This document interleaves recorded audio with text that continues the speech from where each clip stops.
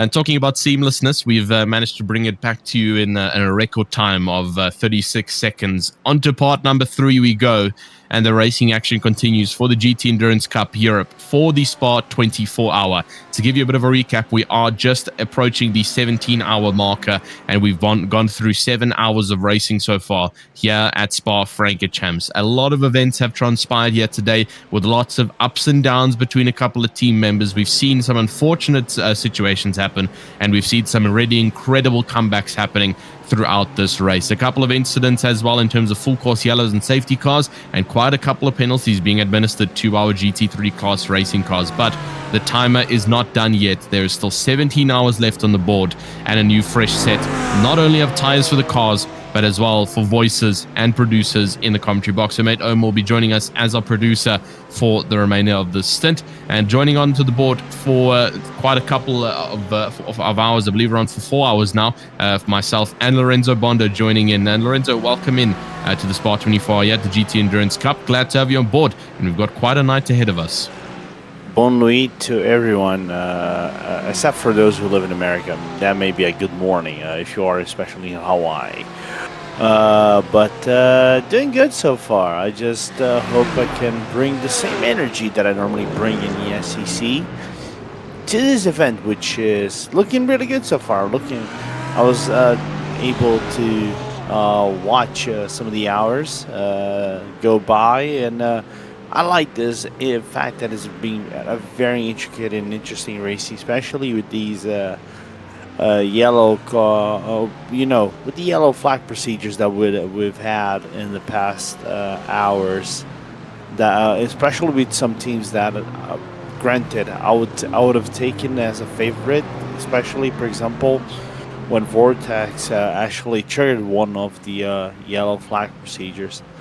And they were always a team to look for, very strong drivers in GT3s.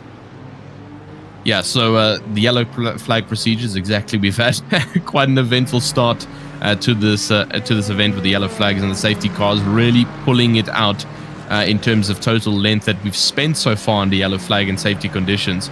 And we are hoping that as the event transpires for the remainder of today, that things will begin to become a little bit cleaner in terms of just general overtaking, and we'll hopefully get to witness less full course yellows and less safety cars, because they really do eat a huge chunk of time in order to get those cleared and done with. And all we really want to do is watch the clear racing action like we get to see here. That's, I believe, the Quad Ash car just in the background, that Tristan Engelstad, as he's busy fighting it out, just getting ahead of the Team HSK, I believe, or it could actually potentially be a back marker behind. Indeed, it is the 35th position car, so just a back marker overtake coming from the number 94, working his way. But he is 1.3 seconds away, chasing the Pack Sim Sport GT team driver of William Westbrook just up ahead in the Corvette. So potential fight coming up ahead for these two drivers, and hopefully a couple more fights around the grid as well. Yeah, absolutely. And for me, it's interesting seeing Quarash running the Beamer, whereas I'm taking this more of a direct comparison, since me and Matthew commentate on the SEC, right? And Quarash normally was the team driving the Mercedes AMG GT3 Tristan, so it's a little bit of a move. You don't move from country in terms of brands because you're still in Germany. You just move from a town here to another. But in hindsight, it's basically switching from a car that handles, I would say nowadays, much differently than the other car does. It's kind of funny that in fixed setups, the BMW is kind of like one of the cream of the crop cars that it's very good on anything, doesn't have any weaknesses. So you can pretty much drive around and do whatever you want with that car and have no issues with it. But it's good that it's trying to also get some drawbacks from the BMW M3 touring car that we just saw this weekend go around in Goodwood. yeah, obviously that new addition to the M3 Touring, and like you said, the similarities coming in between that and the M4.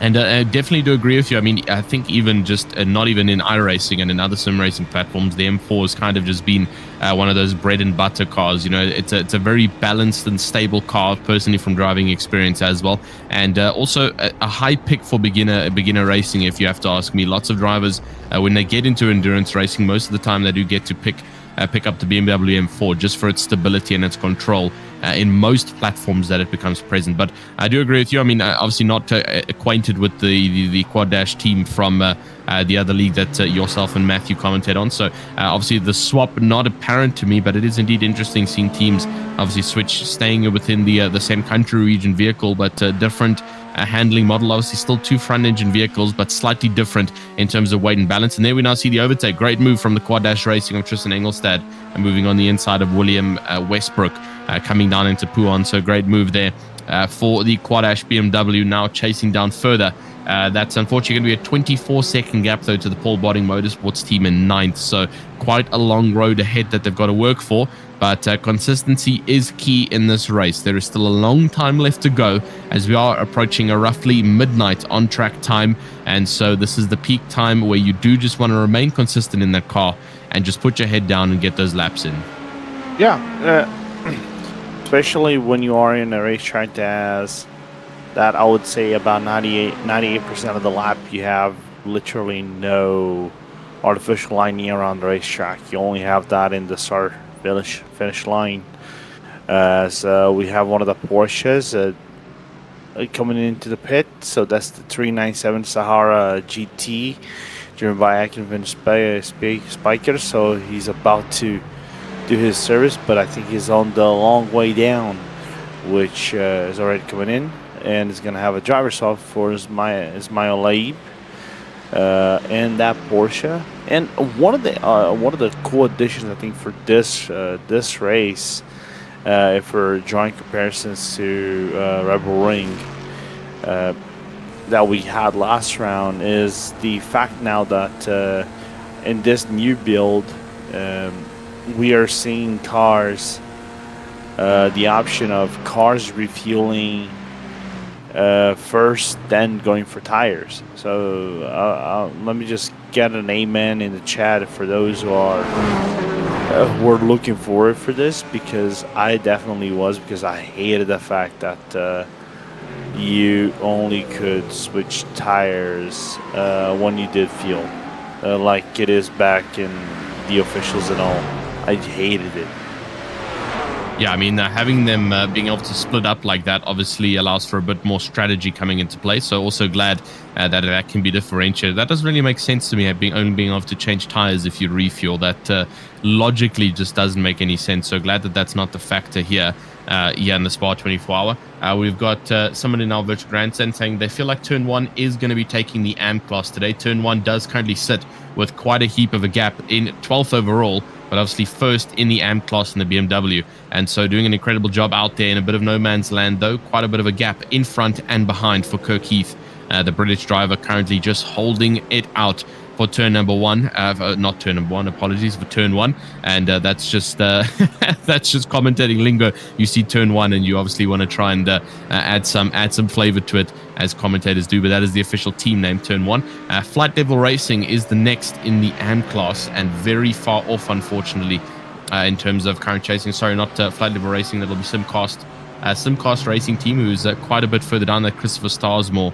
He's quite a bit of a journey if you have to count it up at 17 plus 18 plus 13 seconds of a distance to Turn 1. And so gonna basically just be sitting a bit dormant for the time being. There we also have Delta Racing, that's third in the AM classes, with Leandro Toledo, who currently sits just behind the Gamma Sim Racing by 12 seconds. That's one of the pro class drivers, also in a bit of a no man's up in front, with the back marker behind the 19th position car, the number 4, just holding their stride evenly out on the circuit. About 16 hours and 15 minutes to go in this race. And still so much to play for between our GT3 drivers. Yeah, absolutely. And meanwhile, I just witnessed the miracle. The miracle? What would that be? The BMW M4 6 gear was being used. Oh yeah, that's actually true. That's something we don't actually get to see often on any track really. But I mean, even at Spa, because I mean, what is it? As it gets back to the end of the straight, it's basically ready to brake. At the same time, it's ready to upshift. So, bit of an odd one, seeing that the Delta Racing go to sixth.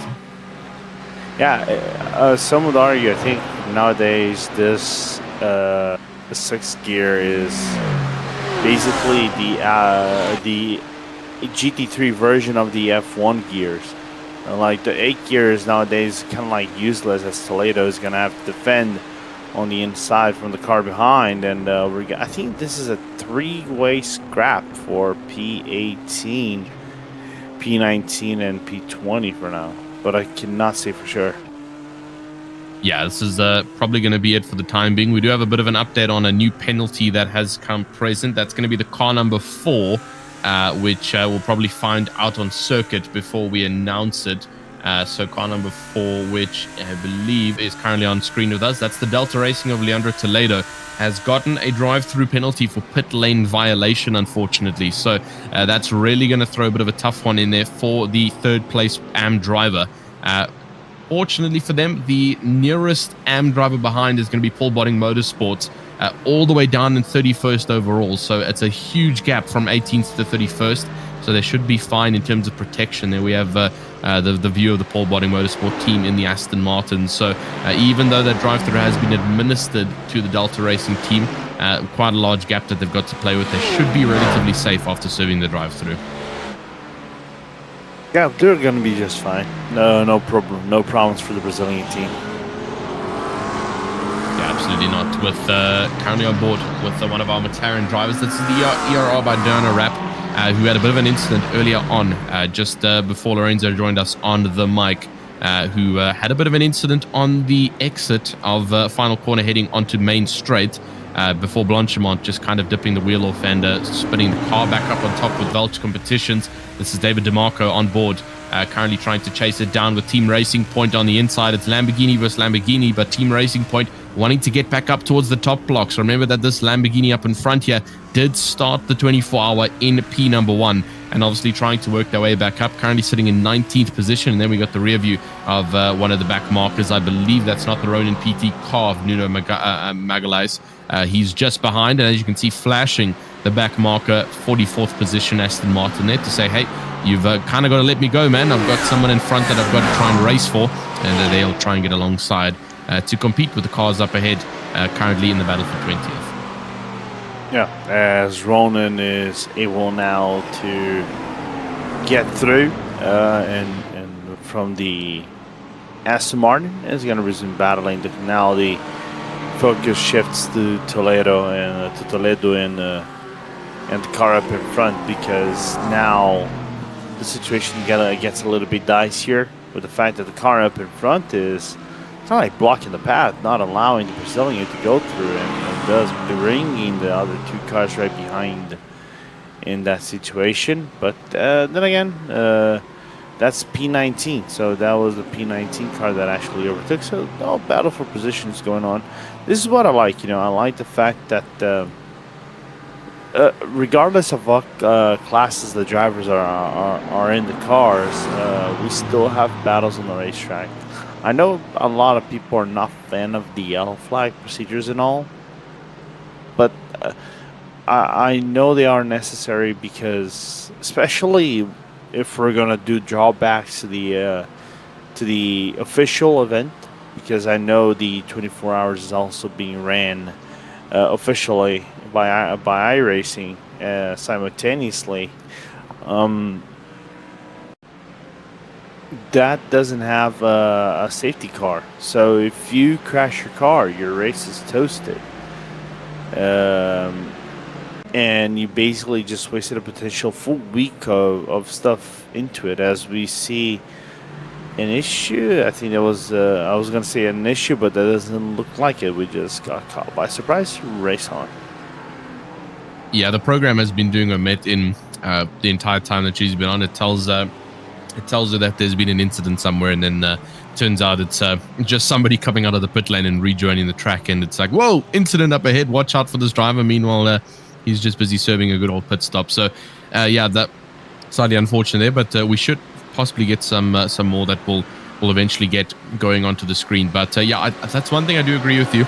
Even though that the safety cars are a little bit annoying, I do agree that obviously it does bring the racing a little bit closer. I just don't necessarily agree with the length of the safety cars, especially for the fact that, the safety car goes around the circuit about 3 laps, and then only after those 3 laps will the back markers be allowed to unlap themselves. So I just feel like the process as a whole is slightly more extended than it really needs to be. But I do agree that a safety car, especially in a little bit more of a personalized league like the GT Endurance Cup, is needed, because like you mentioned in the iRacing officials, if you make a mistake, your race is practically done. There's no safety car that's going to be able to pull the grid back to a bit more of a concertina effect. Everyone is going to be spread out, and that's another talking point that I was going to mention, is that even though the fact that obviously everybody's in different classes, there is a lot of compact racing going on here where drivers are continuously in concession with each other. And that's something you sometimes don't get to see in endurance racing. Lots of the time, cars begin to distance and space out from each other far too much, to the point where you've got nobody actually battling each other out on the circuit. And it tends to get a little bit boring. And that's something we don't have here, which is a good thing, because there's continuously contention out on the track with drivers of different classes. Yeah. Regardless if it is a GTM or a GT Pro battle or a GT Pro Am or whoever, which class you're battling against. I know, because of, some would say, the different classes and everything, I think brings them together of sorts, and I think this makes the race more engaging, in my point of view. So that's kind of fun. That's a good thing for us to be noticing throughout this race, because, again, I'm going from the perspective of top split wise, and I'm talking because I've done, ever since I started commentating, I've done the top splits for iRacing. There is a certain point in the race that even for the commentator it gets a little bit, what's the point? It's the same guys doing laps, and the gaps are like so hyperextended that for following for bringing emotion and then bringing in a little bit of action, you barely have any, even in the crunchy hours, or even in the sleepy hours. So this is why I'm all for iRacing, redoing the system and everything to make at least racing more engaging for everyone. Might not be the best. I don't know what they're going to concoct to make this more exciting, but knowing that they want to do something to make it fairer for everyone, I'm down. I'm all down for it. Yeah, definitely agree with you. Anything that can really bring the racing a little bit closer together is obviously going to be a little bit more beneficial. Not only to the drivers, but to anybody watching online as well on YouTube. It just provides a little bit more action as well out on circuit that we get to actually witness and watch, which is always a great thing to see. Instead of it being this whole, dormant sport where things start to get too quiet and then people start disappearing from the live streams. Yeah, we're a bit of a battle right now. It's a battle for 39th position. That's going to be for Gamma Sim Racing and I believe the double stint racing. That's Anthony Mafucci and Jesse Molina. They currently fight it out, and I believe that the Gamma Sim Racing car has just been able to get up ahead of that double stint racing car of Jesse Molina, who's unfortunately been dropped down now, and will have to try and recover the number 57, seeing if they can try pull a little bit more of a leeway gap here. Looking on that timings tower though, unfortunately most of our cars have started to split up a little bit, and we'll have to wait for the pit stop strategies to come into swing of play again. Down to position 44 though, the Drive Lounge by PBM team do have a bit of pressure from behind the 967 iRacing team. That's 44th and 45th position, currently busy fighting it out on track, which we'll get up on screen to have a look. And then we can see them just busy coming down. This is the 967 currently chasing down. So the Porsche is chasing down up in front the Aston Martin of the Drive Lounge by PBM team. So they head on to the Kennel Straight now, and seeing if they could potentially change up some things. Yeah, obviously the 967 just a little bit further behind in the distance. trying to keep up with the Aston Martin in the quiet moments of this race, and potentially try and grab one more position here. Yeah. And despite now being, one of the last few cars, at least they're racing for something.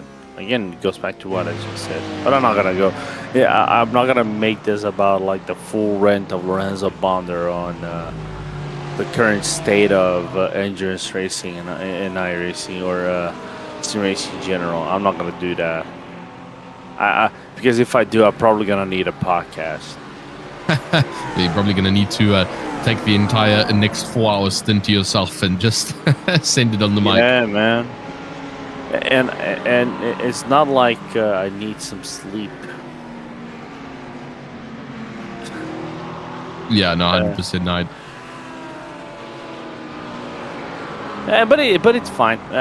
Again, I'm looking forward to what's gonna come out of this race, because I think we're coming up into a really interesting portion, because we're ending. We already are ending the first quarter of this race, but in a nutshell, right? And yeah, basically, yes. The first quarter ended at the 18-hour mark, which was 25% through the race. Yeah. So basically, we're very close. We are basically starting to understand the stories of this race. What is going down, and who and which teams we should be looking forward to look for in the next hours of race, right? Because, like, of course, Gamma, Impact, Project 91, and you have Bravo with a huge gap, and also with a good gap to Fisher. Is this going to stay for the remainder of the race? So this is the stories that are starting to form that I'm really looking forward, not only for these 4 hours that we're doing right now, Tristan, but for the remainder of the race as well. How clean are they going to be during this night stint, which is interestingly enough one of the shortest night stints. I think it is the shortest night stint of all 24-hour special events that we have in iRacing or in races in general. Yeah, that night stint is it's quite a difficult one, if you have to ask me, when you are placed as the driver in the stint, who obviously needs to take the baton over during the night stint. And I believe I already had a chat about this, possibly in the part 2 of the live stream. Just on the fact that our the night stint is as much as you feel like it's not an important stint, it really is one of the more important stints, because it all comes down to consistency.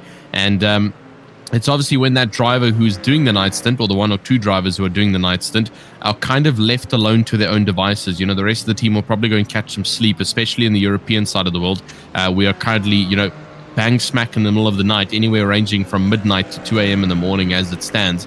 And so that leaves a lot of room for drivers, teams, managers to go grab some sleep, while those in the car have to obviously still endure it out on track and just hope and keep the car and the dreams of the team alive for the remainder of the race. Obviously, when everybody awakens again, if something happens, there's obviously a full team of strategists there and potential teammates who can jump into the car to try and assist. But when you are in the night shift, like we are running now, you are by yourself or with one other teammate, and those are the only 2 people that you can kind of rely on in this short amount of time that we get to go for.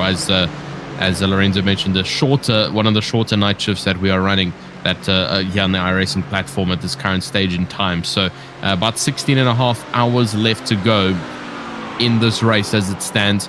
And the battles will still continue to happen. The pit stop windows will probably start to open up shortly, as we haven't been seeing anybody coming into the pit lane soon. As actually talking about it, we are getting quite a lot of cars into the pit lane from 47th all the way down to 48th. We've obviously got our pit stops coming in, and I believe that might be drivers who are no longer racing. Indeed it is. The Just for Speed car of Louis Fichtner, that was 3 laps currently down. I'm not too sure if they're going to be coming back out, possibly a bit of damage that they're busy repairing, but the rest of the cars beyond them from 48 to 51st, unfortunately, are out of this race for the time being. So we'll hopefully get to see. There's the Just for Speed car, hoping that it's going to come off of its jacks and back out of the pit lane. But that all depends on if there was damage. They are up on the jacks now, so definitely somebody's still active in that car. Yeah, there's still some hope to try to get through the race, but I hardly think these 4 cars that are out right now, they're probably going to come back anytime soon. If not at all.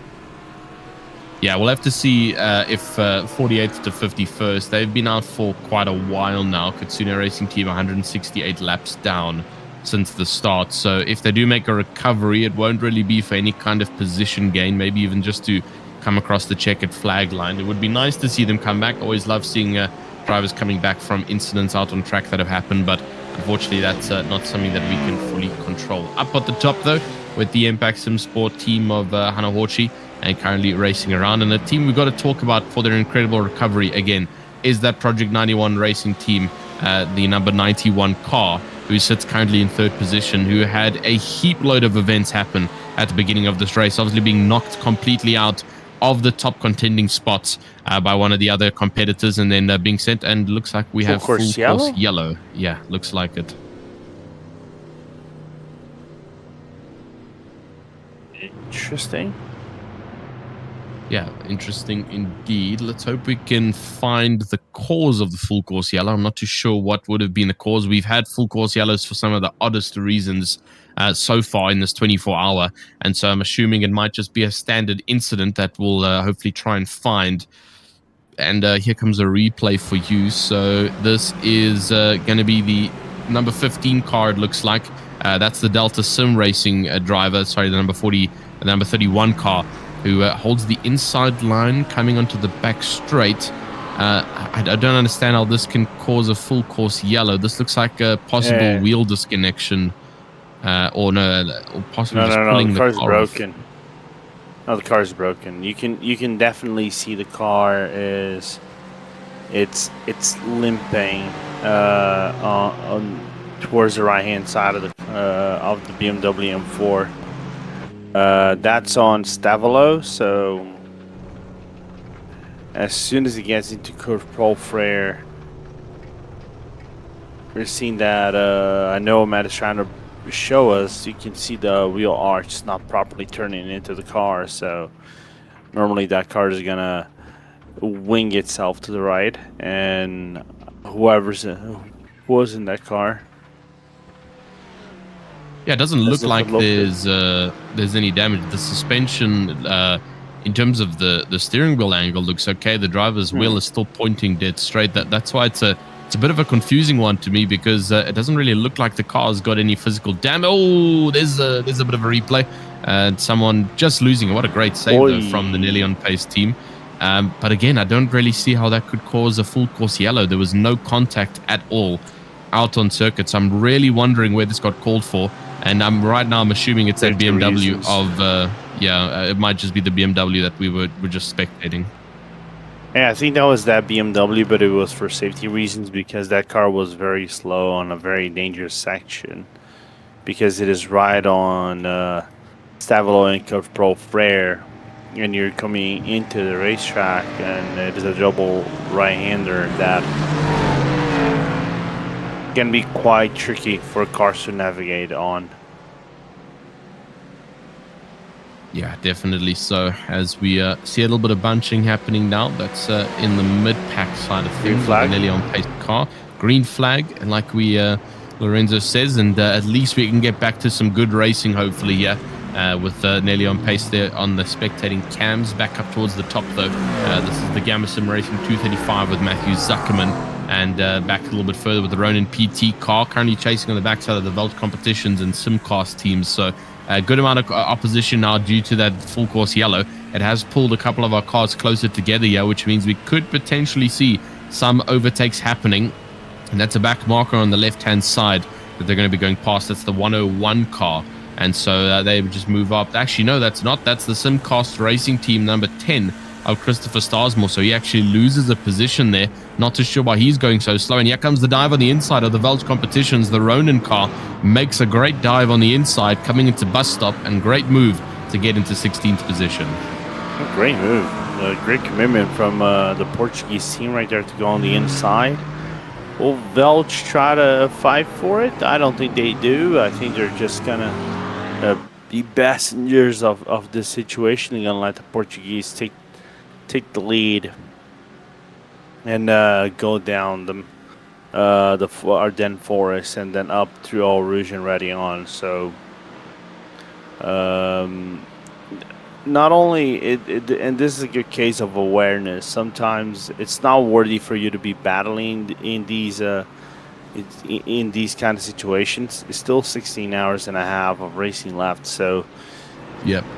Those drivers that know how to win races, they know how to pick their battles and when to say this battle is not worthy for me enough to overdo it. So that's why I think they just let the Ronin car by and not fight way too much. Yeah, I definitely agree with you there. It's a bit of a team strategy that comes into play, and it's the whole talking point that I went back to earlier about not many of the team members being available at this time of the night, and your sole objective is just to keep the car safe. And so sometimes it is just worth it to let the more aggressive opponent go past and rather play a bit more of a conservative game. Like Lorenzo mentioned, there's still 16 and a half hours left of this race, which is a heap loaded distance that we've still got to set around the circuit. And so anything can happen in those 16 hours that still are yet to come. And so the drivers don't really need to take super unnecessary risks that are going to throw them into a possible rabbit hole that they don't want to climb into. And so the Ronin PT car, the Portuguese team, will climb up into 13th, just up ahead of Welch. And obviously 1.2 seconds off of Team Racing Point now. So we'll obviously also have a bit of a battle there, as the Ronin car seems to be quite good on pace at this time of the night. So possibly chucking in one of their more faster chase drivers at this time of the night to catch some other teams off guard, which they've already done with the Welch Competitions car. Yeah, absolutely. As Omat brings us the track conditions. Interesting track conditions, right? You understand that despite being the time of the night, it is midnight 15 in sim, and that midnight 15 on sim is still 23 Celsius degrees ambient, but 26 degrees on track. So if you are attempting to do a double stint on the tires, it's doable, but you cannot shoot way too much your driving style and then kill the tire wear way too much towards the end portion of it. Well, I mean, talking about the double stints, the Turn 1 car, the number 101 with Kirk Heath leading the AM class, they had to actually take a double stint on the single tire. That was during the first 6 hours. Obviously, with the 24 hours of Spa being the longer duration enduro in this cup currently, the points are divided into every 6 hours. And so during the final closing moments of the first 6 hours, the Turn 1 car really had to push themselves to keep up ahead of their opponents and decided to double stint it and just push the car to its absolute limits, which worked out for them. And they seem to have managed it, as we now see the Ronin car getting ahead of the Alpha Trot challenge car of Jeremy Barber, who seems to be very slow in his BMW. He just lost 2 positions there and fallen well off of pace there. But now the Welch Motorsport Competitions car, I mean, Lorenzo, we were just talking about not taking unnecessary risks. Yeah, they are, but busy putting pressure on the backside of that Ronin PT McLaren, potentially trying to overthrow and take the position back. Yeah, in a car that normally has some good driving conditions. Apparently, for this week, the Huracan was actually made a very interesting car. Some of the choices from top teams and everything. So, with the right setup and all, I think the Huracan makes it is a very solid car. Nice to see the tiny V12, V10 engine. Getting checked up by the Ronin PT car right there. I think Ronin made the driver of Ronin made a mistake on the first leg to the second leg and made a little bit of a brake check to the Welch driver that had to go into avoidance mode. yeah, almost a bit of a contact coming between the two of them. That's the battle of the V10 versus the twin-turbo V8 up in front of the McLaren 720S. And Velge Competitions just putting the pressure on behind. And yeah, we're just hoping that there's no unnecessary risks that get taken here between these drivers. There's no point in creating contact or possible errors that will, not be rectifiable at this very early stage still in this race. As you can see, the Velge Competitions car is really starting to put pressure behind. And just in the background is also one of the AM drivers, the Delta Racing BMW, who is indeed catching up to this fight between them. There he is in the background, just crescenting over the hill. The Mercedes in between them is a back marker as it stands, but this BMW, obviously not in the same class, but also still chasing on-track position, will eventually be catching up to the Velge Competitions car with the continuous fighting that's going on between the two of them. And so we've also got to keep in mind that factor, that the more that they fight, the slower that they'll end up being throughout this race. But just having a look at our timings tower again, just see if we have any kind of battles going on around the circuit. And yet again, a couple of our or most of our GT3s being quite evenly spaced out. And with a couple of our top guys even coming into the pit now. Turn 1 comes in, Rosso Esports comes in, and then Sahara X GT just coming out of the pit lane.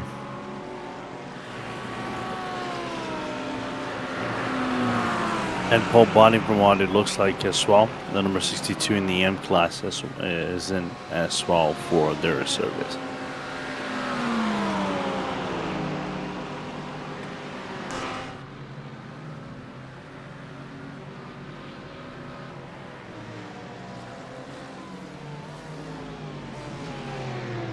Yeah, that's the number 3. Oh, you picked something up? No, I was going to say that battle is actually, I think, a battle for P2. It is going on. So that is actually happening. Yeah, seems like we've got a bit of a battle up in front there. That's obviously the Project 91 on the backside of the Gamma Sim Racing 238. That's Alex Ravinsky in that Mercedes with Gage Hyams just behind in the Porsche. And here comes the dive on the inside from the Porsche. A little bit better rotation in that rear-engine vehicle.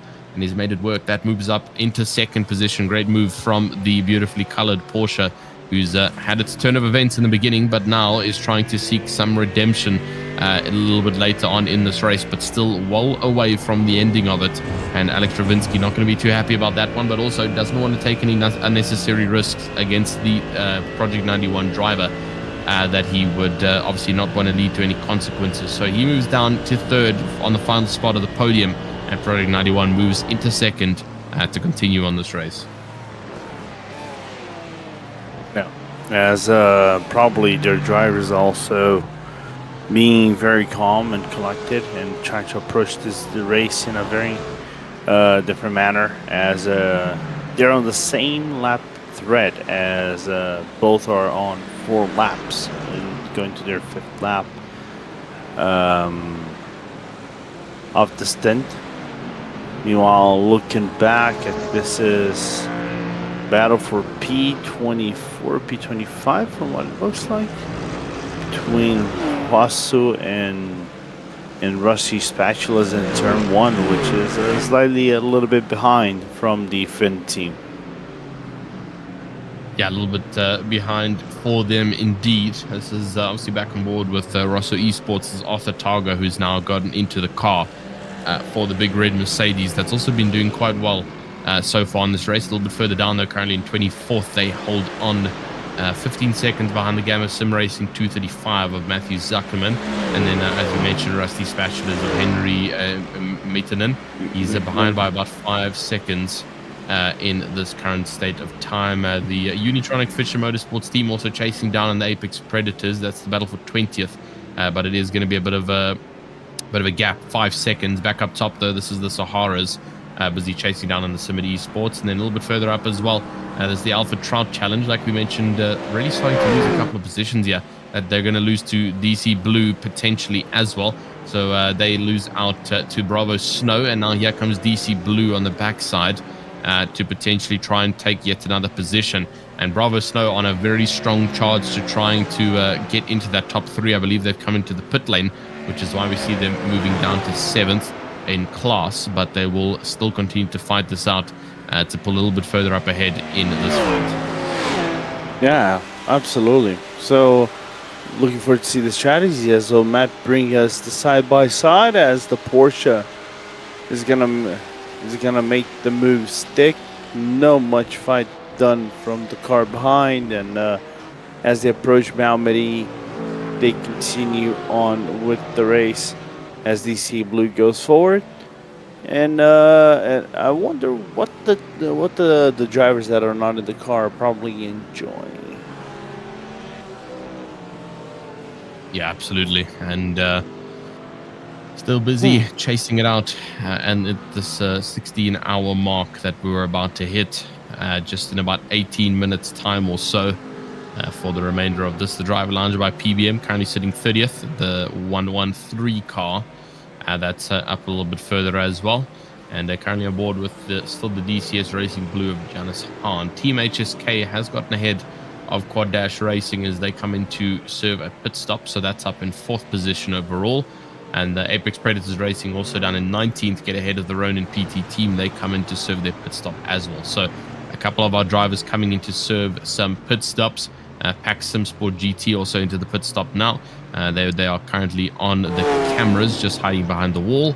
And a couple of our drivers coming in to get their cars serviced, new tires, new fuel, and making sure that they're ready to continue pushing out. Vulture Competitions, David DeMarco, he comes in, and potentially maybe a driver swap coming in for that team. I know David DeVito has been in the car for quite a while now.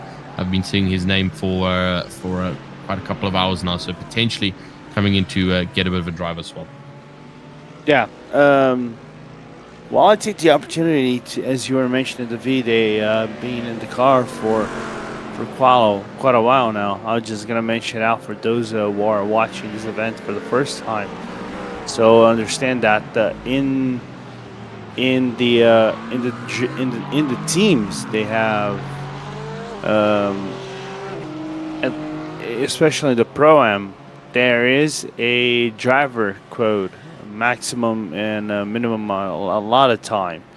So in the Pro-Am, the bronze drivers must drive a minimum 4 hours, and platinum and gold drivers can only drive up to 8 hours of this race. So basically 1/3 of this race they are allowed to do.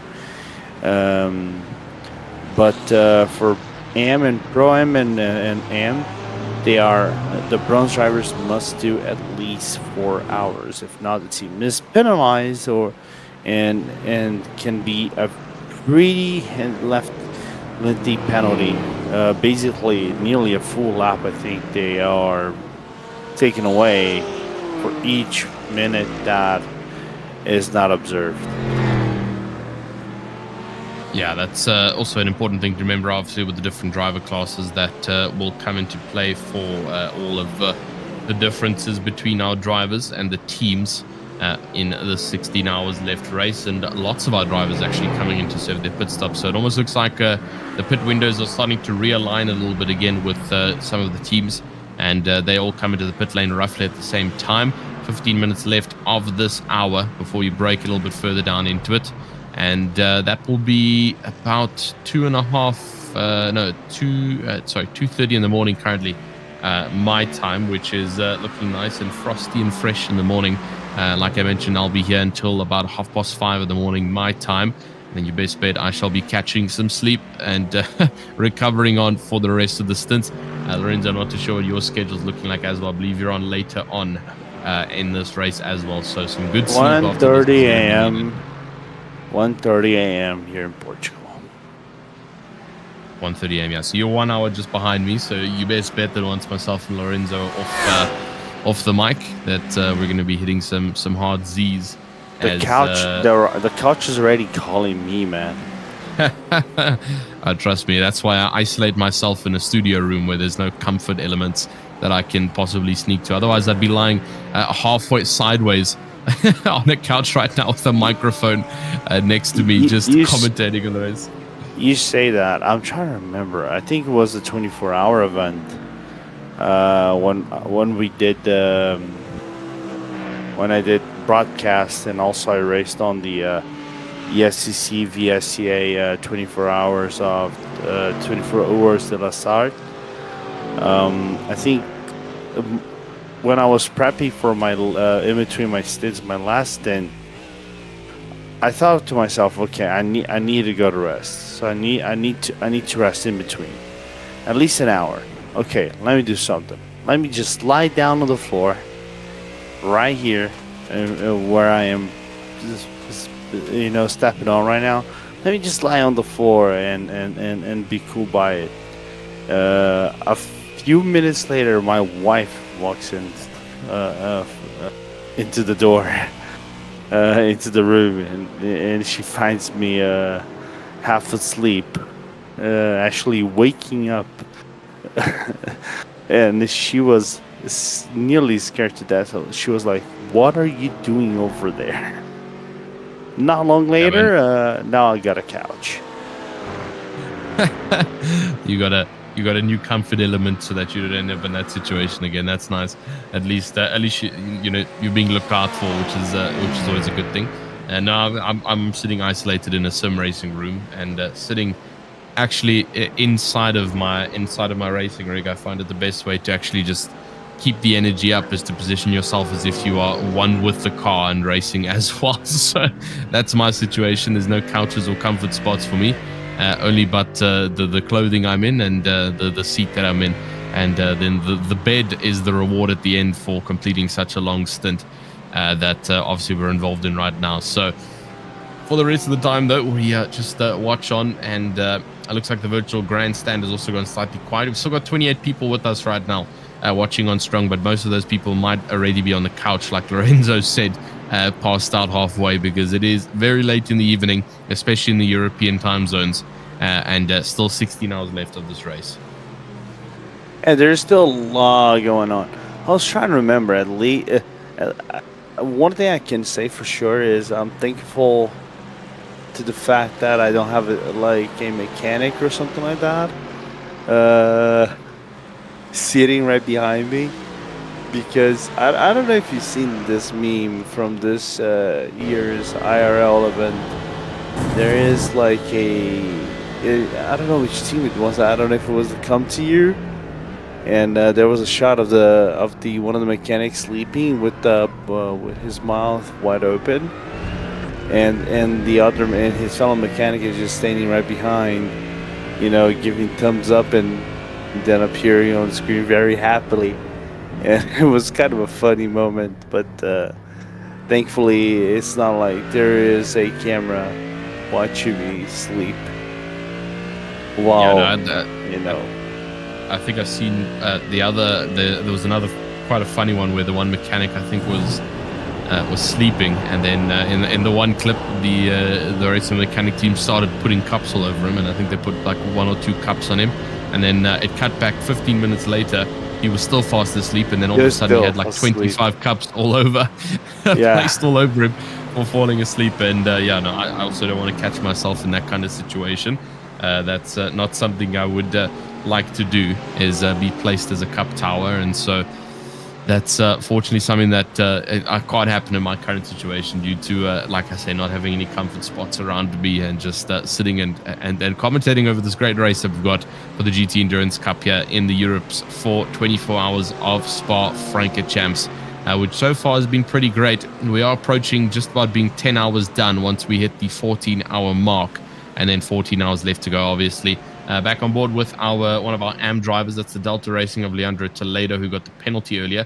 He is currently the AM leader with the Turn 1 car currently being in the pit lane down in 30th position. I'm hoping that that Turn 1 car will obviously make its necessary recoveries after the pit window.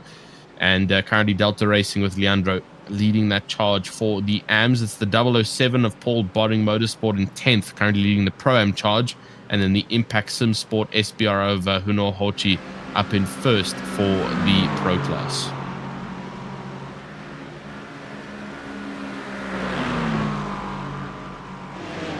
As we have an issue with Adrian Nguyen's car in the number 823, as we're looking now on screen in the Dyno Wrap car, which causing a collision. So a little bit of an unfortunate moment. Just trying to look.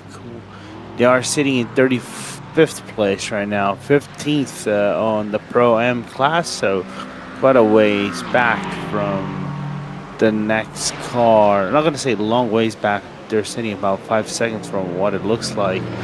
As is the Rising Panda car just comes out of the pit lane, they're going to get overtaken by them right now. But that wasn't on screen.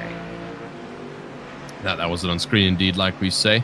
And the rest of the cars in the background also still just trying to find their way. That's the currently in 5th position Porsche off the jacks. That there you go. There's the battle for 14th position with the Gamma Sim Racing 235, I believe, in 14th. And then I'm not too sure if it's the Ronin behind in 15th. I mean, I'm seeing it on the numbers board, but that's a Porsche. And so not the Ronin PT car that we're used to. There's the Ronin PT a little bit further behind. Currently 10th in class and 15th overall as they chase down. It's Carlos Coxinho who chases down as well. And then the rest of the drivers behind. Rusty Spatula is also still in it with Henry Mittinen, like we mentioned. And then Davide has actually stayed in the car for the Belgian competitions. So he's got a long night ahead of him, it looks like it. Up on board again with the DCS Racing Blue of Jonas Hahn, who sits in 21st position. So, and Rosso Esports of Arthur Targa currently sitting in 19th as well. I was gonna say, thankfully enough, Carlos Coxinho's name isn't. It doesn't end with an A. It ends with an O. Because if that was Carlos Coxinho, then I would say that is a very devilish name for a Portuguese speaker like myself at this time of the night, you know. Because coxinha is a food. You really don't want to be thinking about food, even though indirectly at 1:30 a.m. Man, yeah, some food would go nice. I had an orange just now. That's an interesting thing to be having at 2:30 in the morning. But I suppose that's all you really get when the rest of the house is sleeping and you don't want to be bothering anybody with any food making. Hey, man. But I agree with you. I was gonna say you take whatever you can get. I was Exactly. eating Tic Tacs. I was eating Tic Tacs. Tic Tacs. Yeah, That's what I Tic had. Tacs don't really provide much nutritional value. I don't know how full they're gonna make you feel, but I mean, hey, whatever floats the boat, I guess, during an endurance. Yeah, it's like if I can get my sugar rush for a few hours and be like, have you ever seen those memes where kids get the sugar and suddenly they become like more activated than the Duracell batteries? It's kind of like something of the sort, you know. I sometimes we need that sugar pumped into your blood for you to be properly locked into the stuff. As we are now watching the battle for 5th. Now I do have a question to you though. All right, we were talking about the M3, you know, Grand Touring car, right? That did Yes. the number 24 and such. That was basically a GT3 car of sorts. But I think it has more horsepower than the M4 does. But I cannot fully remember. And knowing this is the Evo version, people, the Evo version came out on iRacing not long ago. I think it was in this build too. But anyway, coming back to it, you consider the Couture, that station wagon, a GT3 car because it is considered a Grand Tour car? Yeah, it's actually it's a good question because obviously the core car is built around touring cars, and that's a completely different category as a whole to GT3. But I mean, the main thing about GT3 is that obviously technically any car brand, any car manufacturer can compete in it. But obviously the car has to match GT3 specifications and VOP. So, I mean, technically any car could be converted. So, like, I mean, that's a touring car that's been converted GT3, I guess. So, you know, it's following the correct procedures. And so technically it is then classified a GT3 car, even though obviously it's an M3 touring and it comes from the touring car class. Now, I guess it's a touring GT3 car. It's a two birds with one stone kind of car. And I can't lie to you, I really do like the styling of it. I don't think we've ever had a station wagon style GT3 before, and like you mentioned, it'll obviously have a bit more horsepower. Yeah, we've never had. But I really wonder what the handling is really going to feel like on a car like that. I mean, all the weight, there's going to be a lot more weight on the back side of it, but obviously the engine still sits up in the front. Yeah, I'm trying to remember. Cars, station wagons through history besides the Volvo. Which Volvo was it? I think it was the Volvo V60 or the S60 that used to drive around BTCC and also SDCC for quite a while back in the early 90s to 2000s. And then the only other car I could think of, a station wagon. It's trying to draw me a blank on my mind. This I was gonna say I think there was a WTCC car. Oh, sorry. No. It wasn't that. But give me like 2 to 3 minutes, and I'll get back to it because. Well, I mean, the isn't in the BTCCs the Cupra Leon is a bit of a station wagon as well. It's got the bigger rear side and then obviously the smaller front side. It looks a bit like station wagon style, so it could also be a part of that benefactory if we're talking about it. I haven't seen the Cupra Leon in BTCC. It's not the one that actually it's not the one that it follows the TCR model. I'm not 100% sure. I mean, I know I've done a league before with the Cupra Leon and BTCC. I'm not sure if it follows in the real life ordering of all the BTCC cars, or if it's possibly an older model that no longer races out on track. But it definitely does look. I mean, if I have to Google it right now, it definitely does look station wagon, like the same body shaping.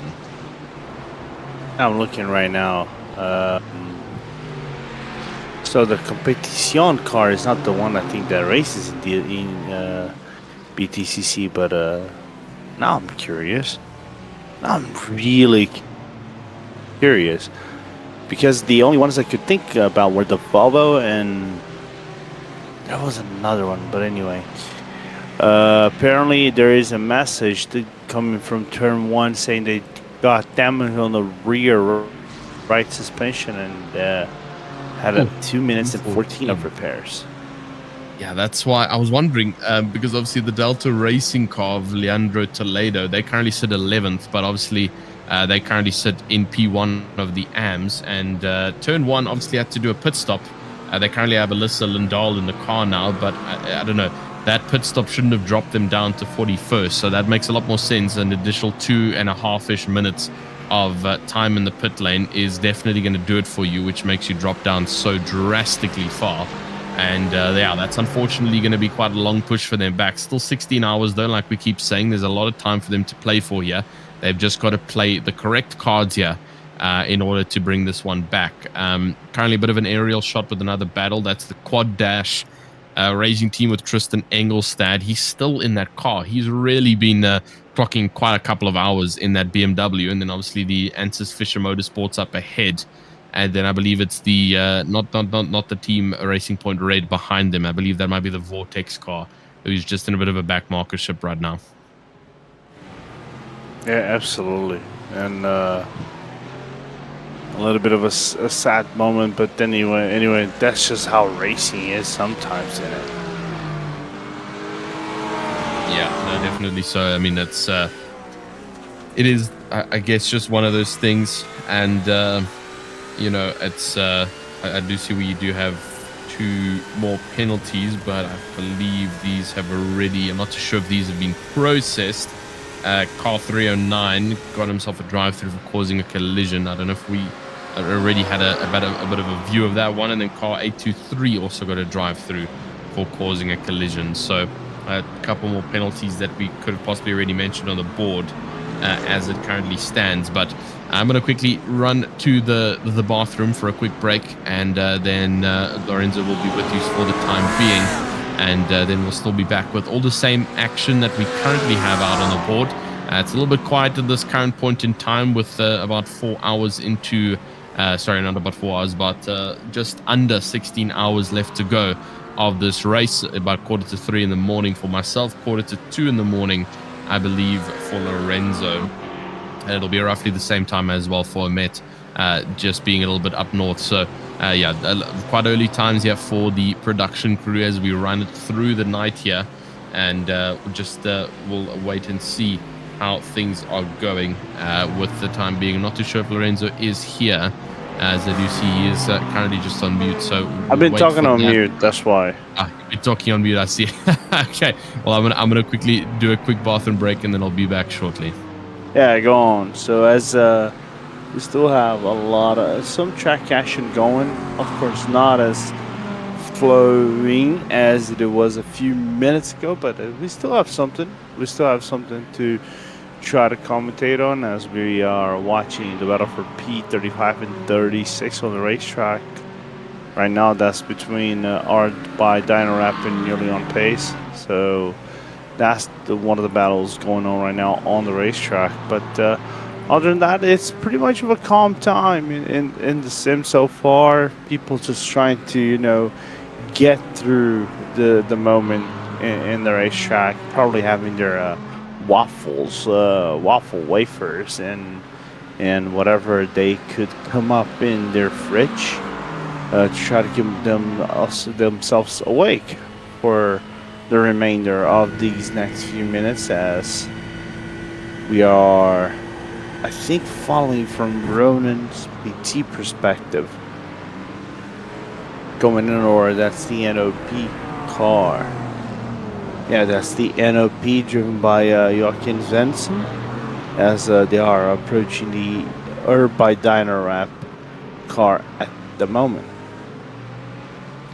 As they finish up one more lap, and coming into turn one is going to be the Swedes, and trying to get through the McLaren up in front. A good representation of cars, by the way. Up in the field, we are seeing pretty much a little bit of everything. I think the majority of the cars being BMWs, and I was going to say some Aston Martins in the middle, but also good representation of Porsches as well, especially in the top 10 and top 15, where I can see pretty much, I was going to say 1/3 of the whole grid are basically Porsches, if we're really thinking about it. Just slightly shorter, but anyway. Or out of 15 cars are Porsches 911 GT3 992s, GT3R models.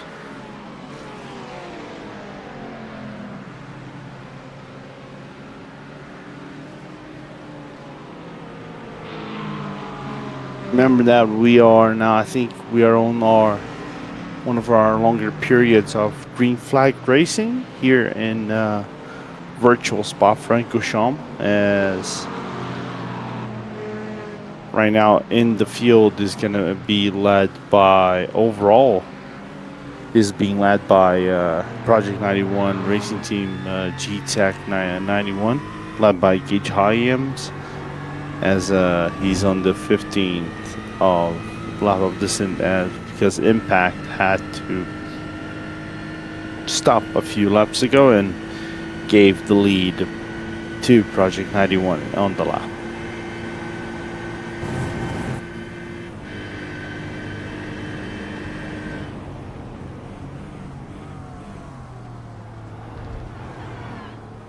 NOP getting really close up there right on the bus stop. Couldn't get through Dynarap. I think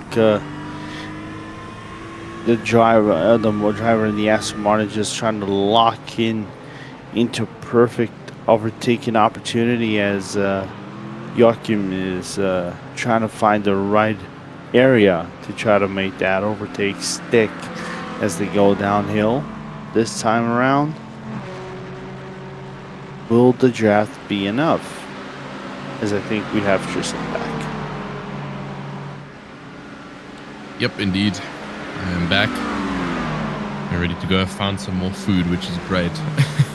So, stocking up yet again at this time of the night, which is Lovely. I don't know why, but food, like random food items at 3 in the morning really does hit differently compared to eating it at a normal time slot. Don't ask me why, but it really does. Yeah, indeed, can't complain at all. So into that 15-hour mark that we've achieved now, and currently on board with Nelly on pace, the Joachim Svensson. He currently sits down 899, then the 899 car in 35th, in 16th in class though, in that Pro-Am class, and he's just going to be pushing on strong. I believe just behind the ERR by Dino Rap, that's Adrian Nguyen, and also just trying to hold on strong in his Corvette. Just up in front, or the McLaren, sorry, I believe it is just ahead of that Corvette. That Corvette, I believe, is a back marker. And then on board as well, with the DSP Sports Racing Team, the GTEC PA, Francesco Manuel Arena, and he currently sits in 28th position, chasing down. That's the Vortex car of Michael Van Look. So they've also made a little bit of a comeback here from their previous incidents, which obviously pushed them back a bit. Currently in 27th with Apex, the Apex Predators Racing of Andre Heiler. He's a little bit further in front in 26th, and then obviously 21st with Team Racing Point of Stefano Guingato. He currently sits also 25th position. They're trying to recover the lead of this race that they had, obviously starting all the way up in P1 and trying to work their way back up to the top spot of the throne room. But it's going to be a bit of a difficult fight that they've got to work with here. So we'll have to wait and see how that eventually is going to work out for these drivers. And the rest of them all just scaling around circuit as the time goes on. The pit strats have being completed for this past about 20 minutes or so, and so we won't be seeing pit stops for a little bit of time being. We might see a couple of outlier pit stops for some teams who took a bit alternating pit stop strategies, but for the time being we won't really be seeing too much of that.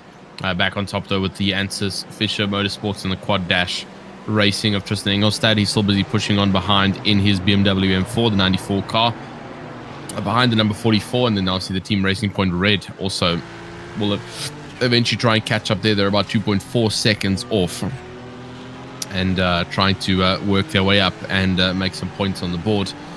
If we are talking about the every 6 hours, we are obviously getting those points in. The next one will be at the 12-hour mark that our drivers will be getting some points in. So that's going to be coming just after the stint that will be ending with myself and Lorenzo. We end, I believe it's the 13-hour mark. Indeed it is. So myself and Lorenzo will be off at the 13-hour mark of this race, in which case Ron and James will be taking over.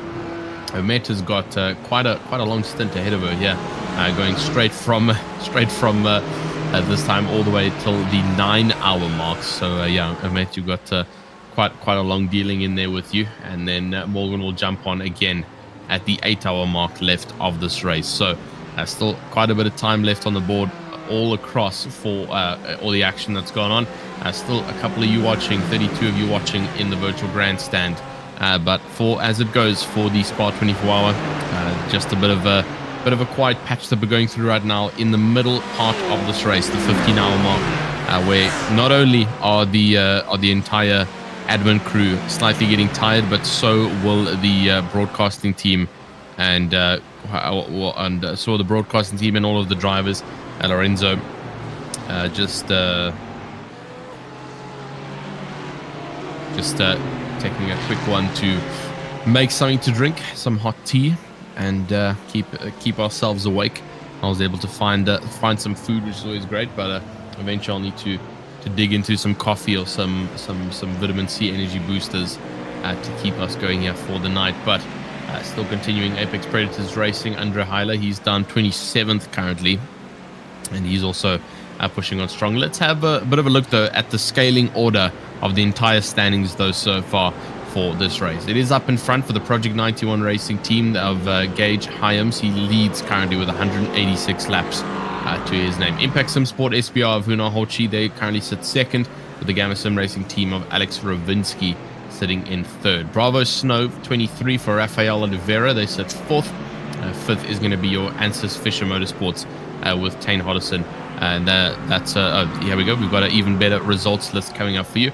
We're going back to seventh, I believe, if we can go one page back, and there we'll see seventh. So it's This is with team names, so we'll give team names and obviously the driver name. So obviously, Team Racing Point, they sit 7th currently with Massimiliano Diagata, and then Project 91, the secondary car, sitting in 8th, with obviously Frantisek, and then Sebastian Flores, the 007 for Paul Bodding Motorsports, currently sitting 9th, and then 10th for Smail Laib in the Sahara XGT Motorsports team. 11th, a little bit further down on the board, we'll obviously have this is there we go with Leandro Toledo, the lead currently of your AMS, the number 4 car. Then Kevin Legris for the Kronos Sim Sports team. Manuel Meyer in the Fisher Motorsports as well on 13th. Carlos Coxinho in the Ronin PT car. Matthew Zuckerman for the Gamma Sim Racing, he sits 15th for the number 235. Davide DeMarco in that Welch Competitions car. Henry Mittinen with the Rusty Spatulas currently sitting 17th. Jeff Kalfold with the Pac Sim Sport in 18th. Arthur Targa currently sits in 19th for the Rosso Esports team, and then Janis Hahn in 20th for the DTS Racing. From 21st onwards, we do have about a 48-car grid. It's Kieran Harding for the Drive Lounge by PBM. Jacob Otto currently sits 22nd with Team HSK. And then we've got Ross Norsworthy. He sits for the Simcast Racing team, the number 10 car. Also in the AM class, Jeremy Barber for the Alpha Trout Challenge, who we saw losing a couple of positions in the past stinting time. Stefano Guingata for the Team Racing Point, the secondary team, currently down 25th. And then Michael Van Look for the Vortex team. Andre Heiler, who we've been looking at for the past couple of moments, he's in the Apex Predator Racing team, currently down 27th for the number 444.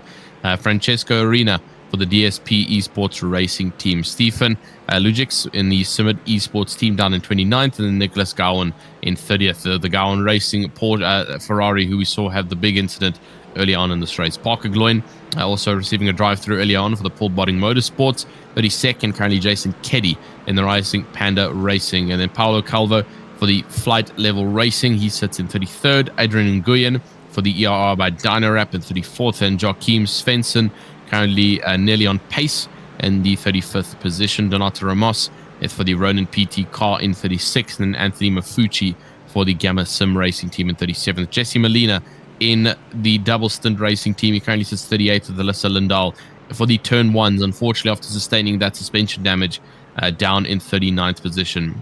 We then have Vito Fatalino for the Team Racing Point, all the way down in 40th position. 41st, Lucas Freire for the Delta Racing team. Lucas Huberger in 42nd for the Prison Motorsports team. Josiah Annis for the Driver Lounge by PBM, currently sitting in 43rd for the number 99. And then 44th, Jesus Saez Colado, currently 967 iRacing team in 44th position. In 45th, it's Lucas Lopez for the Delta Racing team. 46th is Timothy Johnston for the Paul Bodding Motorsports. Lewis Fichter currently in 47th in the Just For Speed team.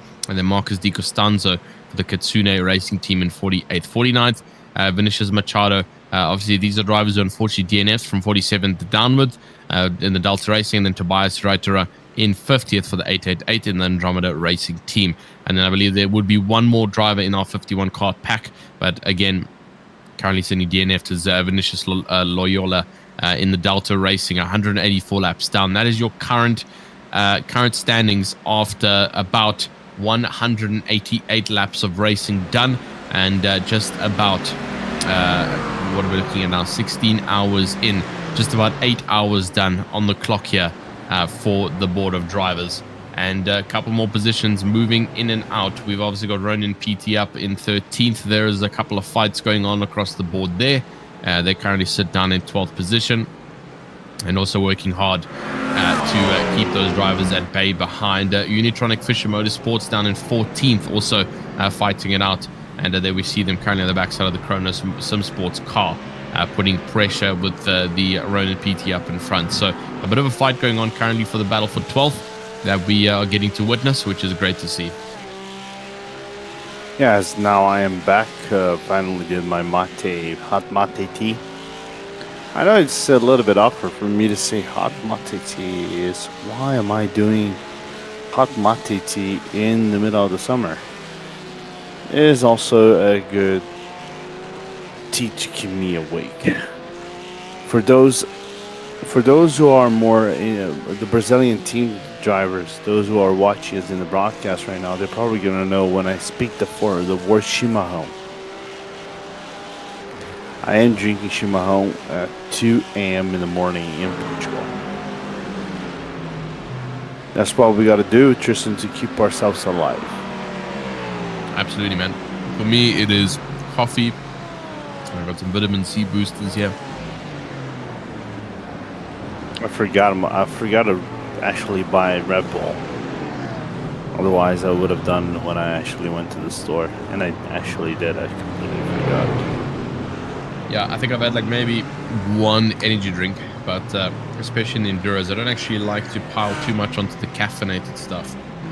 So I've got a lot of the vitamin C boosters, which are more like natural energy boosters, instead of the quick spike caffeine stuff.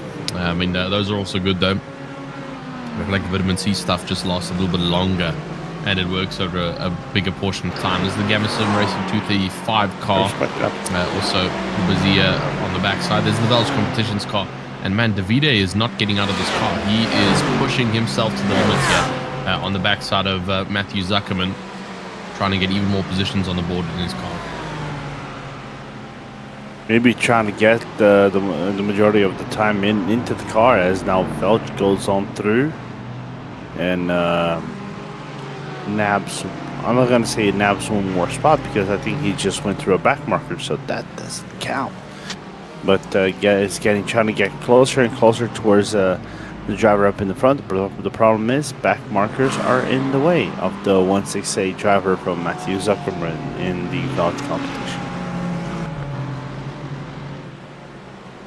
Yeah, it's always the issue, especially when we get into this time of the race now, is that the back markers are going to start to become more and more apparent as we continue to go through it now. And so the drivers would have to be careful with that regard when chasing onto the backside of their opponents, is that the back markers are going to be well within the fighting distances here. So the Welch Motorsports car, and as you can see just up ahead is the Gamma Sim Racing, but there is a series of back markers that have been squished into the middle there, that the Welch Competitions car is going to have to work off of. But just up ahead of the Gamma Sim Racing cars, of course, the Unitronic Fisher Motorsports car. So this could potentially turn into a three-way fight here. If the Welch Competitions car of Davide De Marco can potentially catch up here to the cars up in front, that will be the best possible odds here in these early morning starts of this race, as it is officially hit 3 o'clock in the morning on my side, meaning it's just hit about 2 o'clock in the morning for Lorenzo. So nice and early, fresh up in the morning, and still about 15 hours and 40 minutes left to go in this long enduring 24 hours of Spa race for the GT Endurance Cup Europe. And on the backside, Zuckerman almost hitting the backside there of Unitronic Fisher Motorsports car of Manuel Meyer, and got to be a little more careful on the braking zones there. You do not want to risk something at this stage of the race and potentially cause contact. Yeah, and basically get your race all down the drain. So got to be careful. You got not only, of course, got to be thinking about pace, but cannot overdo anything whatsoever to get in the way of your competition. I think Welch just reached Gamma Racing. I was going to say that's quite the opposite, I think, for what it looks like.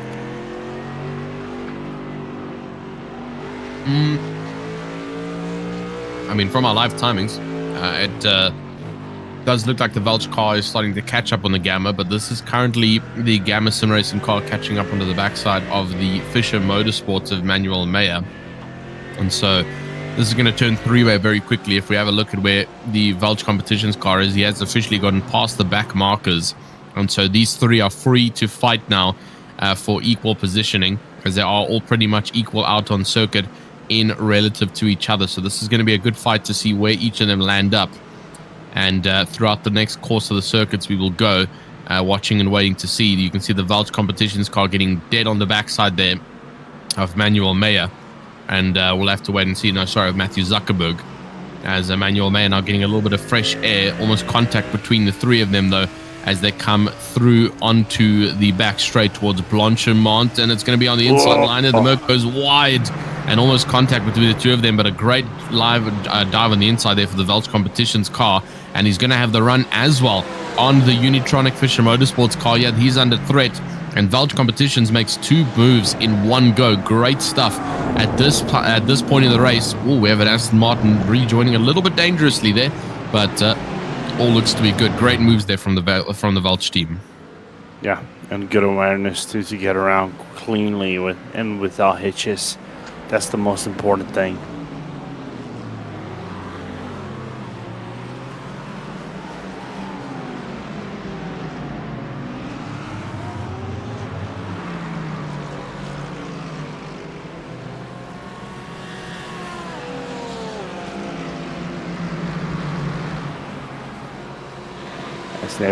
All the teams and drivers are trying to get up the field as right now P15 is trying to get closer towards Velge as Manuel Maya.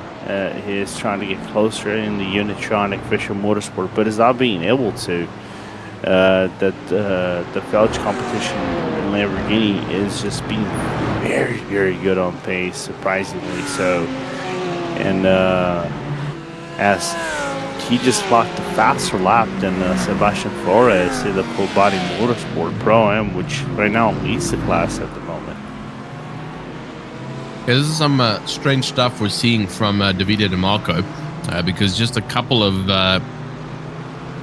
laps ago, maybe about 20 laps ago, we saw a very different driver in that Lamborghini, someone a lot more conservative and not wanting to push the car too much. And now he goes and gets an double overtake in one lap and continuing to push up towards the leader of the Pro-Am class. I think he realized that the leader was actually so close and he had potential yet to potentially get up into the lead of the Pro-Am class, and now is probably the best yet, the best bet that he's got. Even though it is a bit of a more conservative part of the race, he does have opportunity yet to take the lead of it, with the leader only being about 3.5 seconds up the field. And so this could be a good opportunity for the Velge Competitions car of Davide De Marco to pull away here and catch up to the drivers up in front. The 2 behind have unfortunately lost quite a bit of distance to him as well, 1.5 seconds between the Unitronic Fisher Motorsports car and the Gamma Sim Racing car that they currently drive behind that Velge Competitions car. So they are losing quite drastically, but I believe it's because they're both fighting each other quite heavily, and it's just allowing for easy move-ups. But they're both going to the pit lane now, so their pit strategies have officially been called in, which means they definitely won't be the only ones. We'll probably see more cars coming in, but for Velge Competitions, he does stay out, and he is indeed breaking down that lap time quite quickly to the Paul Bodding Motorsports car. Yeah. So, nice stint from Velge so far. As we know, Paul Bodding is on the tail end of the stint, so they are due to come to the pit lane quite shortly. So we know Velge is going to take the lead with whenever Sebastian Flores comes into the pit lane.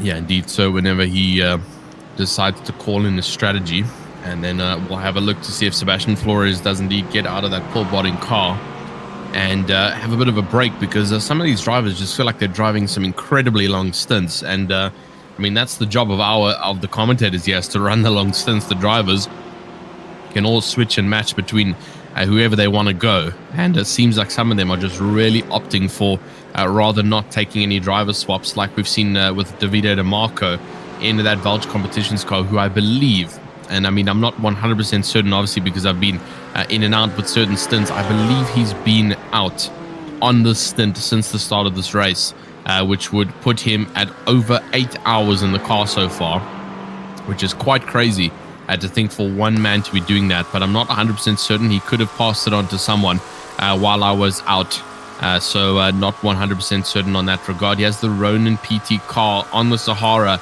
XGT Motorsports on the outside of Blanchimont and converted to the inside, just gets past in the nick of time without causing any kind of incident, and he'll move up. Great move there from the McLaren to get up a little bit further ahead on this grid. So into 8 they will go, and in any case the Sahara car comes in to serve their pit stop that they need to do in order to make it to the end of the race. So Not too much of a fight needing to be done there. And there we now see the Welsh Competitions car does move into first for the Pro-Ams, as the Paul Bodding car does indeed come into the pit lane, but the Welsh Competitions decides to stay out.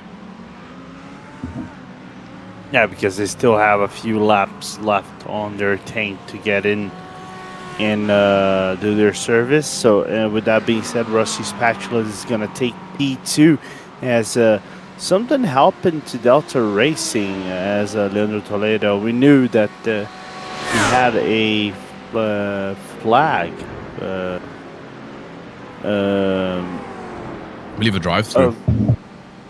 He had a drive-through, but this time around, that was an. I think he served that. I think this is another black flag for the Delta Racing driver. That would be, or is it not? Or is it? I'm gonna have a look at our penalties channel just to have a see if he has been. And I'm not seeing anything in the penalties channel, and our producer's also saying that she's not seeing anything. So a bit of a weird one then, I guess, for the Delta Racing team for why they've dropped down a little bit. I mean, they still lead the M class currently, so could just be a standard pit stop, I guess. That obviously that's pushed them a little bit further down. So not 100% certain, but it doesn't look like they got any kind of flaggage given to them. So just a bit strange there, I guess. Yeah. Unusual.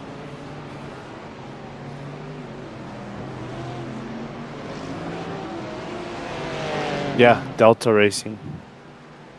As our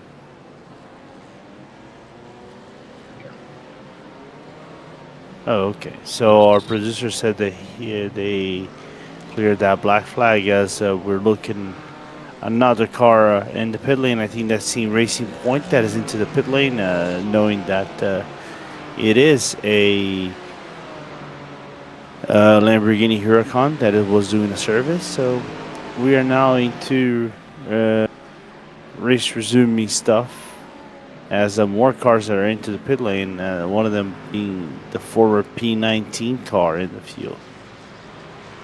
Yeah, lots of them jumping in now. And looks like the lights are going quite crazy there in the main hub of the Spa Central pit lane there. I'm not too sure if that's because of the headlights passing by or if that's just the party that goes on there at the Spa 24 hour. You can see it on the right hand side. That definitely doesn't look like headlights. It's a bit strange.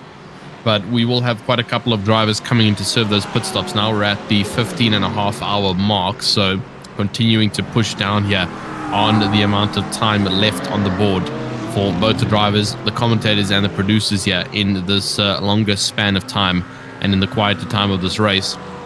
The Rosso Esports car there, that's got Arthur Targo inside of it currently. He sits in 11th, gets past the Rusty Spatulas now as they are currently sitting dormant in the pit lane. And so a couple of other drivers, Antis Fisher, get up ahead. Delta Racing also get up ahead. And so we'll have to just watch and see for any kind of battles that begin to present themselves. On board there with DCS Racing Blue of Janus Hahn. Again, another driver who I think has just been going non-stop since the start of this race on the first stint. So very, very interesting to see our drivers pulling slightly longer strategies here instead of passing it over to team members. Which team specifically? Talking about the DCS Racing Blue, who we're currently having a look at with Janus Hahn in the car. I'm not sure if we've seen... all right, so apparently they did switch drivers. Apologies on that one then. I've just been seeing Janus's name for quite a while, so potentially he's just done a couple more stints than the rest of the team in the Porsche that currently revolves around Circa, the DCS Racing Blue team. And then obviously the Bravo Snow 23 just up ahead of them, about 2.2 seconds away. Also a very competitive team. They've got Danilo Vaz currently inside the car and pushing on strong to try and extend that gap a bit more and try and maybe catch up the Pack Sim Sport team. But that 14-second gap is quite a long time to play for. Yeah. I was trying to browse through fastest laps of not only fastest laps as I'm seeing Impact is in the pit lane quite early. 12 laps for overall racing leader. Yeah, that is interesting to see. So the Impact SimSport SBR team of Huna Horchi are into the pit lane, and I believe just sitting there for the time being, obviously completing a service possibly on that car up in front. And then obviously the Project 91 racing team of Aaron Mayers. So they've swapped drivers now from Michael Frey, who's obviously been leading that race for quite some time, and now obviously getting a bit of a switch up done, and they come out of the pit lane now with Aaron Mayers now in the car, and another one of the drivers currently sitting up in front. That's the Gamma Sim Racing of Matthew Zuckerberg. He has a bit of that was a replay. Obviously we're back to the live now of what we were experiencing with the likes of the Project 91 car, who sits up in second of Aaron Mayers, and going to be trying to catch up to the Impact SimSport team, who are apparently currently in the pit lane. And this is not going to be good for them, because here comes second place while Impact SimSport are still in the pit lane. And so it looks like this is going to be an overtake. The Impact SimSport team just comes out of the pit lane now as they head up, I believe, Rouge. And 2.2 seconds. It is another black flag here for the Paul Bodding teams. Which car is that? That is going to be the number 007 of Sebastian Flores, who gets himself a black flag penalty. That's unfortunate to see. But up in front, Project 91 Racing Team have taken the lead of this race from Impact SimSport SBR. Kevin R. Malliard, and taking a little bit too much time in the pit lane, has allowed for the Porsche to jump it and move up into P number 1.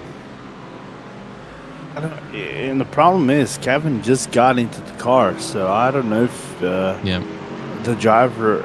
other driver had an emergency or something like that for him to only come 12 laps into the stint.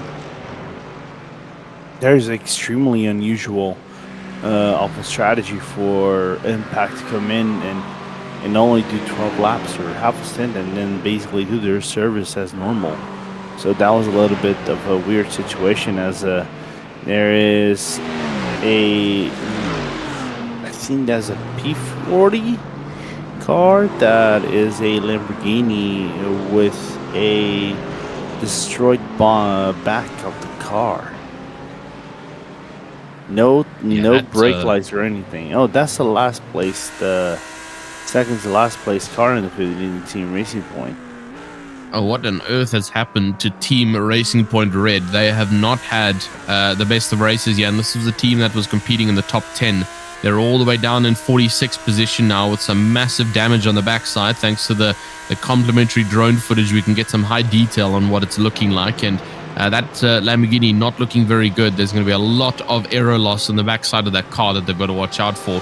But not even that. They're all the way dead stone last year. So I'm not sure what's happened to Team Racing Point Red in this race, because they have significantly lost out here on any kind of battle up at the top. Double Stint Racing, also a black flag penalty that they just got served in 40th, and they come out fortunately having that all done and dusted and served. But very concerning for the Team Racing Point Red of Joy Perez. He has a bit of a replay. This is of the normal Team Racing Point, I believe. This is Marco Aliandri. No. Another one of the pit lane weird entity glitches where it thinks that there's an incident, but it looks like we're all good to go on that front. I was gonna say, fortunately they didn't get an issue of the cold tires kicking the curb on the exit of the pit lane, but I think our producer has what happened to them.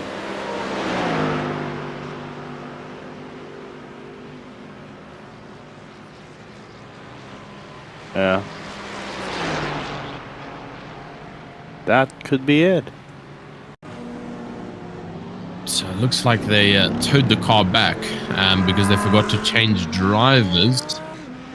But the whole question about where the rear went is going to be the real question, because obviously in that clip there, the rear side of the car is still indeed intact and all good.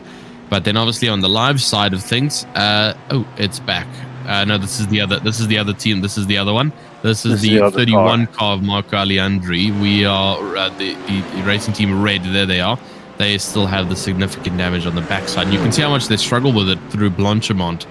The car just does not turn at all, making it very difficult for them to keep control of that Lamborghini.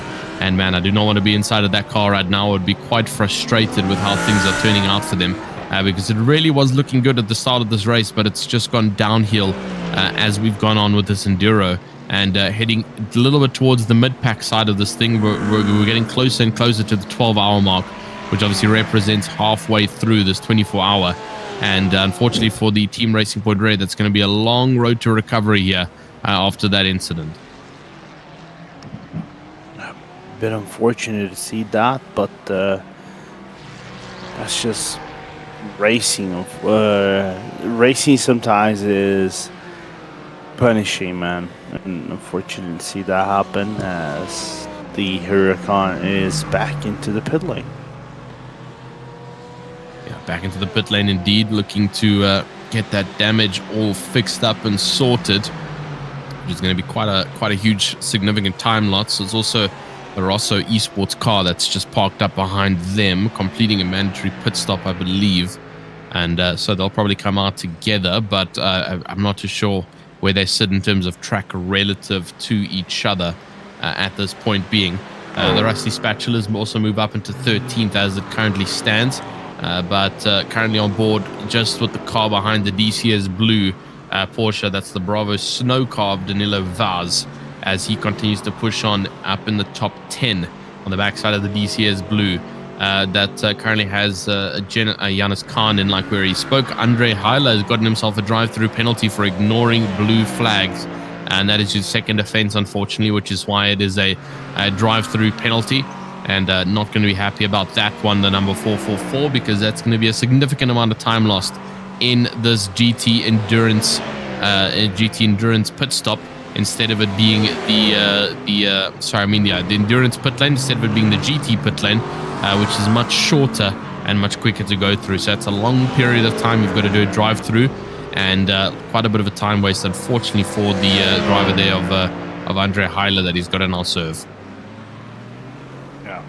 About a full minute run. If you get a drive-through, it's pretty much 1 minute of run through the pit lane. That's how bad of a time loss it is with that 60 kph limit on the car.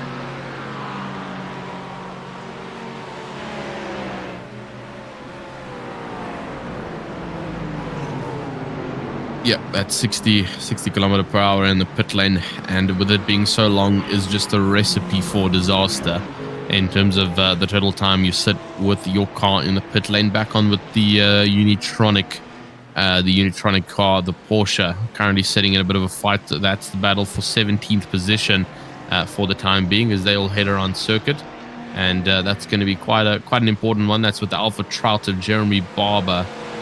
Just up in front, I believe, who's, yep, indeed it is, just up in front of the green Porsche now, who's going to be looking to make a quick and significant overtake for the Pro-Am division. Both of these cars in the Pro-Am class, and so definitely well within a fight here. And the Marble Orbi looking BMW up in front, going slightly defensive, just waiting for an attack from the Unitronic Fisher Motorsports car, and just playing the patient game. Rosso Esports also gets ahead of the Simcast Racing team, as the growing Racing GTC gets ahead into the pit lane. They will jump in 18th position to get their service done and dusted.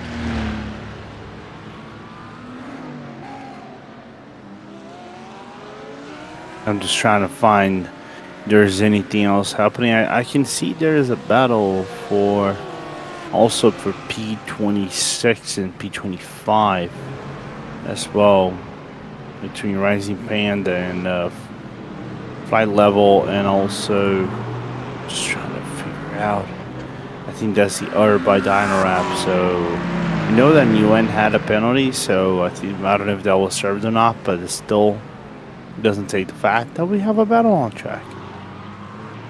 Yeah, it is good to see a bit of a battle on track. It started to get a little bit quiet towards the mid-pack side of this thing, of this race, but obviously Rising Panda Racing of the GTC is currently 1.4 away from the ER by Dynorap, so good to see that. A little bit further up as well, a bit further down, I believe, is this battle at the backside. Indeed it is, or it's just an overtake happening. Indeed it is as well. So Team Racing Point Red of Joy Perez currently stationed well behind that of the McLaren that's just made the overtake. That's the PT car, the Ronin PT car red, but Donato Ramos, I believe, who just gets an overtake on him in the background, and not very happy to think that he was just a couple of laps ago fighting that car, and now he's having to let it go on blue flag conditions due to the pit stop that they missed, unfortunately. And that's racing for you sometimes. It's just one thing after the other will lead to you being significantly dropped down. With a couple more of our drivers in the pit lane now on the right-hand side, you can see them all lined up, waiting to get their services done, and then they'll jump back out onto the circuit. But about 15 hours and 20 minutes left to go in this race, and still lots of time for our drivers to do anything on the board. Yeah, still some good time for people to try to get their laps in and get acquainted with the car and doing stuff. Those who need push, I would start to say there's still some time to push. I would say I often talk about there. I think there's a certain limit where you can crave for more drinks to try to go up in the field instead of retention in the field. For example, I would say if you are in, I'll grab the example from one of the Pro-Am teams here in Apex Predator Racing, which are in City P18. I know they got a push and everything, but there will be a certain spot in the race where more like position maintenance will be important, and have your survival instincts kick in than anything else. Instead of pushing the car, you would go from a mode where I need to push the car to I'll take whatever I can get. Yeah, exactly that. Just taking whatever you can get at this point in the race, and rather going for the consistency factor of it instead of trying to make any hectic overtakes and something that could potentially ruin your race at this point.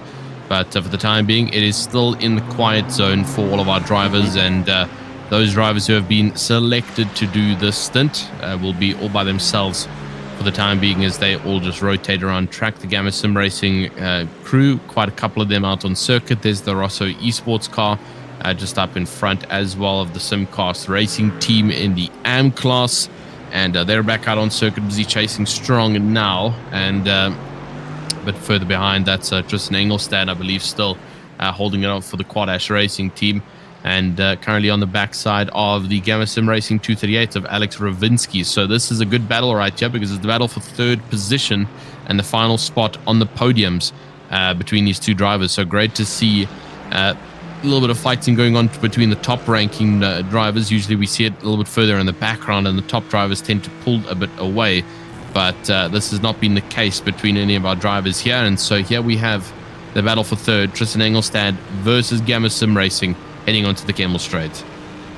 Yeah, and I think Engelstad is going to have the upper hand on this one. So don't see Gamma fighting all the way too much, as Engelstad goes inside, and Quadash now into P4, P3, finally to podium positions.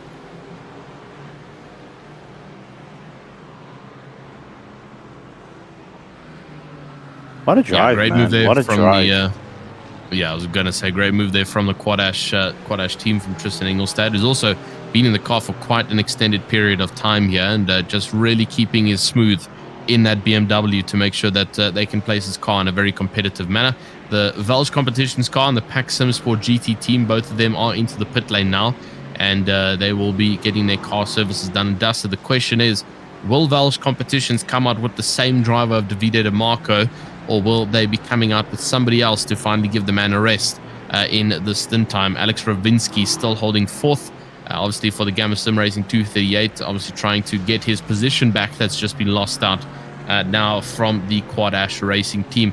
The Ansys Fisher Motorsports car of Tane Hodderson, all the way down in 8th, will also start to catch now, as the Pack Simsport GT team and the Velge Competitions team also both in the pit lane, and there they go, up into 6th position, jumping both of those drivers now into 6th place. So great little lunge to get up into the top 6, and the top 6 looking somewhat similar to what it looked like at the start of this race, with the only missing factor is the Team Racing Point Lamborghinis not being in the top 5. Yeah, and that Team Racing Point hasn't recovered, as we have a stop and hold 300 seconds from the number 16. 5 minutes, and that's is that the impact car? Oh my days. No, actually, Joy Perez. No, that's the Team Racing Point Red, Yeah, where now we're seeing on the pit box. Oh, so there's pretty much. You are now in the pit lane. You are in that pit stall doing repairs. Why not staying 5 minutes more into that pit box? No problem. 5 minutes, such a significant amount of time, though. It's like if you're gonna be spending 10 minutes into the pit box, what are 5 minutes more? Nothing. Yeah, exactly. Yeah. I mean, they've already been in for repairs, and so now this is going to be an additional 5 minutes that they've got to put on top of that. So that is really going to be adding salt to the wound there. Already spending so much time in the pit box, and now adding that additional 5 minutes is just not going to be great for their total time out of the track and in the pit lane for the time being. And we've actually got a bit of a change currently for the AM leaders. It is the Simcast Racing team of Ross Norsworthy, who currently leads it in 15th position. And no longer the Delta Racing team of Thels Toledo, who swapped out for the other Toledo driver in 18th position. Then Flight Level Racing 747 has actually caught up here in 18th position and 19th. So we could have a bit of a fight here for the battle for second in the AM categories, with the Ronin PT Red also slowly starting to catch up as well between those AM drivers. So the AM class starting to unite a bit here in the battle for 15th and 18th, and we could potentially be seeing some swap arounds there for our AM class. But currently on your screen, it is the Quad Ash Racing team as they currently head into Sector 2 after entering Lacombe and continuing to progress throughout the circuit with Danilo Vaz, obviously Bravo Snow up in front that they're trying to chase down on. Yeah, but that is going to go for quite a while longer. If we're just picking up really quickly over here, Ross is, I think, if I remember correctly, Ross is one of Simcast Pro drivers, whereas Todd is, I know he's one of the bronze drivers from Delta team. So in the M class, so it is unsurprising to see Simcast now in the lead of this race, and Delta having to be the runner-up for now. Yeah, indeed, having to be the runner-up in this AM class race, and hoping to maybe try and find some traction here towards the end of it. And now they've lost out to Flight Level Racing 747 as well. So not going too good there for the Delta Racing team. That really could be doing a little bit better here. But they've lost 2 positions in this battle for the AM class, and going all the way from sitting on the top spot with quite a huge gap behind. They are now, unfortunately, feeling the pressure all the way down to 3rd, and the Ronin PT Red car is now right behind them, who is also an AM class driver. So this could potentially be a fight to push the Delta Racing team from 1st all the way out of the podium spots, if obviously the incorrect cards are played here by the Delta Racing team as they continue to go around the circuit. Bravo Snow still putting pressure on the Ansys Fisher Motorsports, that neon green Porsche, and really starting to fight it out with each other. This is a bit of a replay here of somebody who's lost it at Blanchimont, and he's just managed to save it from heavy damage in the wall. That is the Bravo Snow car of Danilo Vaz, and that is unfortunate to see from a car of that aperture to be missing out on such a simple corner and losing out now to the Ansys Fisher Motorsports team because of that incident just at the hairpin of the bus stop chicane. Yeah, unfortunate to see the team boss actually making a mistake on the car and basically being caught by the fact that a Blanchimont, man, is such a tricky corner. It's Blanchimont, some people love to do Blanchimont, some people hate to do Blanchimont. I know Blanchimont in iRacing in general is one of those corners that with GT3s, it's pretty much a hit or miss. Sometimes you might do everything perfectly around the corner and the car simply does not work. So it's unfortunate to see that, but at least they are still strong into this race, battling, trying to recoup their losses at the moment, as they are fighting for 5th place at the moment. Yeah, fighting for 5th place indeed, and probably going to be doing it for quite a while as they progress around the circuit. With obviously the Ansys Fisher now sitting up in front of the Bravo Snow, and he's not going to be happy about that one. The Mustang will try and use his big brute power with the 5.6 liter V8 sitting up in front to potentially try and get past that inline 6 of the Porsche in front. And it's all going to come down to consistency here for the Mustang. They really need to put their head down and just try and play the correct cards if they want to get up on the inside or the outside and try and make a clean overtake.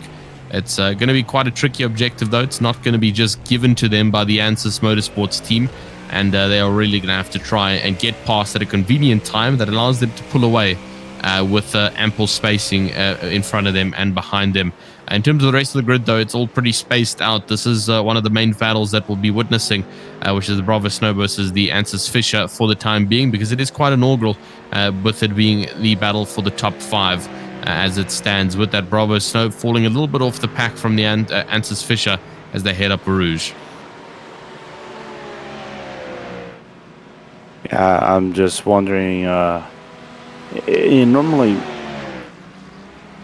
Normally it takes about a few laps for a driver to fully recover and try to get himself back locked in. So I wonder if Danilo is trying to do that back again. Try to lock in back into the car and avoid some more mistakes into it. As right now we're watching Francisco Arena in P6 battling against the Vortex car up in front. The Vortex, like I said before earlier when we started the synth right, Tristan, one of the front running teams, and they had the issue. I think they brought the second to last on one of the latest full course yellows and yellow flag safety car procedures that put the team all the way at the back of sorts, and they have to crawl everything back into the race once again if they really are looking forward to try to get back up in the top. Yeah, exactly. So like you said, it's going to be a long push to try and get back up to the top there for that team. And they really are going to have to work hard if they are wanting to potentially try and recover something. The 235, Matthew Zuckerman, who's had a pretty clean race all along, has gotten a drive-through penalty for causing a collision, and that is super unfortunate for the Mercedes driver of the Gamma Sim Racing team. And he's going to have to come in to get that served, done and dusted, or else he will obviously face further time-based penalties without serving the drive-through penalty. So he will probably be coming in the next lap or two to get that served, but just about to breach the 15-hour mark, which would be 9 hours done in this Spa 24-hour. 1 more hour would then represent 10 hours done, which is approaching the ending time of myself and Lorenzo's stints at the 13-hour mark, in which then Ron and I believe one other driver who've forgotten now, a commentator, will be jumping in to replace our spots for the remainder of the time, and then obviously we'll swap out again. Are you wondering who? Later on. And yeah, well, no, I'm pretty sure I know who it is. It's just I've got it on the. Ron will be back. It's Ron and James who will be taking over after us two. Yeah, we're gonna have the old soul of Ron Mons and all his 21-year-old self. Don't know how old James is, but it's the fact that Ron Mons had the audacity of saying he's 21 before I actually got into the broadcast. It's like I'm feeling a grandpa right now. Well, it would probably hurt to say even more that I'm the same age. So oh, these young bloods nowadays, man. Man, they don't to keep up. Yeah, man. There's a lot of young talent in the sim racing side of things, and lots of opportunities for it as well, which complain. is great to see. Can't complain. Deal. Our producer saying that she's 25 and old and dying. I think 25 is still pretty young in this day and age. I can't lie. Yeah. It's still well within the 20s. Yeah, you guys are fine. You guys are just about 14 and 14 and 10 years younger than myself, so it's fine. It's not that I have a kid in the way or something like that. Due in October. Yeah, very different time perspectives here between myself and Lorenzo. You can see the different objectives as it stands. But, I normally joke. It's like I joke about my age because I'm 35 and everything. Of course, I've been doing this for nearly 10 years now. Actually, this would be my 10th. Scratch that. Actually, this would be my 10th year doing broadcasts as a broadcast commentator. So I'm a decade old. Of course, I'm not. But I'm not like some of my fellow commentators that I've worked on. For example, Paul Smith.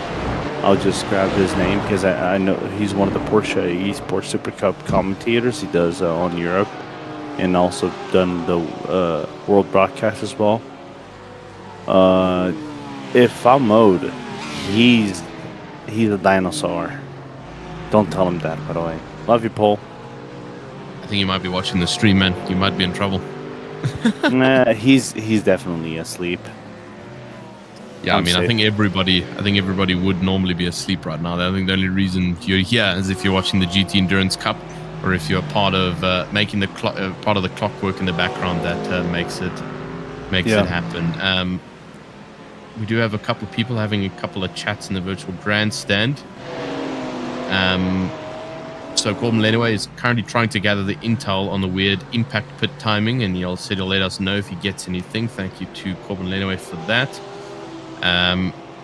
Who's driving the number 101 right now? Obviously, someone responded. That's Alyssa. I responded. Oh, that was you.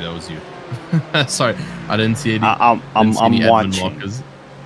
I'm watching everything. You're watching. I'm not Jesus, though. But I'm watching. Watching the stream that we were talking over.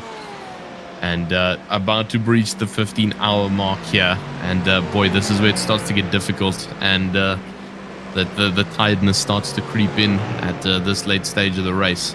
It is still 25 degrees out on track, and I believe it's around 1 a.m. track time, which is kind of crazy, showing that European summer is indeed intact over here at the Circuit Spa-Francorchamps, with it being 25 degrees Celsius at 1 a.m. in the morning. That is quite crazy, if you have to ask me. I won't lie. I think this is one of the hottest I've ever seen for nighttime racing. Ever in iRacing. I think the hottest I've seen for nighttime racing, I think, was 30 degrees. But it's a very, very specific racing. I wonder how whenever the Yas Marina or hold up, I'll get you back to this and then I'll just rant about more stuff. Sorry, what did you say there, Lorenzo? I was gonna let you take this over because I thought Danilo was gonna make an overtake attempt while I hold myself. Yeah, we could potentially have a bit of a chance here because looks like Danilo is putting pressure on that Ansys car, but let's hope there's not too much pressure that's going to cause these two to have a bit of contact as we do head through No Name, and they did have a bit of a bump just up the hill there. So.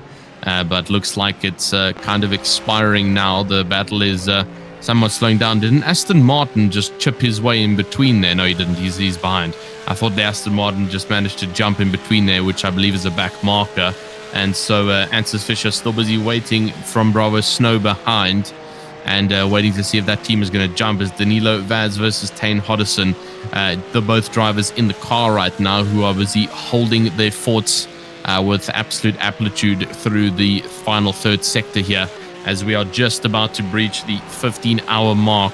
And this will give a little bit of sense of relaxation to drivers, seeing that 14-hour mark now displaying in the top left. It's a weird phenomenon, but when you do see the next hour tick down, your brain's automatically like, cool, great. The time is definitely coming down. And as we can see now with Ansys Fisher Motorsport and Bravo Snow, this could potentially be a good fight between the two of them, but just not enough from Bravo Snow to make the overtake. I think you can have a chat about whatever you wanted to. I don't think there's going to be anything imminent for the time being between these two. I was going to say, it's like I was saying before, I think this is one of the most hot or warm evenings I've seen on sim. But then again, I wonder what it would be like if the Yas Marina or, for example, Bahrain ever come out. I know Bahrain is going to come into iRacing eventually. I know it's being worked on. Because if that is if that was an iRacing arcade, I highly doubt this is not going to be in the main in the main sim. As Voss is gonna try to have a look on the inside, no room for him to operate.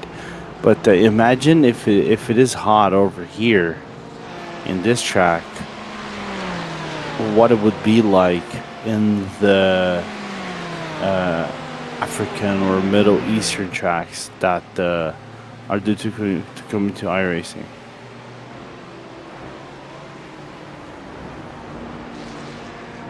Yeah, definitely so. It's always a confuser because obviously the seasons change. Like, for example, right now in South Africa, it is winter. And so it's about 6 degrees right now at this time of the morning. So it's nice and cold. Oh, it's chill. It's chill. Yeah, exactly. Yeah, but I mean, in summertime, we're looking at like 27 degrees at this time of the morning, which is kind of crazy. It's highly dependent on the seasons around the world, where we obviously see the changes between the temperatures that's obviously being done at all the famous tracks that we normally get to watch and see. Yeah. Normally I joke around because for those who are, if I haven't given it away already, of course I haven't given it away. As for Team Racing Points, try to have a look around the outside, going in just have a little bit. I don't think it's gonna have a room. It's a tiny mistake as basically Team Racing Point goes on through. I think they have a contact with the Ferrari right in front of the Project 91 car as the Project 91 car has to go through, just trying to find ways to go around. And then through Blanchimont, a little bit sketchy for everyone, but they managed to make it through. But coming back to my point, I was going to say, for those who are not aware already, I'm Brazilian, so I was going to say, if I have a running joke that from where I live in Brazil, or used to live in Brazil, 6 degrees, it's okay. You can go out with your sleeveless shirt on. So I know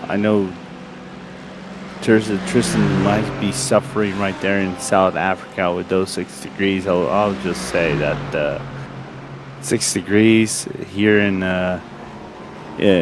6 degrees in Brazil, where I used to live in my hometown, as there's a move on the inside of the Rising Panda car, but the Apex just cannot go through.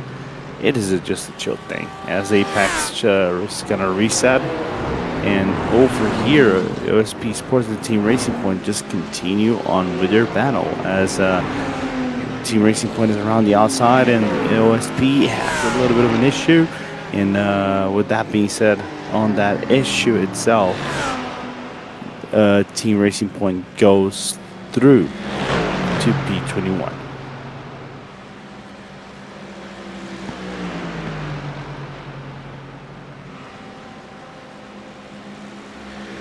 As we just passed the second hour of this stint with myself and Tristan, so we just have gonna have 2 more hours with you guys until, like he said, Ron Mons and James Newton are gonna take over from ourselves, and then we'll be back after this is all done.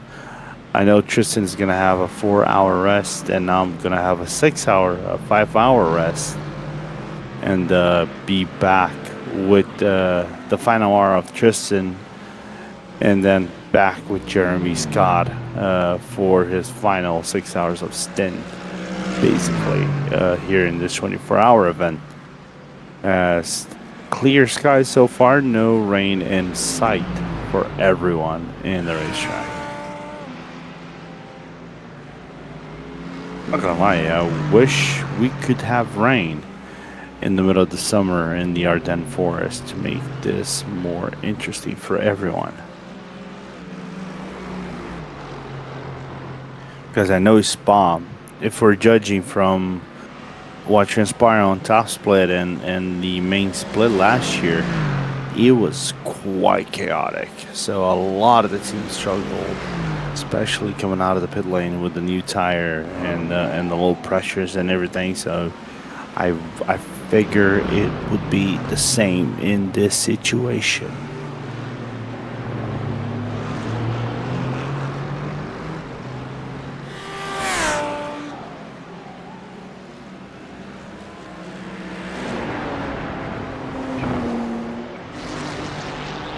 As I'm still looking. There are more battles on the racetrack. The only thing I can see is Delta Racing in 37th and Kronos for 38th. But I think Delta is slowly breaking away. You can see that Delta car right there breaking away from Kronos and all the way at the back and trying to do their job, but there's just a car sitting P30 at the top of the hill of the Eau Rouge complex, and the thing is making him lose some precious time for the driver sitting in 37th place of Delta, which is Lucas Freire at the moment. Yeah, still lots to play for here with all of our drivers. Obviously, lots of positions up and down the field that they've got to work for. But things are obviously distancing themselves quite a bit as we are taking a stance and looking down through the grid order, and not much fighting going on between any of our drivers. Currently, there we have on board obviously 38. Here's a bit of a fight that we got with Flight Level Racing and the Ronin PT red car. And they're putting quite a little bit of pressure on each other through the next corner sequence. I believe that the car up in front of them is not 100% sure. That looks like the Kronos Motorsports car, but Kronos Sim Sports, but that wouldn't make sense in this specific case. So currently busy chasing down on the Flight Level Racing, which is that's 30th over there. So apologies, the numbers on their front windshields kind of blended in a bit. So the car in between them is actually Kronos Sim Sports of Guillaume Laba, and that's where we were seeing him from. But he's currently a back mark in between the two of their fights, and currently just holding on for the time being, as these two will be fighting it out for the battle for 30th between Flight Level Racing 747 and Ronin PT Red. Yeah, as I'm still trying to go through more track action, as right now I think it is that time where drivers are cozy in their seats, like myself and Tristan, like he said before, he's on his racing rig, and myself is sitting in my office chair, which is also happens to be my racing rig. Well, made I'm not gonna say racing rig because I don't have a cockpit or anything like that. I just put my G29 and let my retired butt have a few races here and there, and try to scrap what's left of my iRacing and sim racing time while my baby hasn't still shown up in my arms. Yeah, man. I mean, that's going to be a tough one to try and maintain the broadcasting aspects and stuff of iRacing. Obviously, once you've got those kind of commitments in real life. So, I mean, hopefully we'll be able to see you soon. Once those real life commitments have come into action. There's contact, and that's the Ronin PT car and Flight Level Racing 747 just making contact. And fortunately for them, they not too much of a heavy contact coming from them, so not real damage, not too much damage on the backside of that McLaren. But as you can see, the Ronin PT red car, very annoyed with that. He gave a flash of the lights there and felt that was a very unfair dive on the inside line that they'll have to work through. Also, Seth Newfield, the number 137, has gotten a stop and hold for 30 seconds for causing a collision. Unfortunately, that is going to be quite a bit of a penalty he's got to serve. Not as bad as the stop go 300 that we saw earlier. That was painstakingly, unfortunately, having to be done in the pit lane, and that is not something you want to be getting this at this stage in the race. I was gonna say if Luis is from the north of Portugal, if he said a few words that I think he was gonna, if I was him, I probably would have said, and they will not be PG-13. A little bit of anger in the cockpit. Never hurt nobody. I think everybody does it in their own language, no matter where they're from. Everyone's got their own quirks and traits for displaying a little bit of anger. Obviously, the publicly available one is flashing your headlights. The non-publicly available ones are multiple, and it's all dependent on what the driver decides to do. And those can get quite bad, but it all depends, obviously, on the situation. But flashing of the lights, usually when a driver flashes their lights, you know that they are not very happy with the driver up ahead with the potential move that's been made. And that's exactly the case now for the Ronin PT red car with Luis Carmo inside. And then Jonathan Foytik just up ahead in the Flight Level Racing 747, who is obviously not really giving that position back at all and is instead deciding to stay in 30th and force the McLaren to fight his way back into position. You say that, Tristan, about the universal language of pissed off drivers being the blinking of the headlights. That is true, but I don't know if you ever seen that. I'll tell you a little bit of iRacing trivia for those who are the younger people, the young bloods.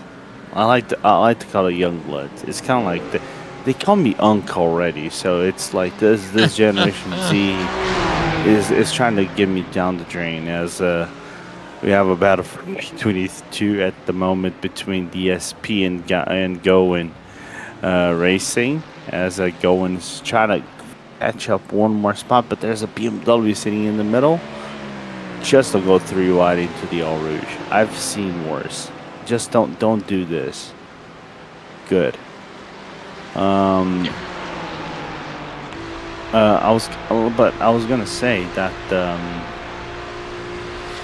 I remember I don't know if it was Nürburgring or here on Spa. I think it was Nürburgring.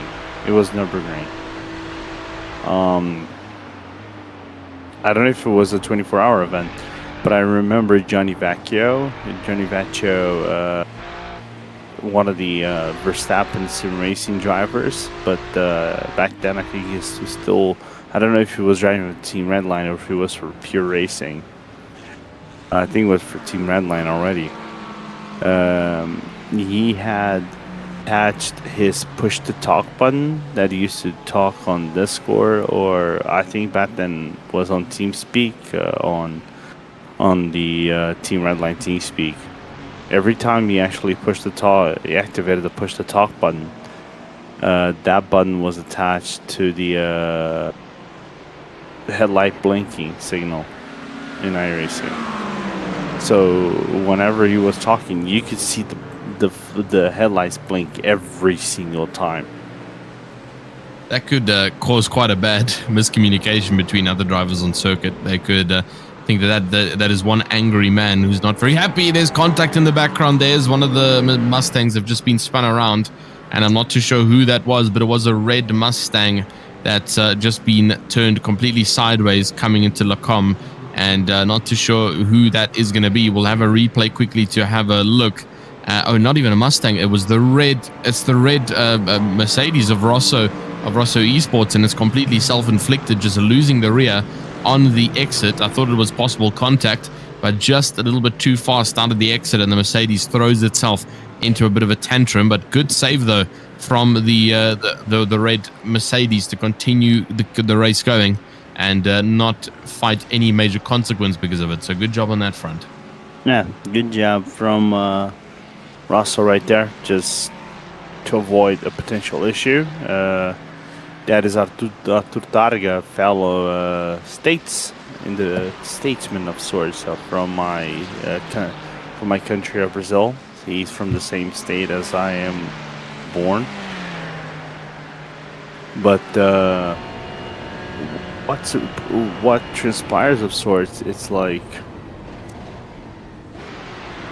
I know these 2 hours have been quite calm. I know the race transpired quite calmly. You know, we're getting track actions here and there, and that's a good thing. But it's been calm. It's kind of like it's looming towards something darker of sorts, or something more nightmarish. I don't know why I have this feeling. What, like you feel like something's gonna happen on track? I have a feeling something. It's kind of like something is gonna happen. This is like the calm before the storm. Could very well be. I mean, I do agree with you. Things are very quiet at the current moment out on track at Spa-Francorchamps, and yeah, in my opinion, it's a little bit too quiet. So I have a feeling that something is eventually going to happen. Yeah, someone's going to try and obviously try and attack on somebody else, and we might just have a bit of a pileup end up happening if drivers are not too careful. No. But yeah, for the time being, there's nothing really too much for us to address. All of our drivers are doing the same thing over and over again, and they will continue to do that for the rest of the days of this race. We are currently 214 laps in to the total estimate of 631 laps of racing here. So there's still quite a long way to go in this race in terms of lap count. And obviously we won't be with you every step of the way, and give you a bit of a breakthrough yet again about the commentators coming up even past Ron and James. So obviously we'll end this at the 13-hour mark, so just about an hour and 40 minutes left. And then Ron and James will be jumping in for a 4-hour stint. Once they are done with that 4-hour stint, I'll be jumping in again for a 3-hour stint with Jim and then Lorenzo yet again. Lorenzo and Jeremy will be jumping in for a 3 and a 4-hour stint together. And then it will be myself and Jeremy closing off this 24-hour as the final 3 heading into this. And then obviously the producers for that are going to be a mixture between Omet, Morgan and Howie as the only 3 producers that are really here for this event. So shout out again to the producers, as they do have a lot of work on their plates, and there's only 3 of them in order to tackle all of the tasks of broadcasting a 24-hour race.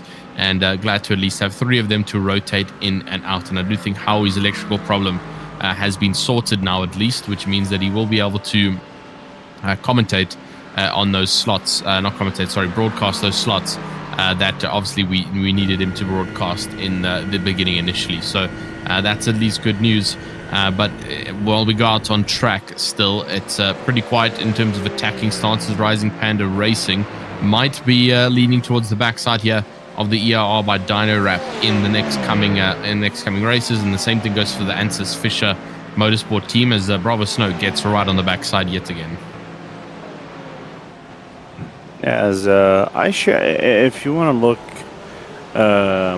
my feelings, Tristan, about the R-Stand, I put on my feelings summed up pretty much on our broadcast chat. If Matt wants to see that as well, she can take a look. But that's my feelings pretty much. For those who are not aware, I'm just gonna throw this old reference from Star Fox 64. Not the Star Fox remake they've done on the Switch 2, because I think that audio specifically, it's not on the new remake. I haven't played the remake. I don't have a Switch 2, so I'm not 100% sure. But it's Peppy saying it's quiet, too quiet. So I say anything that is happening is kind of like that. It's quiet, too quiet, as Danilo just decides, I'm not going to make this a little bit quieter. I'm just going to make a little bit of a loud bang, as he's now engaged in a battle for P5 once more, for the overall spot, and more specifically with the Ensis Fisher Motorsport car up in front. Yeah, still feeling the pressure though from Danilo Vaz throughout the entirety of this race so far. The green neon Porsche really hasn't had the breather that it would have hoped for, like the rest of the grid is getting. As unfortunately the Bravo Snow car is really trying to lean in here and breach into the top 5, but it's becoming a more and more difficult task with this green Porsche just keeping him at bay. And so these two are going to be basically neck and neck with it for probably the rest of this race. If they continue on this strand, obviously there's a couple of pit stop strategies that may change things up between them. But overall, it's still going to stay somewhat similar. They're both very good on raw pace against each other. And then obviously in terms of battling, they're also very good to each other and don't try and take any unnecessary lunges. So I think there's a good mutual boundary of respect between these two drivers that they've got to try and uphold. But obviously, at the end of the day, it's still a race and they're still competing against each other. And they need to find the correct spots to try and make the overtake stick. Yeah, absolutely. You have to be patient. Oh, the Ronin PT car just slipping a little bit of the grass at the entry of Stavolo, nearly having an issue as we have a Porsche. That's the Ensis Fisher Motorsport Porsche that is coming into the pit lane 24 laps in to do their service. We also know that pretty much the majority of the top 5 bar from Quadash Racing is gonna do their service potentially in this lap or the other one. Yeah, potentially so. And I mean, that's also the thing about pit stop strategies, when these drivers decide to come in and get their pit stops done and dusted. This is currently the battle for, obviously, like we mentioned, 8th position with the Ronin PT team behind Pack Simsport GT team with Jeff Carfold, as he tries to hold off with the Corvette, but it's looking to be a little bit slower on certain specific parts of the circuit compared, I believe that's the Mustang that's currently chasing from, no, I don't actually think it is. If it's Ronin PT chasing, then it'll be the McLaren, and it is the McLaren currently chasing onto the inside line. Now he's going to brake, and coming up towards the end of the Kemmel Straight, it looks like it's going to be a clean and effortless overtake for Ronin PT of Nuno Magales, and he's going to move up one more and continue to go fight for the top spots. Yeah.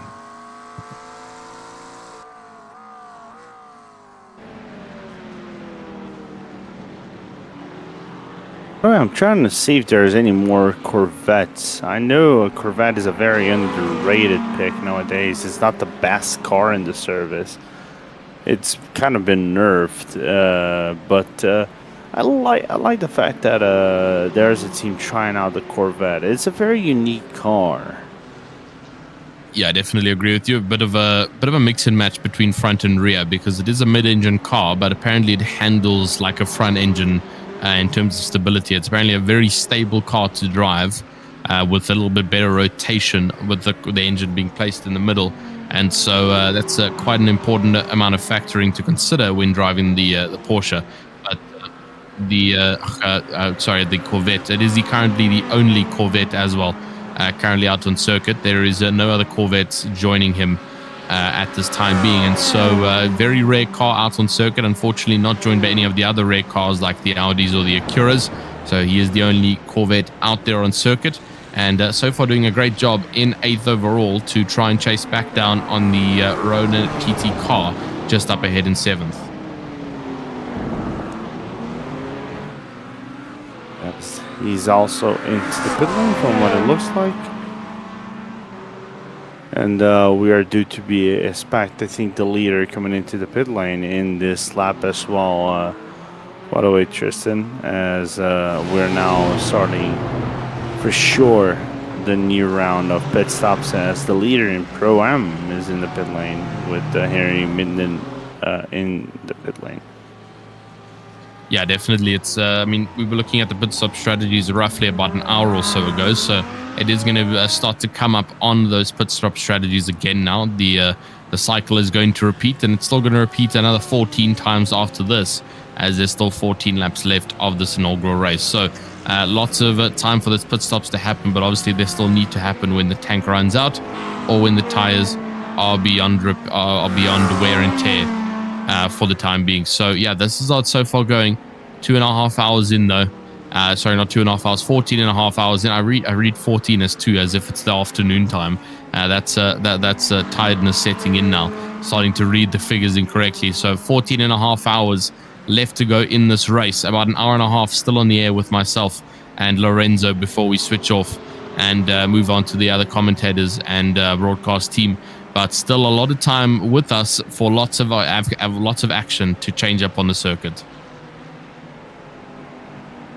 Yeah, for those who are thinking, oh, please let us get rid of Lorenzo.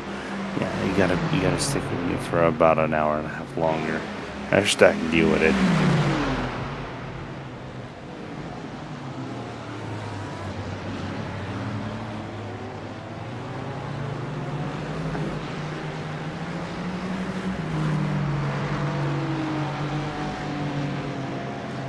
And from what it looks like, our race leaders into the pit lane, so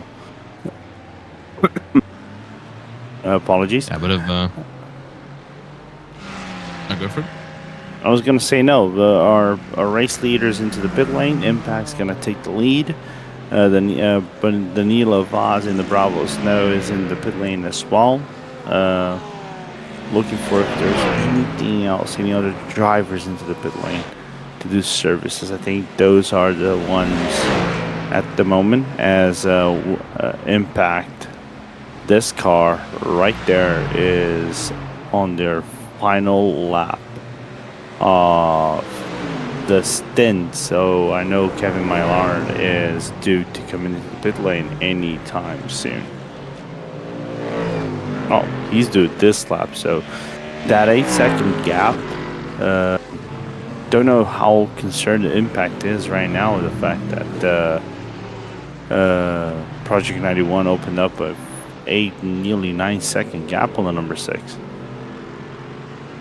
Yeah, definitely so, and a large gap being built up there on that the number 6 car, and hoping to try and extend it even more. But this is still up front with the Impact SimSport SPR car, and obviously with Kevin Maillard currently driving it. The Project 91 racing team of the Porsche of Gage Hyams is into the pit lane right now, and it has come in to serve their mandatory stops in order to get the car refueled, and obviously any wear and tear will be corrected. So the Quad Dash racing team has moved up into 3rd position, which is great to see that team moving up further on in the podium spots. And then obviously it's your Gamma Racing Sim Racing team 238 just a bit further behind, and then the other Project 91 car who is also caught up on all of the battling and back up into the top 5 to try and compete with the second Project 91 car all the way at the top spots. And that's currently how it's going between the sports links for all of our drivers.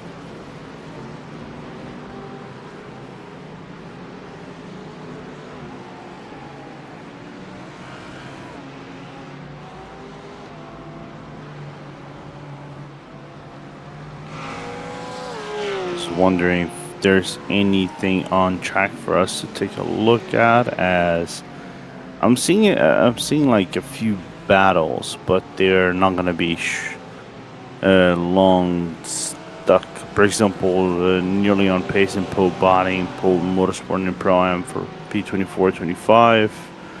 That is going to be short-lived, and I know NOP just overtook Pole Botting for P8 on Pro-Am class. Other than that, nothing much going on in the racetrack, as it is all quiet in the front for now,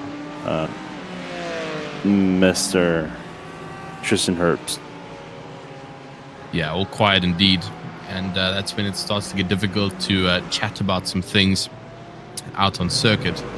And we'll still try our best to give you the coverage that you need here in terms of cars that are still circulating. Obviously, all of them are still busy progressing towards that end goal. We have lost the Team Racing Point rate of Joy Perez. It looks like they will not be coming back out on track after that penalty that they received, which is rather unfortunate. So down to 45 cars total on this grid for the time being.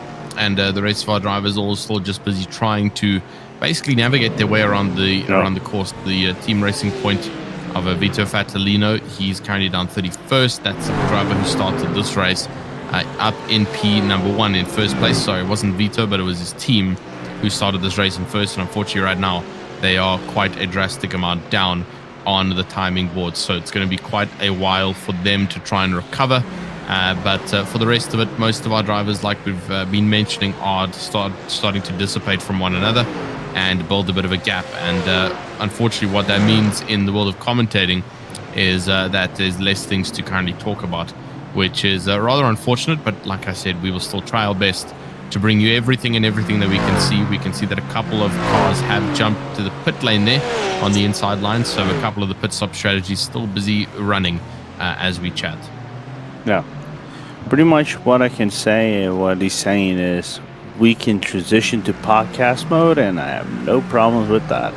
I can give you a hot take if you want to, Tristan, and I'll throw you this bomb already. If you are a racing car fan, which car would you rather have first in iRacing, the Temerario or the Toyota GR GT3?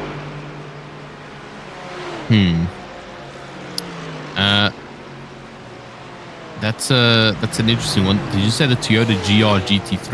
Are you saying that there's a Toyota GT3 vehicle? Haven't you seen that running around Nürburgring this past week? I have not. No, so I don't do actual much iRacing racing.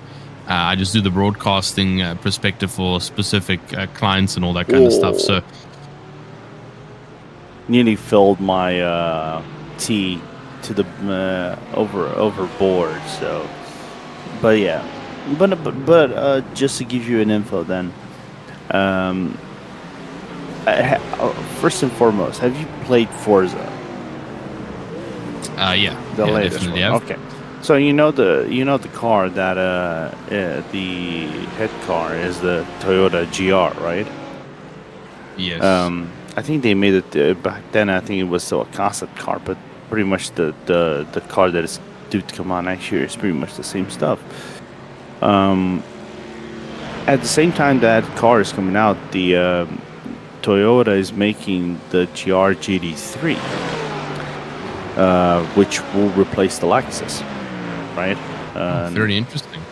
Yeah, I know a lot of teams in the whole world are thinking enough because at least the reliability issues of the Lexus RCF GT3 are going off, as the Ansys Fisher car is going to be on the inside. A little bit of a sketchy move on the entry, but they make it stick, and Fisher goes up one more spot.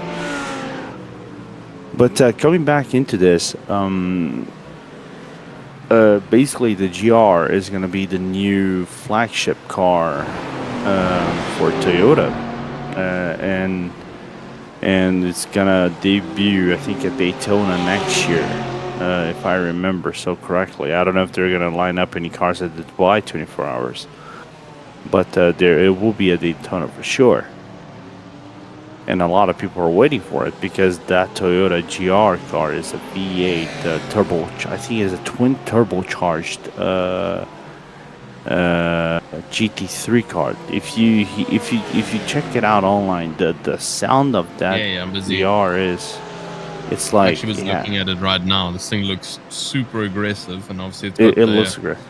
The V8 twin turbo 4-liter, which is pretty nice as well. This is very interesting. I actually didn't realize this, but I do agree with that because I mean the Lexus is from 2016 is when the Lexus RCF was released, and so that's over 10 years ago now since the last Japanese manufacturer car has been in the GT3 field. So good job from Toyota Gazoo in bringing the Toyota GR GT3 to the grid. That's going to be an interesting choice, and hopefully next year it will obviously be fully integrated into iRacing to be chosen by leagues. It'll be quite interesting seeing that thing out on the grids.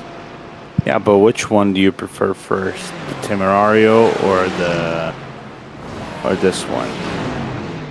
Well, the Temerario Blue. I've also got to Google. Yeah, it's a Lamborghini. Yeah, I'm having a look at it now. Lamborghini Temerario. This looks like a Huracan style car. It's a mix with the Huracan, with a little bit of the 488 from Ferrari. So I think for the purpose that I myself am a huge Lexus fan in the GT3 space of things, and I mean when I used to do a lot of GT3 racing, I always used to pick the Lexus as my car, and to hear now that it might be getting replaced, which is good because I mean obviously it's an old car.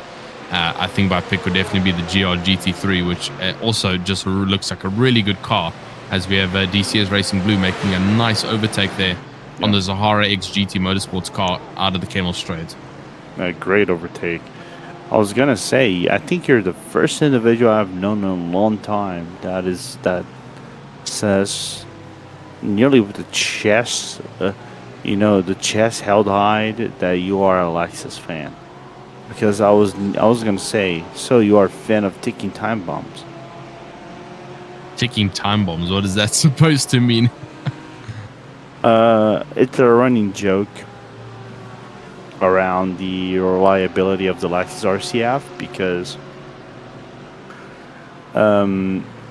whenever it used to run in IMSA, it used to be one of the fastest cars, but it always exploded or had a failure or had an issue because the car just couldn't hold itself together for 2 hours and a half, or for example for the longer races, the car would break down eventually. For example, it would be leading nearly a full lap ahead, but for some reason the camshaft would break or something else would break. Then when Lexus went to VEC via Toyota,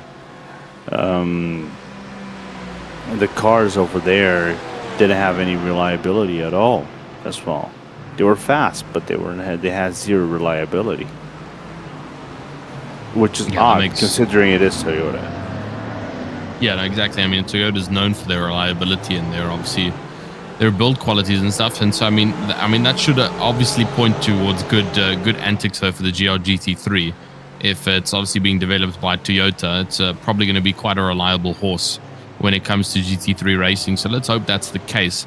But we've been on board now with DCS Racing Blue from Ethan Davies for quite some time now, and he's been contesting with quite a couple of drivers around him who have been giving him a run for his money, trying to get him to obviously succumb to an overtake. But now he's about to catch up to the Project 91 racing team Porsche. That's of Nathan Kenneth Edwards. A little bit further back, though, is the driving lounge team by Kieran Harding, and he's also trying to work his way through it. Also, lots of pressure behind him. He's putting pressure currently on the Rosso Esports, who also still shows that they've got a black flag penalty next to their name. They do have a black flag, as I was just confirming it now. So black flag penalty still on that red Mercedes that they've got to serve. So not much point fighting the cars around him at the current point. That's going to be Carlos Jr. And not much point trying to fight the drivers around you at this current state in time. Well, unfortunate to see that black flag being thrown around, but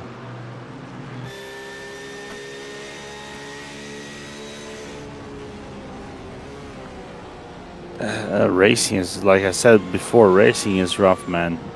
Sometimes it's like we've said that before. The slightest of things can undo your race in the blink of an eye, man. So nothing much you can do that other than chin your head held high, and keep doing what you're doing. As right now, Nathan Edwards trying to fend off P12 in that DCS blue car, which is doing a very good stint so far. I'm not gonna lie. Yeah, I've got to agree with you there. The DCS blue car is doing quite a good job at keeping all the drivers behind him at bay, and that's not proving to be very easy at the current state in time. And additional to that, he's busy chasing on the backside of the Porsche of the Project 91 racing team, Nathan Kenneth Edwards, the number 191. And so really doing a good job at trying to find the space on track to just place a little bit of distance between himself and obviously the drivers around him. But it's going to be quite difficult to do that with all the drivers around him kind of swarming to try and attack here. And so with about 14 hours and 20 minutes left. Just playing the consistency game yet again is going to be the primary objective here for this driver. These drivers as well in this fight in order to make it towards the end. Not only just to fight though as well, but like I mentioned, to make it to the end and make it to the end in one piece and be ready to provide obviously the car in a completed structure to your teammates without any kind of major damage. Yeah, that's the thing you gotta do most. Keep the car afloat, keep the car ready to drive, but be clean as much as you can through the whole process.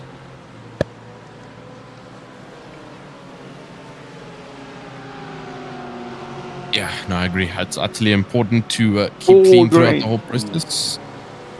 This DCS blue car had a massive twitch through Puhan. Great save, man. Great save from the number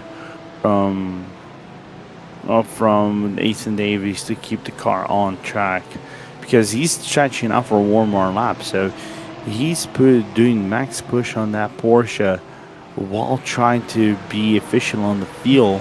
And while he's doing that, I think because the car is very light and he went to Puhan quite hard, the back of the car just stepped down slightly. I don't know if that was kind of like dirty wind of sorts, but nevertheless, Davies with a good reaction, as I think he's going to approach the bus stop one final time and he's going to bring that car in to do his service.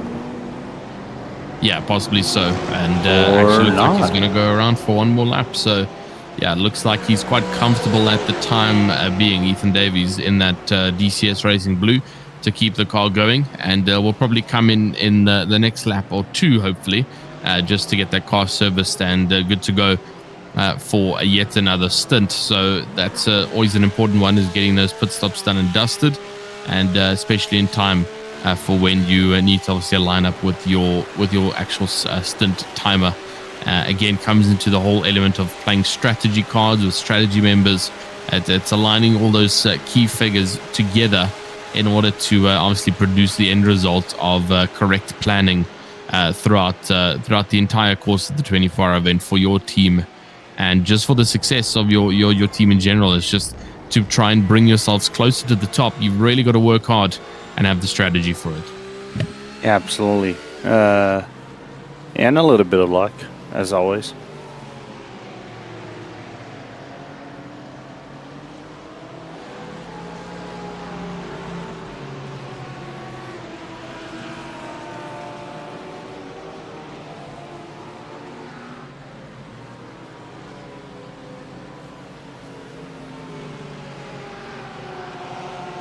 Belch is into the pit lane. The Ronin lead pro car is in the pit lane, so in the one in P6. So Belch, from what it looks like, is going to lose his leading position in the GT3 Pro-Am to HSK. Actually, he might not lose at all. The gap is going to be made a little bit short, but still, Luigi Caputi is going to retain the lead in GT3 Pro-Am in comparison to Team HSK.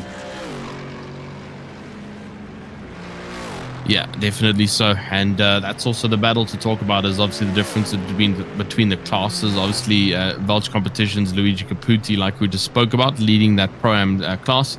The Impact SimSport SBR of Kevin R. Maillard, currently leading the Pro class all the way up to P1 overall. And then Flight Level Racing 747, Jonathan Foytik, obviously in 19th position right now, but that is in P1 for the AM class. So doing a great job a little bit further down the pack than you would have liked to hope for. And the Delta Racing car of Thales Toledo, obviously the other car, the other driver for the Delta Racing team, the number 4, obviously supposed to be leading this race, but due to some errors, they have been pushed back a little bit further and lost out to the Flight Level Racing team for the lead of the Pro-Am series. So let's hope that they can bring it back with some good, clean racing, or else they will unfortunately be dropped down and kept in second position instead of first. Yeah, looking forward to that.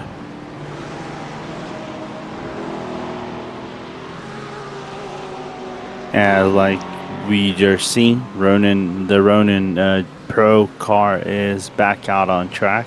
I think Rusty Spatulas had a driver swap with Mika Takala now in the car, in front of Davide DeMarco, and Team HK is in the pit lane as we speak. And I think Pax is now in the pit lane as well in the leading Corvette with Jeff Kaufhold in the car. I don't know if he's coming in for the car. I think he is. I think that's the driver's swap, Jeff Kaufhold. But people, but maybe Omed or yourself, Tristan can confirm that to me.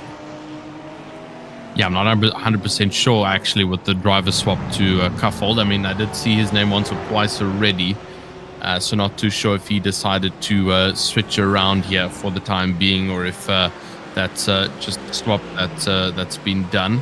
Not sure which team was it for there.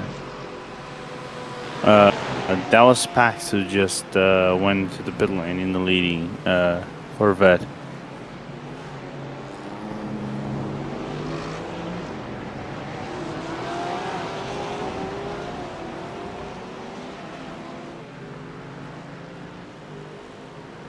Alright, so Kaufhold is still in the car then.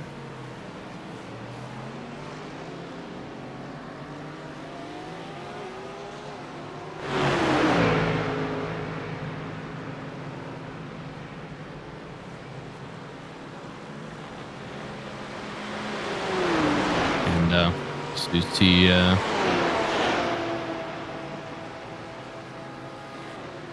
bit of a meatball flag given to someone is what our producer's telling us. So somebody's been called in to fix their car, which usually means that they've that's heavy damage on that car. And I have a feeling, Lorenzo, that based on where this is, it's going to be through Blanchimont again. And no, this has happened actually before Blanchimont. So what on earth has happened? This is obviously going to be Paul Bodding Motorsport. This is Connor Bodding. And that damage has already been done on the replay that we have. So this has happened. Yeah, looks like there we have the car in full format. So where did this happen? This looks like it might be Puon, like you mentioned. So it goes a little bit wide on Puon. Was it on trying to pull the car back around, or was it through this right hander? I think maybe braking too late and then losing the rear of the car, possibly coming into the right hander, then the left hander. It's a very weird place to lose a car. I don't know if he touched the sand and then broke here. Did he run wide or did he touch something here? Because it looks like he's all good. Oh, and there it is. Oy. Oh, it's a capsized again. Okay, so quite a hectic incident coming from Paul Bodding Motorsport. And the crazy part is that no safety car or full course yellow was called for that. And that was quite a huge incident, right over the tire barriers, bouncing all over the place. Again, just hooking directly into the gravel trap. And that Aston Martin is absolutely totaled. They are going to spend a lot of time in the pit lane waiting for that to be done. Yeah. Pretty much victim from the gravel, because there was a little bit of gravel and sand in the track, and that took away completely the grip of the car, and that's why he lost the back end. And Connor, unfortunate to see him crashing out the car like that, and that's day over. Yep, day over indeed. And we were having a chat earlier. I believe it was with Ron, asking questions about, like, at this point in the race, which was around about I believe just about under the 18-hour mark, whether or not a huge incident could possibly cost you the entire race of repair time. And we were saying definitely at that stage. So I think it would definitely even be at this stage, as we're about to break down just underneath the 14-hour mark and on the road to 13 hours. I can't, I'll be dead honest, and I am very looking forward to that 13-hour mark, because the energy levels are starting to drop, and it's getting darker and colder here on my side, and the bed is starting to encroach and creep call me to go lie in bed. I can't lie to you, but the racing action must continue here. And looks like things are changing up with a couple more pit stops coming into play. This is a dive on the inside there for the number 63 coming down into No Name. So lots of action still going on around circuit, which is nice to see between all of our cars. Even this late into the Enduro, they are still putting pressure on each other. Now it's providing some really good racing for us to watch over here as we are 9 minutes away. 9 minutes and a half away from the third hour of our broadcast being done, and looking forward to see if there's anything else happening on the racetrack. See, I'm seeing potentially. I was going to say that Nearly On Pace and NOP and Simit Esports were going to engage in a battle.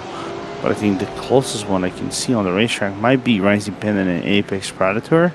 We were seeing that battle before. Besides this battle for P7 between Sahara and Project 91.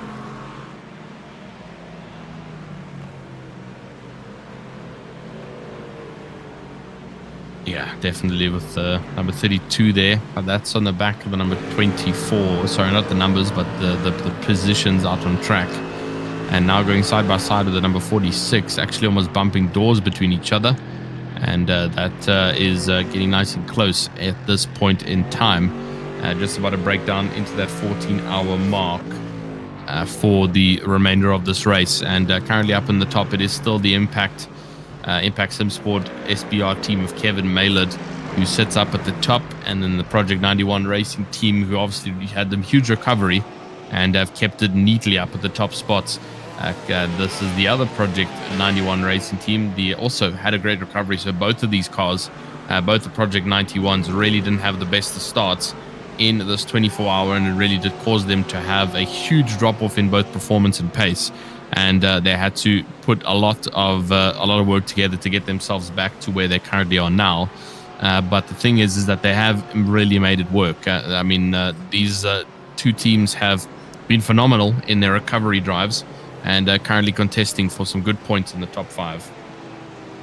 Absolutely. Looking forward so far to this recovery drives and teams that need some good points, especially in a race like this, considering the whole calendar that we have this season, and knowing that we still have Monza, Nürburgring, and Portimão to close out the season in this 5-car race, as we have a lot of stuff going down in the middle of Blanchimont involving front markers, back markers, and in the middle of the pace, as we have a car spun around and Vortex and Belch coming in.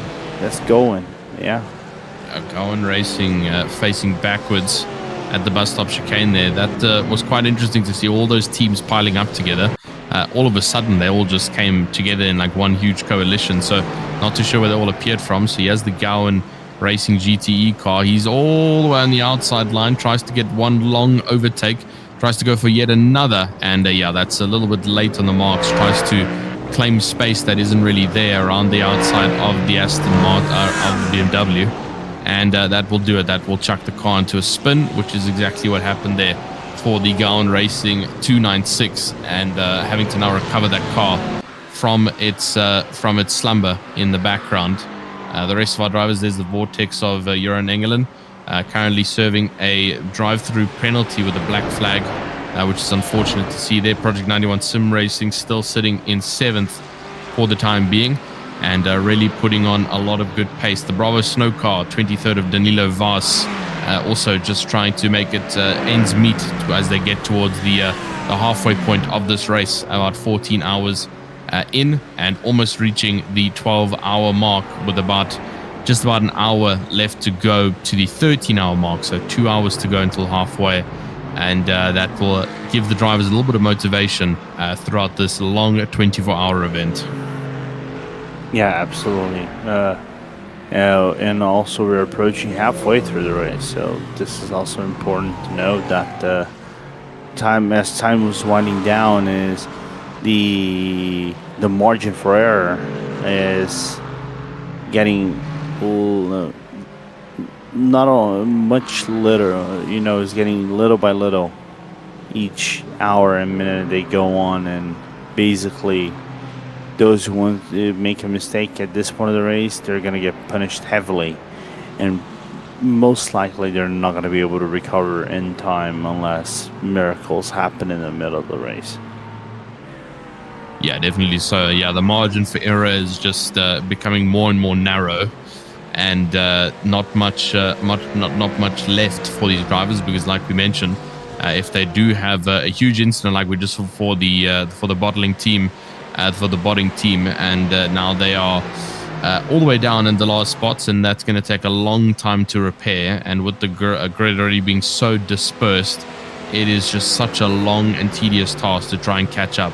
And so that's going to be the process now for that car, is trying to catch up after the incidents that has been made from the Bodding Motorsports team, and should be an example to all the rest of the drivers to try and just race a little bit cleaner, and not try push the car so much in these dire moments of trying to just be conservative with your car and make it towards the end of this race.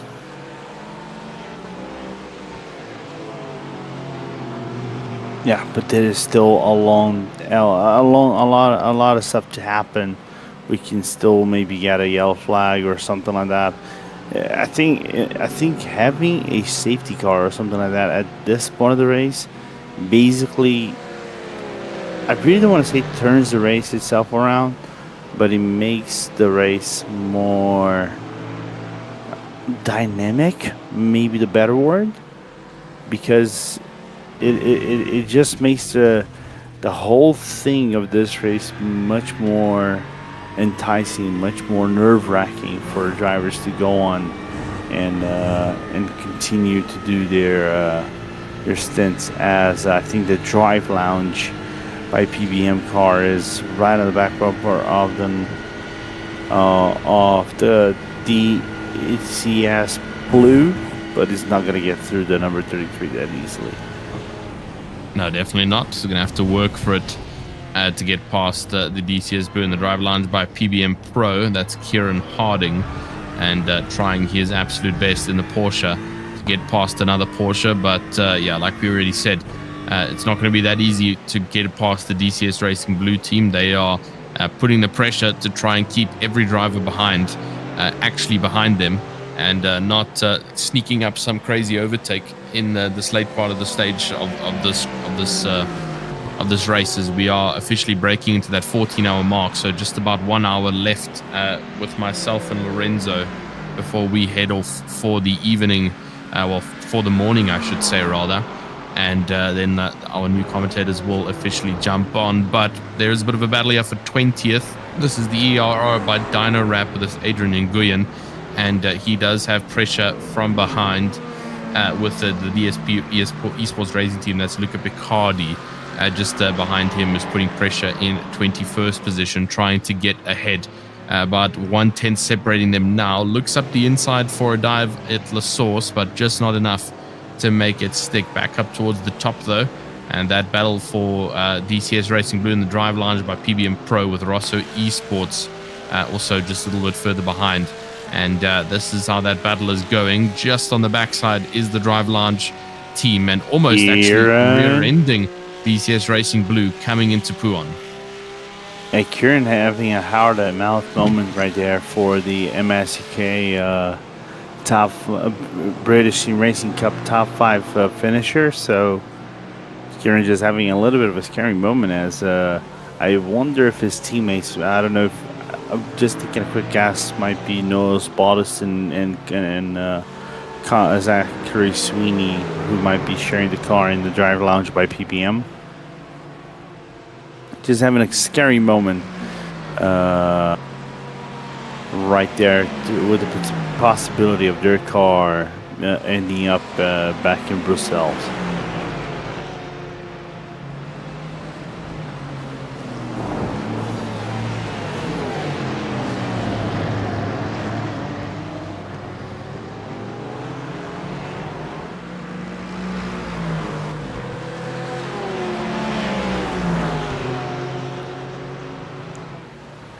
maybe this might be the lap where they're gonna be able to take something away, as the Drive Lounge car has a spin because of Project 91. The Project 91 spins the car around, and in an unfortunate moment in between, because that was a chase for the lead, as Impact now might actually retain a little bit of an advantage, because Gage Hyams maybe it might be in the blame right there for causing the spin on the Drive Lounge by PBM car. Yeah, definitely so. A bit of an odd one that we got to experience there into La Source. And hopefully that doesn't happen again. We are officially into the 13-hour slot here. And 14 hours has officially been broken down. So just about 10 hours has gone by in this race now. And so 10 hours ago, we started the 24 hours of Spa.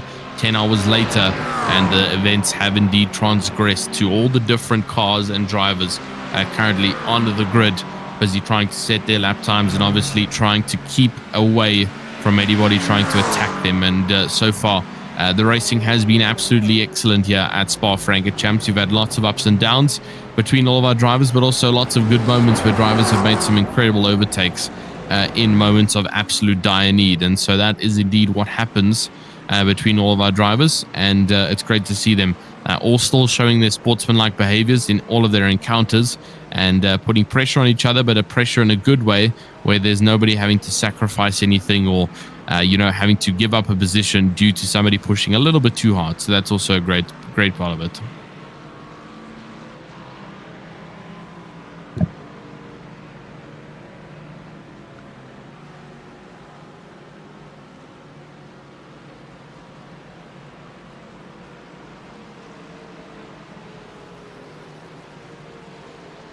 Trying to observe if the by Dynarap is going to be able to find any rooms to go through, but the McLaren is just trying to buy this time to go around the Ferrari 488 GT3 ahead, sitting in P20, which is the Luca Picardi's car, and get back to previous position. Meanwhile, the racetrack looking very calm so far for everyone. I think the only one that I'm seeing over here might be Ronan PT Red and Fight Level, as they are also battling for position in the top 3 of the M standings.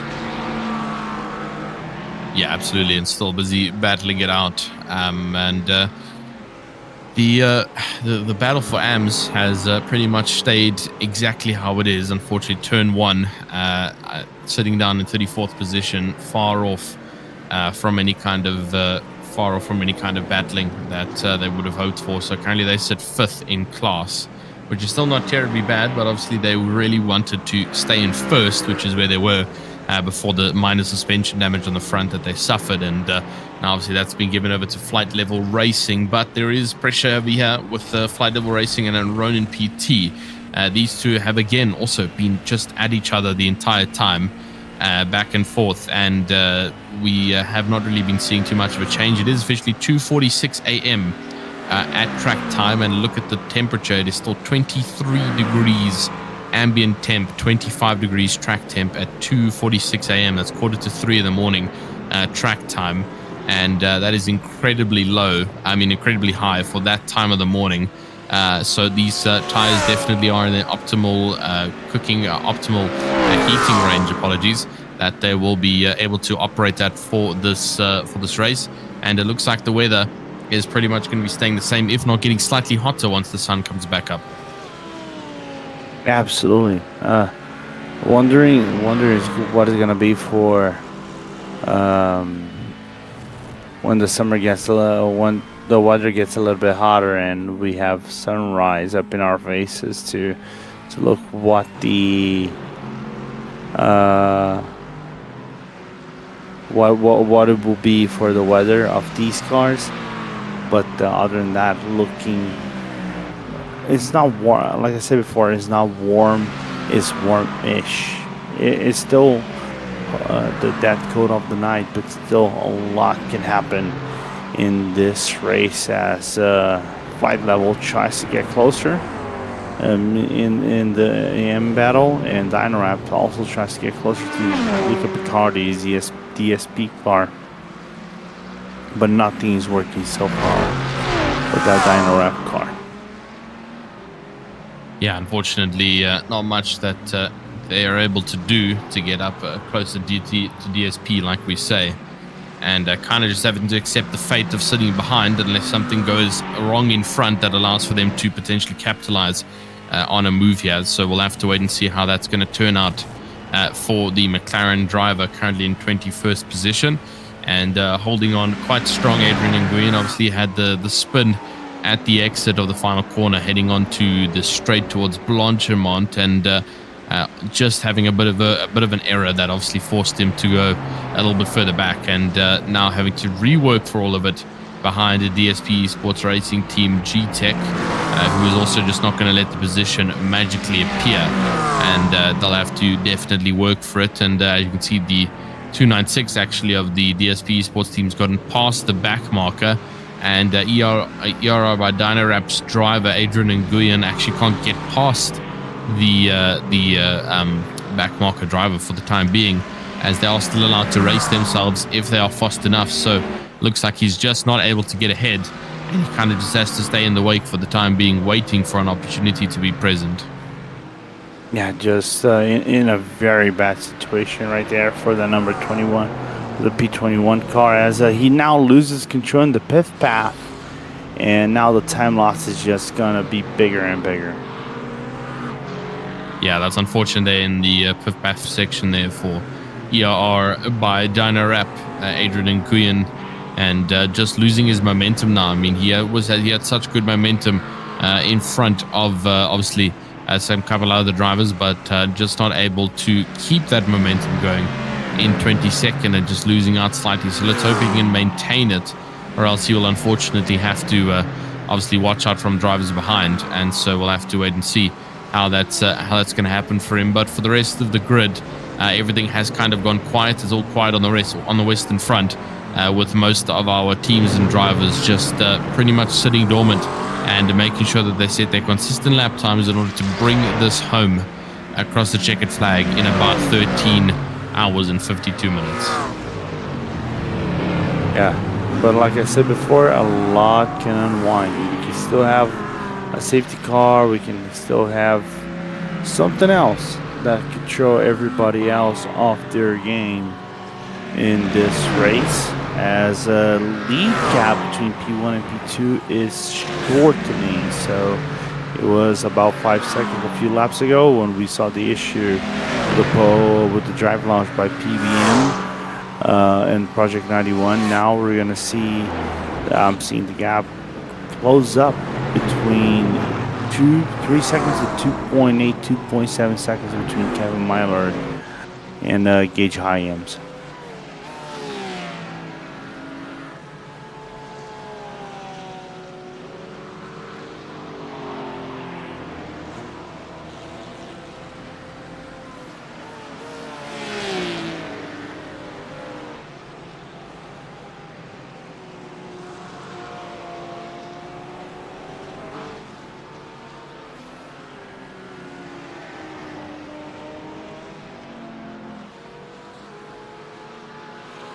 As we are approaching 51 minutes left into this hour, and we are looking right now into the P7 car of Project 91 racing team in Nathan Edwards. He's 7 seconds away from Eric Spiker. Not doing the same lap performance as Spiker is. I think Spiker's on a newer tire, therefore he's being nearly a second quicker than Nathan Edwards at this current moment. But last lap, Kevin Mylard did a 2:18.0, whereas Gage Hyams did a 2:17.2, so 0.8 of a second faster was Gage on that previous lap. But of course, we're still looking to see if there will be any penalties coming to the number 91. car in this field, as also we're looking into Ronan following closely the other Project 91 car, as we finally have the fastest lap of the lap with Jaime Kayabu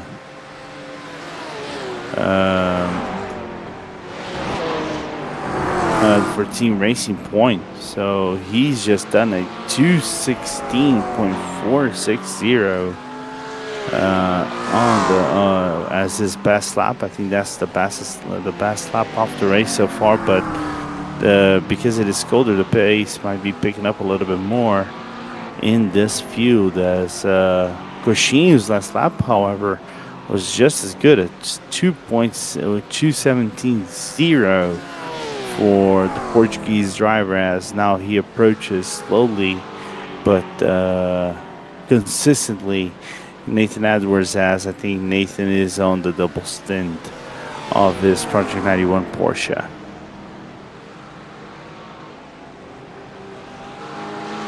As they go around through the pit path, Goshin is now on the back bumper of the Porsche.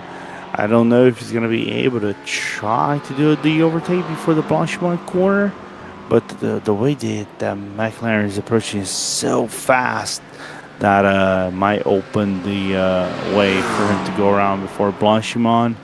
Will he strike at Blanchimont? No, he's going to lift up the gas, maybe just wait for the braking zone, as he's already on the back bumper of the Project 91.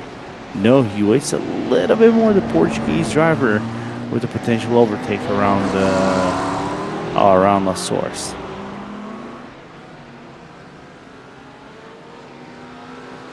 They open up one more lap. Both cars, Goshin still biding his time to go around the Porsche of Project 91, as they're going to go down the hill into Eau Rouge and then Radion. And that Project 91 car then is going to be, I think, stuck on bad waters, because that Ronan PT car is just sucking out all of the air of the draft, as he's going to blink. Already blinks on the inside. There's a little bit of a defense coming from Project 91. Tries around the outside to defend, but there's simply no grip to give, and Ronan goes up into 7th place.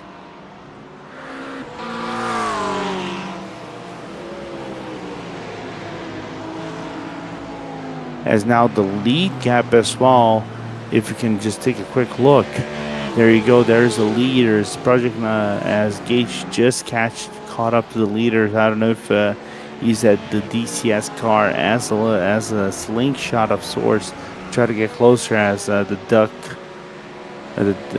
Brew Esports is gonna have to go around and let the Project 91 car go through. But so far, that is what is being his saving grace. Tristan, the DCS blue car, just being up in front, as now he gives way to Project 91, and now we finally have a lead battle in our hands. Don't know how long that's going to be, because Gage is on lap 21 and Kevin is on lap 19. Yeah, so some big things coming up there for our race leaders, and this is going to be quite interesting, because obviously we've got this two-way battle, and coming towards the end of our stint here, we won't really get to see how this is going to progress outside of the next pit windows, as I believe they're going to be coming roughly after the 13-hour mark, unless they come before that. So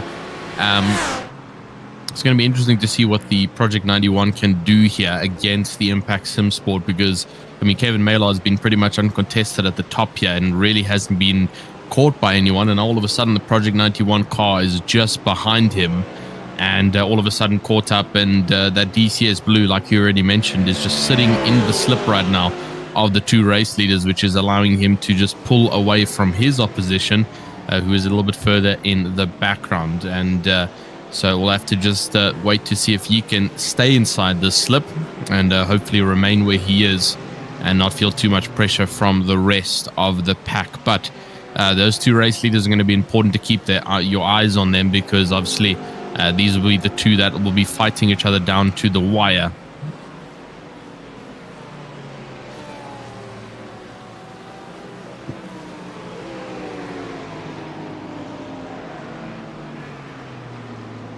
Exciting stuff that we have on our final hour of broadcasting. As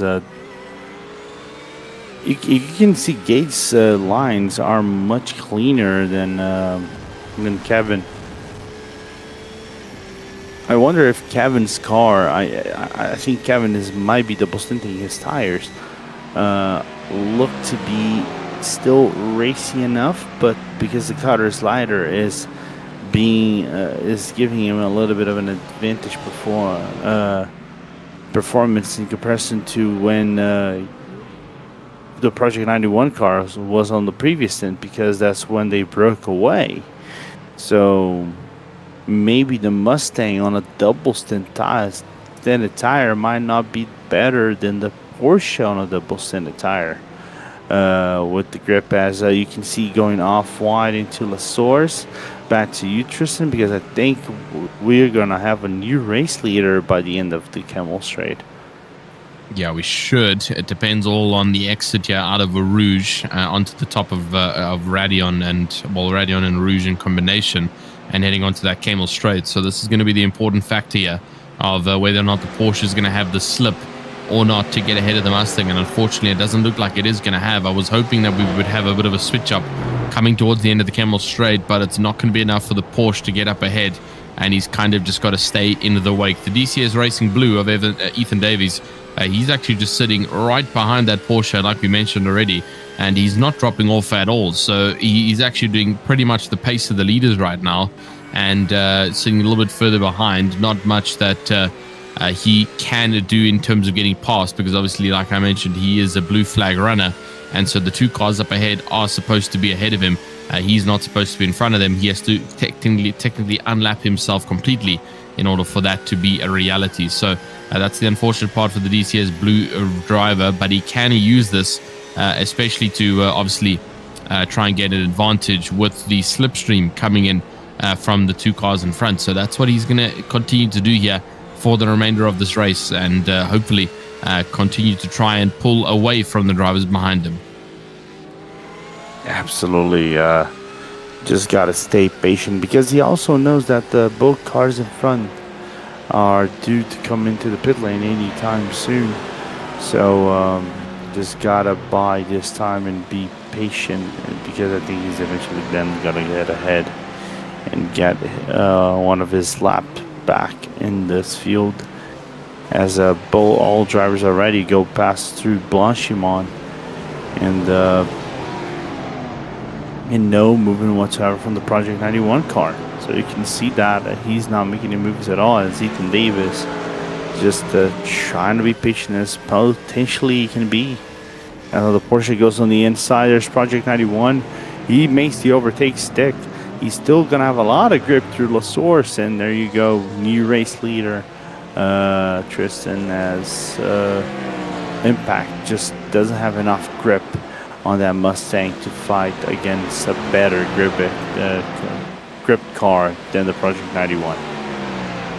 Yeah, it was a great move from the Project 91 to get up ahead, and also, like we mentioned, got a very good exit out of La Source, which obviously gave the advantage of trying to pull away completely. And that's exactly what they did. And so now for Project 91, that's Gage Hyams inside that car, and then Kevin Maylard a little bit further in second. And then unfortunately for third, fourth, and fifth, they aren't really in this fight right now. So it's just first and second, and then the rest behind them are all different back markers, a part of different fights that currently stands. And they're just following in the wake of the two leaders, because obviously they are leading the two fastest times out on the grid. And so, the easiest way to try and get up there is to just follow and do the same. And that's what most of our drivers will be doing, is just to follow and do the same in terms of laptop strategy, and try and perfect themselves at the circuit, and just finding ways to better the battles that they're involved in as well. It's all from watching advanced people inside the field, and people who are a little bit more experienced in sim racing. You can definitely learn a lot from them. For example, like we're seeing from some of our top runners here in the pro class, for the Spa 24-hour here at the GT Endurance Cup Europe. Absolutely, two guys setting the benchmark for everyone else to try to learn and do the better they can through this feud. As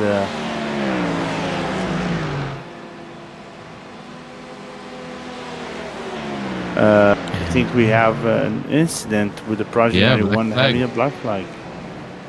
That is super unfortunate for this time in the race, as that Project 91 car, who was obviously leading neatly up ahead against Impact SimSport, now has to pull into the pit lane to serve a drive-through penalty, which is going to completely drop them out of the battle as it stands for the time being for the top three. And like we spoke about, it's about 60 to 50 seconds that you lose in the pit lane, driving at 60 kilometers an hour. And Gage Hyams actually gets himself a drive-through. Sorry, that's the drive-through for causing the collision. But I'm not too sure where the collision causing came from, as I didn't really remember where he made any kind of contact. So a bit of a weird one on that side. A bit unfortunate for us to see that, but we saw that incident with the drive launch by Pobody Motorsports. So we knew that the potential incident was going to come, as now Impact retains the lead, and he has cars right behind that are looking forward quite a lot to unlap themselves from the race leader. Yeah, indeed, a lot of way to go for them to try and unlap themselves, and I don't know, how long it's actually going to take for them to do this and try and unlap. And I mean, the only real solution here is to get a safety car. And then obviously the safety car would allow them to unlap themselves, but that is going to both take time, and obviously it requires somebody to do something in order to pull out a safety car, which doesn't look like it's happening anymore. So not really on the plates for the time being, as the rest of the drivers still in the mid packs driving it out, and still Impact SimSport up at the top. The SBR drivers up chasing down on P number 1, and P number 2, funny enough, is looking to still be Project 91 racing team, and I think it's just due to the huge gap that they had behind from Gamma Sim Racing and the Quad Ash Sim Racing, that even after the even after the drive-through penalty, they still remain in second. The gap was over a full minute, so previously, so not even surprising they're going to be second place.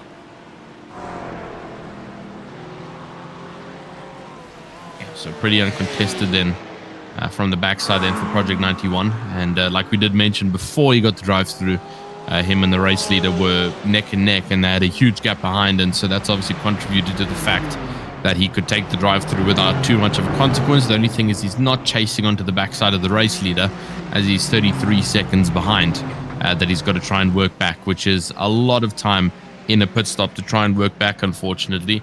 And we'll have to see how that goes for him. For the Simcast racing team AM, they currently head through La Source and down towards the Rouge. Same thing, all the same structure, as the drivers are now starting to get the repeated pattern of just getting towards the end of this race.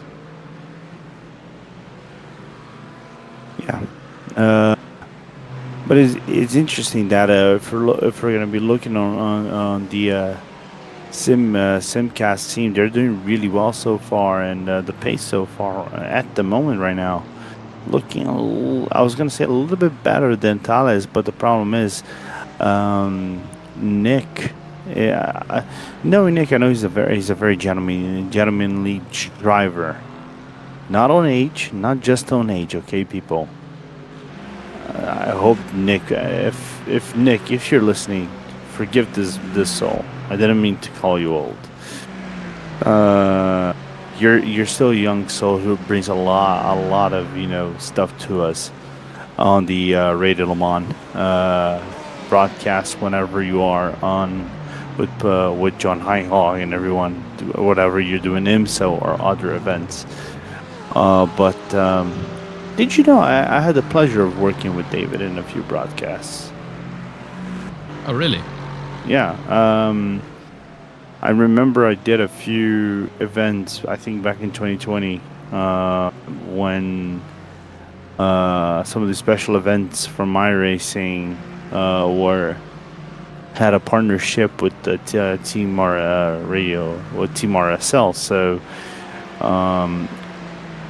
I remember that I think one of the broadcasts I was on the stand before Nick and John took through, so I was able to stay about 5 to 10 minutes talking with Nick and John just on car knowledge and a little bit of racing history with him, Peter, I think John as well. So a guy that has extensive knowledge on racing, always a very good chap, passionate for racing. So it's good to see him doing a few laps around the racetrack and continue to carry on racing and doing so well so far in that team.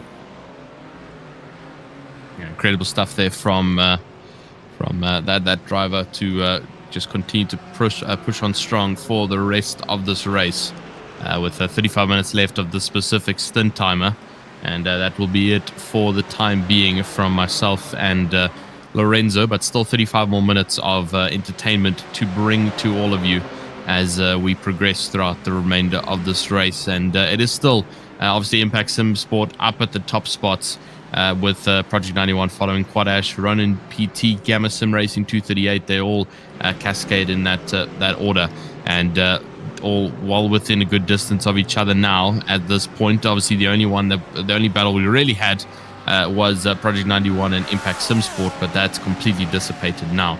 We do have a small fight that could potentially start to close in, and that is the Gamma Sim Racing 238 currently being chased down in 5th position by Pack Sim Sport GT team.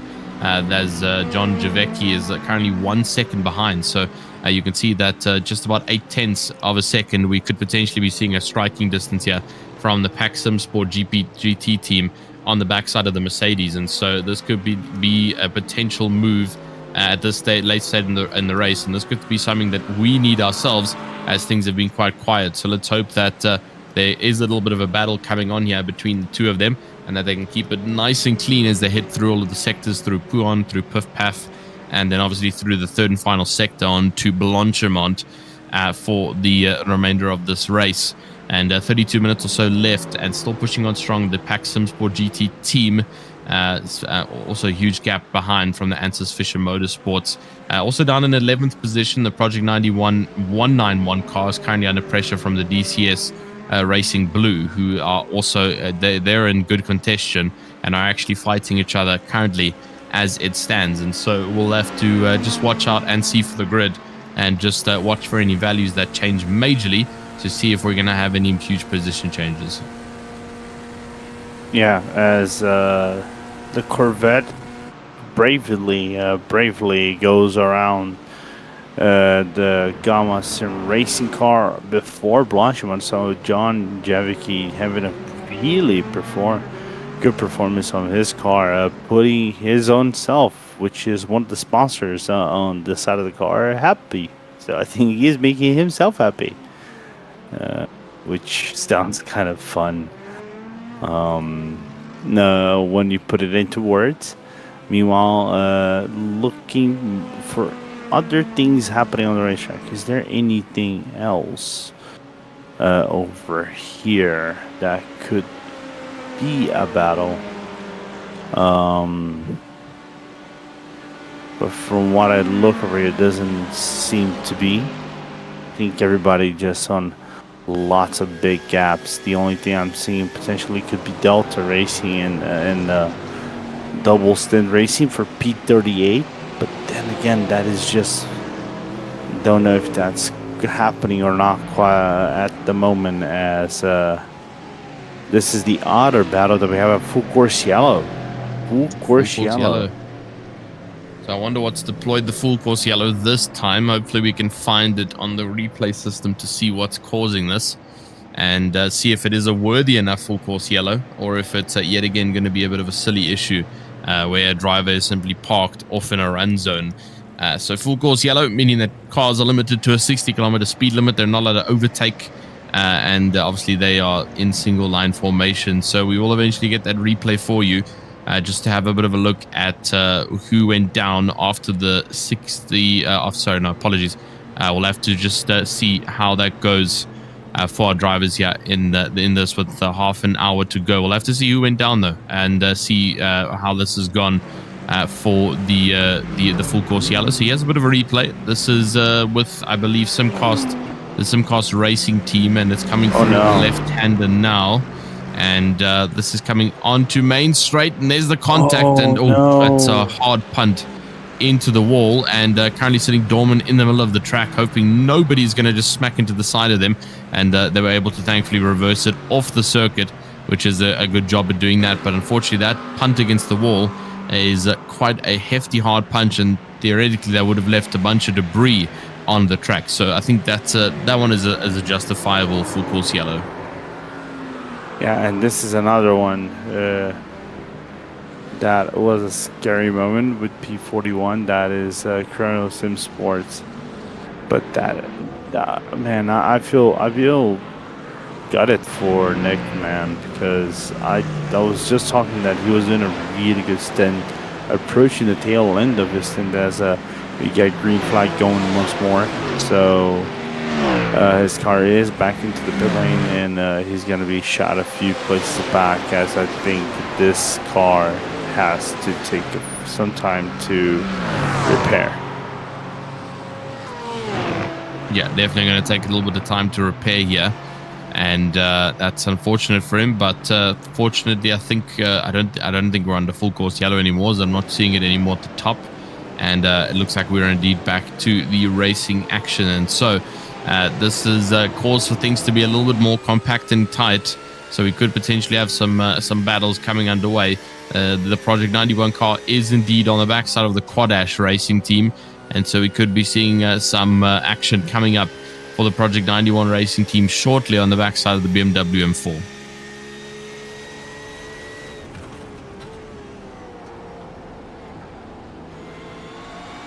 And Quad Ash again, surprisingly so, with a really good race so far, staying that within the top 5.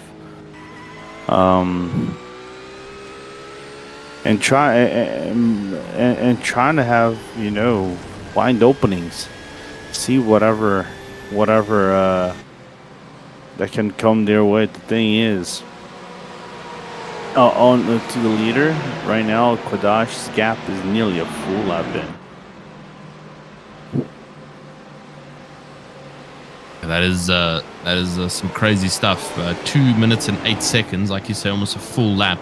But I mean, best lap we were looking at is about a 2:16. Project 91. And the Project 91 is sideways at the bus stop chicane, and that's not going to be good for them. Unfortunately, dropping down the distance between themselves and the Quad Ash Racing team up ahead. Fortunately, no one really near them in order to contest. They noticed the Ronin PT team, who is 12 seconds behind as it stands. So he was able to save it in that regard, but unfortunately, in the regard of chasing down Quad Ash, it's gone from only 2/10 behind to 7.5 seconds behind. So a lot that Project 91 is going to have to work for here if he does want to get something back and out of this race, and really try and push the car. Yeah, it feels like a gut punch of sorts. When you are recovering, you're able to trying to recover the loss off the drive-through. The whole minute that you lost, then you get this incident and lose a few more seconds that you couldn't lose. You're not able to afford to lose. So it's unfortunate, but it is what it is. At least the car is still running strong and can carry on with the race.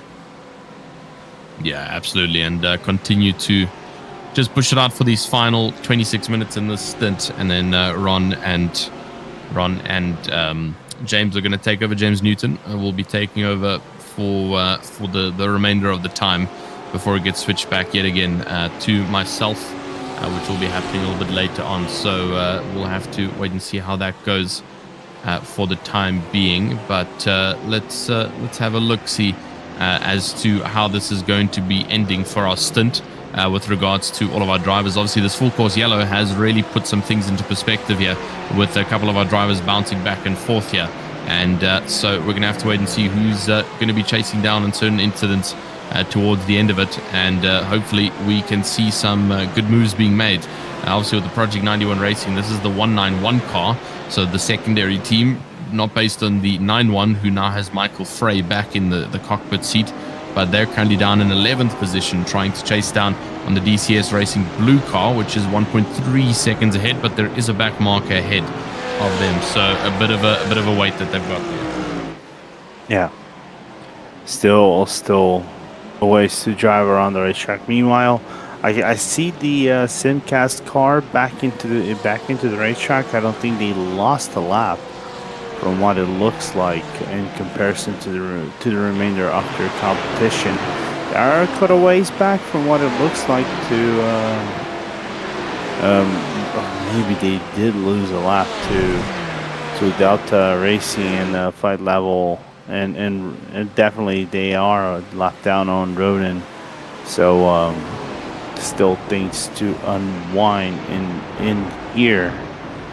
But then again, at least it is back on the racetrack and try to chase down the driver ahead. Yeah, indeed, chasing down on the drivers ahead, and that's all that they're going to be doing now for the remainder of it, is just trying to chase down, but also keep consistent. And like I mentioned, I don't think we're going to be seeing any of the pit stops in the last 23 or so minutes left to go here.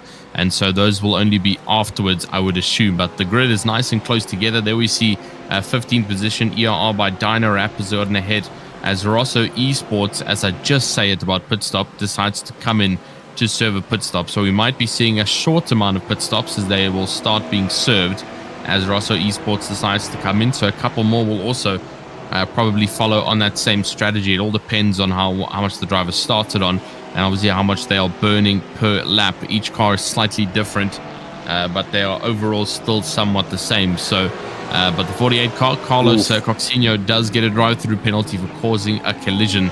That is the number 48 car, and not too sure where you got the collision warning for. That's currently up in P number 4 for the Ronin PT team, and they're not going to be happy about that one, because this is going to drive them out of P4. It's a 17-second gap behind to the Pack Simsport GT team. They are going to get the jump here on Ronin PT, unfortunately, which means they will lose out on the 4th position spot, trailing towards the podium. Now, a little bit unfortunate to see the Portuguese team have an issue like that. It's going to be a whole minute loss whenever they come to the pit lane. And Project 91, you can see, that might be the issue. Isn't unrelated. I'm not actually sure. I don't think he's... that was a Project 91 spin.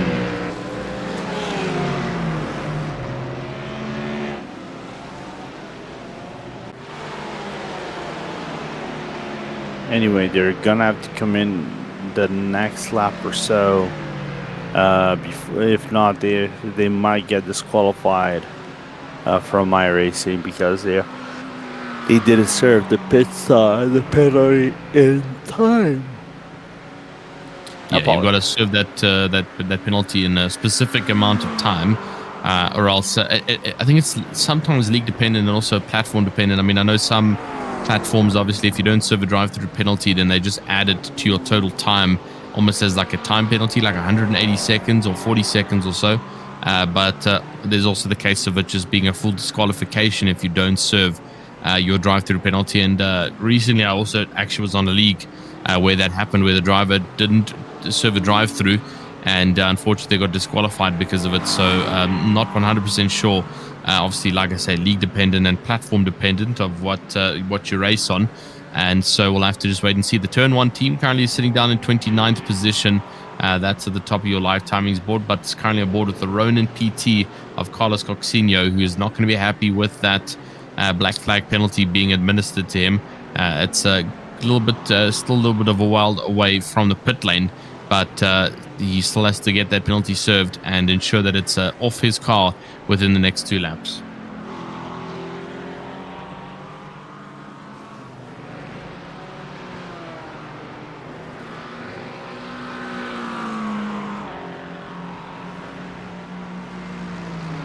Well, you got another replay with Rosso. We're going to see what happened to the Rosso team, and if it's Avalo. Just too much understeering the car. Unfortunate. Yeah, just being chucked off into the gravel trap there for us. So that's not going to be good for the tires, nor the momentum or the motivation in that Mercedes to continue striving. Yeah, Code Tires. So. I just saw Code Tires for Carlos Jr.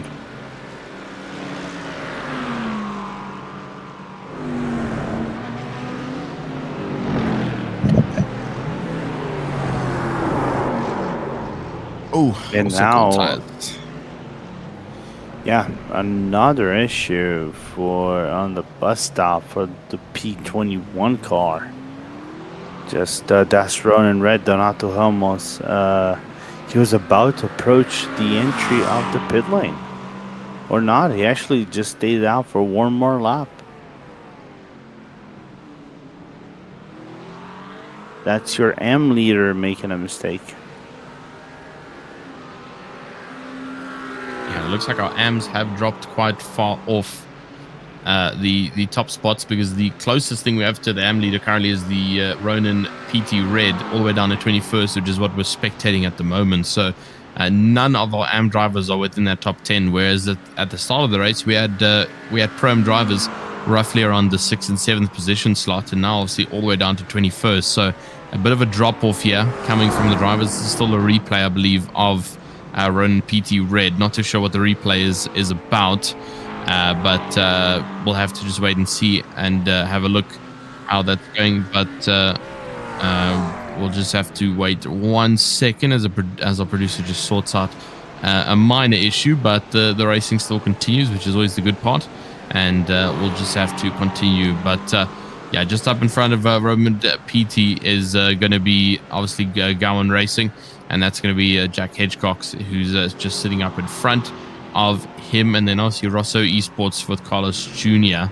And I'm pretty sure we did just see them obviously just making some changes here and there.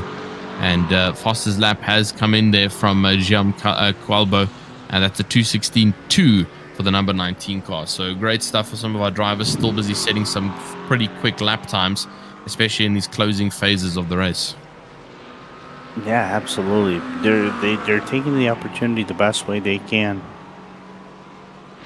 With the fact that the track is still cold at its coldest, so they're going to turn in laps the best way they can before anything happens. Meanwhile, we're going to get a replay again, I think with Rosso, but this time at the no-name corner.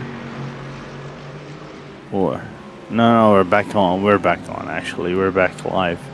Meanwhile, I was taking a quick look as well between turn 1 and Simcast. Apparently, turn 1 had a black flag, so they served that black flag, and because of it, the gap to Nick Damon was shortened to about 11 seconds, but Kirk Heath, I think, managed to bring up the heat in the car and is doing his best to go through and keep flowing in the car, while Rusty Specialists take the lead in the Pro-Am class.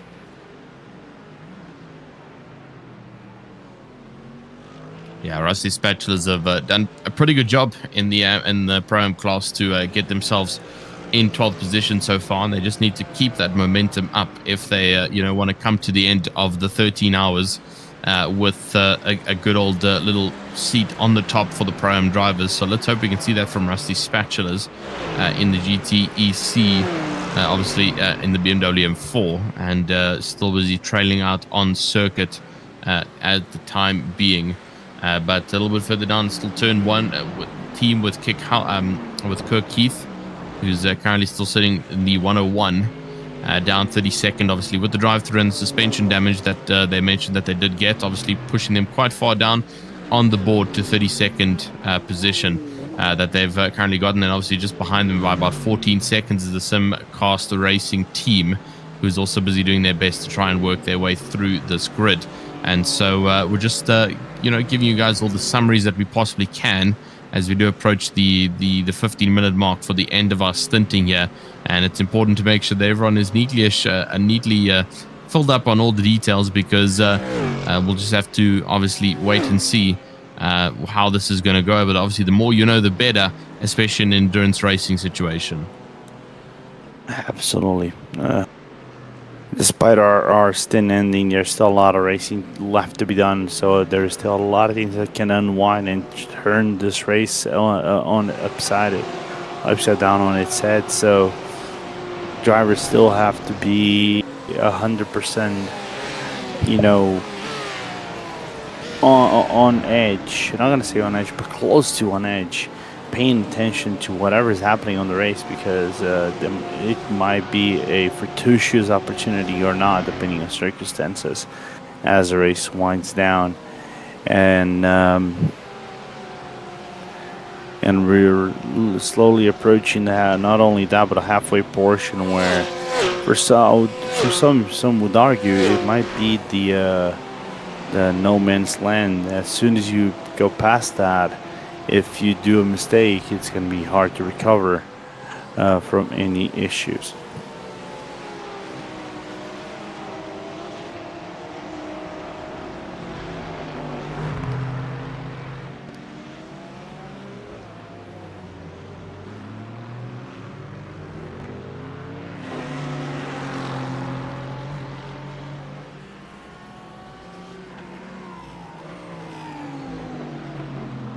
As we're looking through the car number 78, that is not a battle for position though, as he's now being lapped. I think, but the car right behind is sitting within the top, close to the top 15. That is one of the Aston Martins that is about to overtake him. That's P13, who just lapped him, which is Simmet Esports, and I know that car is driven by Michael Teichmann, and Teichmann is due to come into the pit lane anytime soon. I'm seeing Ronan PT Rad and Donato Hummels into the pit lane, so he's now doing the job on his car, and Ronan also in the pit lane, not only serving the penalty, but also coming back on track P11 with new tires, and I think a new driver in the car, Nuno Magalhães, driving the car, as we're soon approaching 10 minutes left into this hour. 10 minutes left of not only the hour, but obviously of our stint, like I feel like I've mentioned it too many times, but 10 minutes left of this 5-hour stint that we just did, which got to tell you is probably the longest morning shift that I've done so far, from midnight to 5:30, which is definitely not something I've played around with. I've done 1 a.m. to 4 a.m. before, but yeah, I know it's a pretty different hit when you do a 12:30 to 5:30, especially when you cover the three first. Oh, someone's slow on track. What is going on here? This is Bravo Snow, and I thought that might have been a potential full course yellow again, but it was just him. And it is? I think it is. Yeah, it is a full course yellow. It was a bit confusing there, because everyone else was going incredibly quick around him and almost actually hit into the backside of him. So another full course yellow, but for what reason, we do not know yet. Apparently Ronan had a mistake and caused the full course yellow from what it looks like. So looking for on the replay, I think Nuno had cold tires and had an issue somewhere on the racetrack. Looking forward to see what was the issue for them.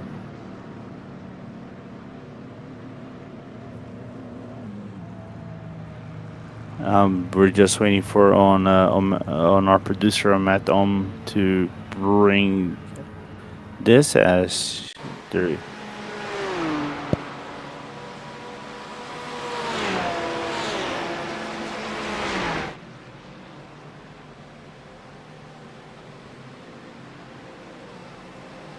Just busy going through some of the recent replay logs just to have a look to see if we can see who's caused this. That's a bit of a chicane jump coming from I believe that's the Sahara XGT Motorsports team, but I'm not seeing anything to do with yeah, I'm not too sure who could have been responsible for the full course yellow. This is another replay over here. This is with Paul Botting, and just waiting to see if he is going to be potentially being responsible for this again. Not so. It's a very, very strange, I've got to say again, as to why the full course yellow was called, because we have not been able to identify anybody who has been in any legitimate. Oh, okay. There's that looks a lot more like okay, yeah. That is a definite full course yellow reason, and that is the drive lounge by PBM Pro Car Jordan Weeks, who has now got a meatball flag on that Aston Martin. That was a huge hit coming up a Rouge. Yeah, don't know if he's gonna be able to bring that car into the pit lane. He's probably gonna have to tow this car around, but I don't know if Jordan was trying to, to leave it as late as you could possibly leave, and didn't anticipate there would be lots of drivers up in the top of the Radeon complex, and which definitely caught him by surprise. Or if you didn't hear the countdown, because sometimes you can take that, you can take the race control microphone away as he's still stuck there. Could we get another safety car after this? It's a yellow flag. So now we have another yellow flag. So this is a safety car. So right now cars are now okay to go into racing speed, but they're gonna have to catch up to the safety car. Yeah, indeed, they are going to have to, and that's a bit of an odd one at this point of the race to have the safety car being deployed. Obviously, that incident was quite large, so would in real life there would be a huge amount of debris scattered all over the place, and so I think it's a bit more. It's quite a logical use case for the safety car being deployed here, and so that's what the situation is at hand right now. The question is, how long is the safety car going to be staying out for? And is it going to be one of these things again where we have got the safety car out for full 4 minutes trying to go around the track, or is this going to be 1 or 2 laps in and out for the safety car and then we can finally get going again? That is going to be the ultimate question that we'll have to wait and see how that's going to turn out. Yeah, that's just crazy, man. How this thing turned out to be, as now we're going to look into Michael Adamczyk getting a drive-through for causing a collision, and driver is still scrambling to find that pace car. What a way to finish up our broadcast stint of sorts here, Tristan. Yeah, no, I mean, it's funny though, because even I think my previous stint early on in the day, I think I finished it off in either a full course yellow or a safety car condition. So I don't know, maybe it's just some kind of charm I'm bringing with myself that we're always ending it on a safety car. And the thing is, if the safety car is going to do this issue where it stays out for 2 to 3 laps, we could potentially be finishing this entire 7 minutes behind the safety car, which would be rather unfortunate. And so we'll have to just have a look to see what's going to happen. We're already down to about 6.5 minutes left to go here before we swap over to both Ron and James, who are also both ready to go for their stints. So once that clock hits 13:00, we will obviously be switching it off and bringing it over to them, and then they'll continue for their stint timer for the next 4 time slots, which is great stuff as well. So just about 6 minutes or so left to go, and we're just gonna have to keep an eye on the lights for that safety car. But I agree, it's a weird circumstance to be ending yet again under safety car conditions. I can tell you for sure that Benny's pace car. Oh, by the way, did you know that the pace car driver is named Benny? His name's Benny? Mm-hmm. That's quite an accurate name, I feel like, for a pace car driver. Yeah, Benny the pace car driver. Benny the pace car driver. It was something we figured out today with the pace car driver. 2 things. I mean, if Ahmed went into cockpit cam of the pace car, is that 1, he doesn't like wearing a helmet, which isn't very safe, and then number 2, he likes to turn the wheel with the use of some magic, and the wheel doesn't actually turn. So you'll see that here's our amazing pace car instructor, and he's just chilling there in his own pea bucket seat. We're getting super close facial over here from our producer, and you can see going through the corners that steering wheel just remains dead straight, which is quite funny. And so that's our pace car for you. And there you go. Thank you, Matt. And that car does not change from fourth gear. Is it even at 3,500 RPM? I feel like it would be higher. No. That car will not change gearing.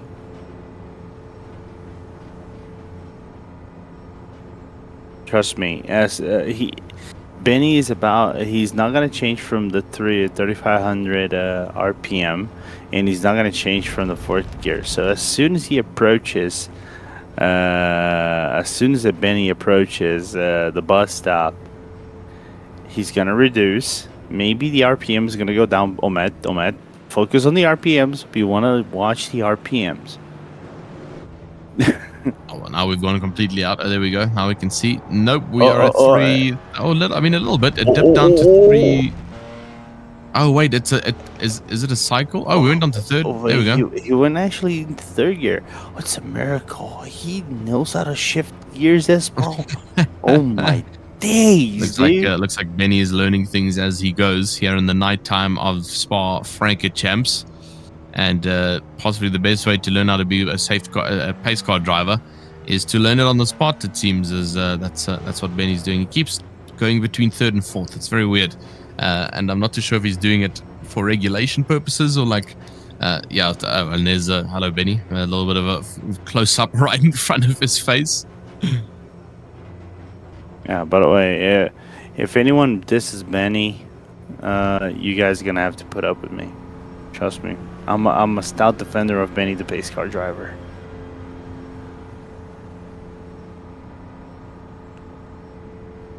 I'm trying to remember. I think there was a league race I've done like long ago that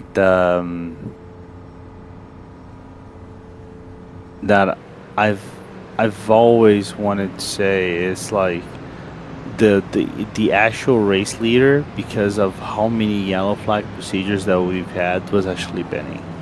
Not even joking. That is crazy. I remember there was a league race. At the beginning of this enduro, we were literally busy talking about the fact that the pace car has been more on feature than any of the other cars were in the first 20 minutes of this enduro, because obviously we had the 5 formation laps, which was quite painstaking, and then within the first 3 to 4 laps of racing, we had a safety car. So yeah, that was also fun. Yeah. I mean, you gotta respect the safety car stuff, man. They put up the work, the unappreciated work, man.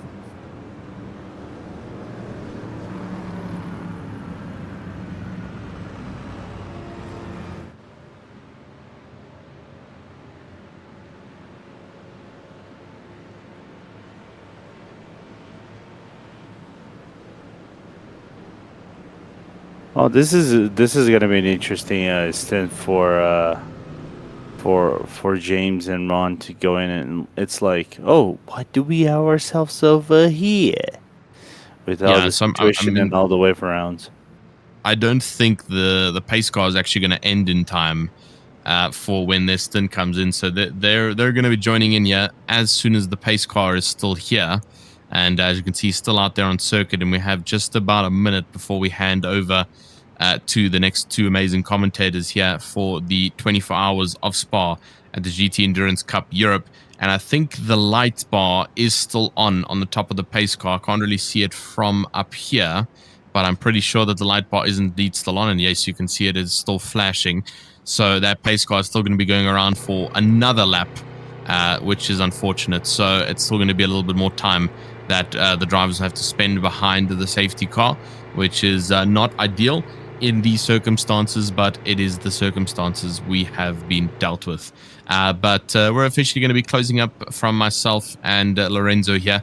We've had an incredible time with all of you guys for the past 5 hours. It's officially 5:45 in the morning for myself, and I believe 5:45 in the morning for Lorenzo. So we have been here throughout pretty much the graveyard shift, taking you through the cars, and then we've got the amazing Ron and James to take you through the wake-up shift of pretty much 6 a.m. through to about 8 a.m. here throughout the standard European time around about.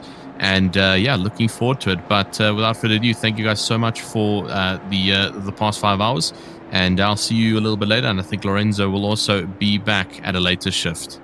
Over to Ron and James. Good luck, boys. Yeah, good luck indeed. Thank you very much, Tristan and Lorenzo. Thank you to all of you tuning into the broadcast here on the GT Endurance YouTube channel of the 2026 Spa 24. It may be the wake-up shift, but it's the graveyard shift, American style this time, for James and I. James, been a little bit since we covered an endurance sports car race. It was a matter of a couple of weeks ago that we were covering a different league's Watkins Glen 6 hour. So, bit different circumstances here, not having to worry about some prototype runners, but we still have some great racing as always. Definitely, and it's fantastic to be back in the booth with you, Ron. Again, it feels like it's been years and years. It's probably because I missed you so much, but again, perfect timing. Safety car out, Benny getting in some laps. We heard how the pace car was so dominant at the beginning of the race, and now we're getting, again, the perfect handoff time. Nice, chill, third, fourth gear. As we see a little more of, Ron was asking me off air about Benny's skincare routine. I could not tell you how he gets those flawless pores.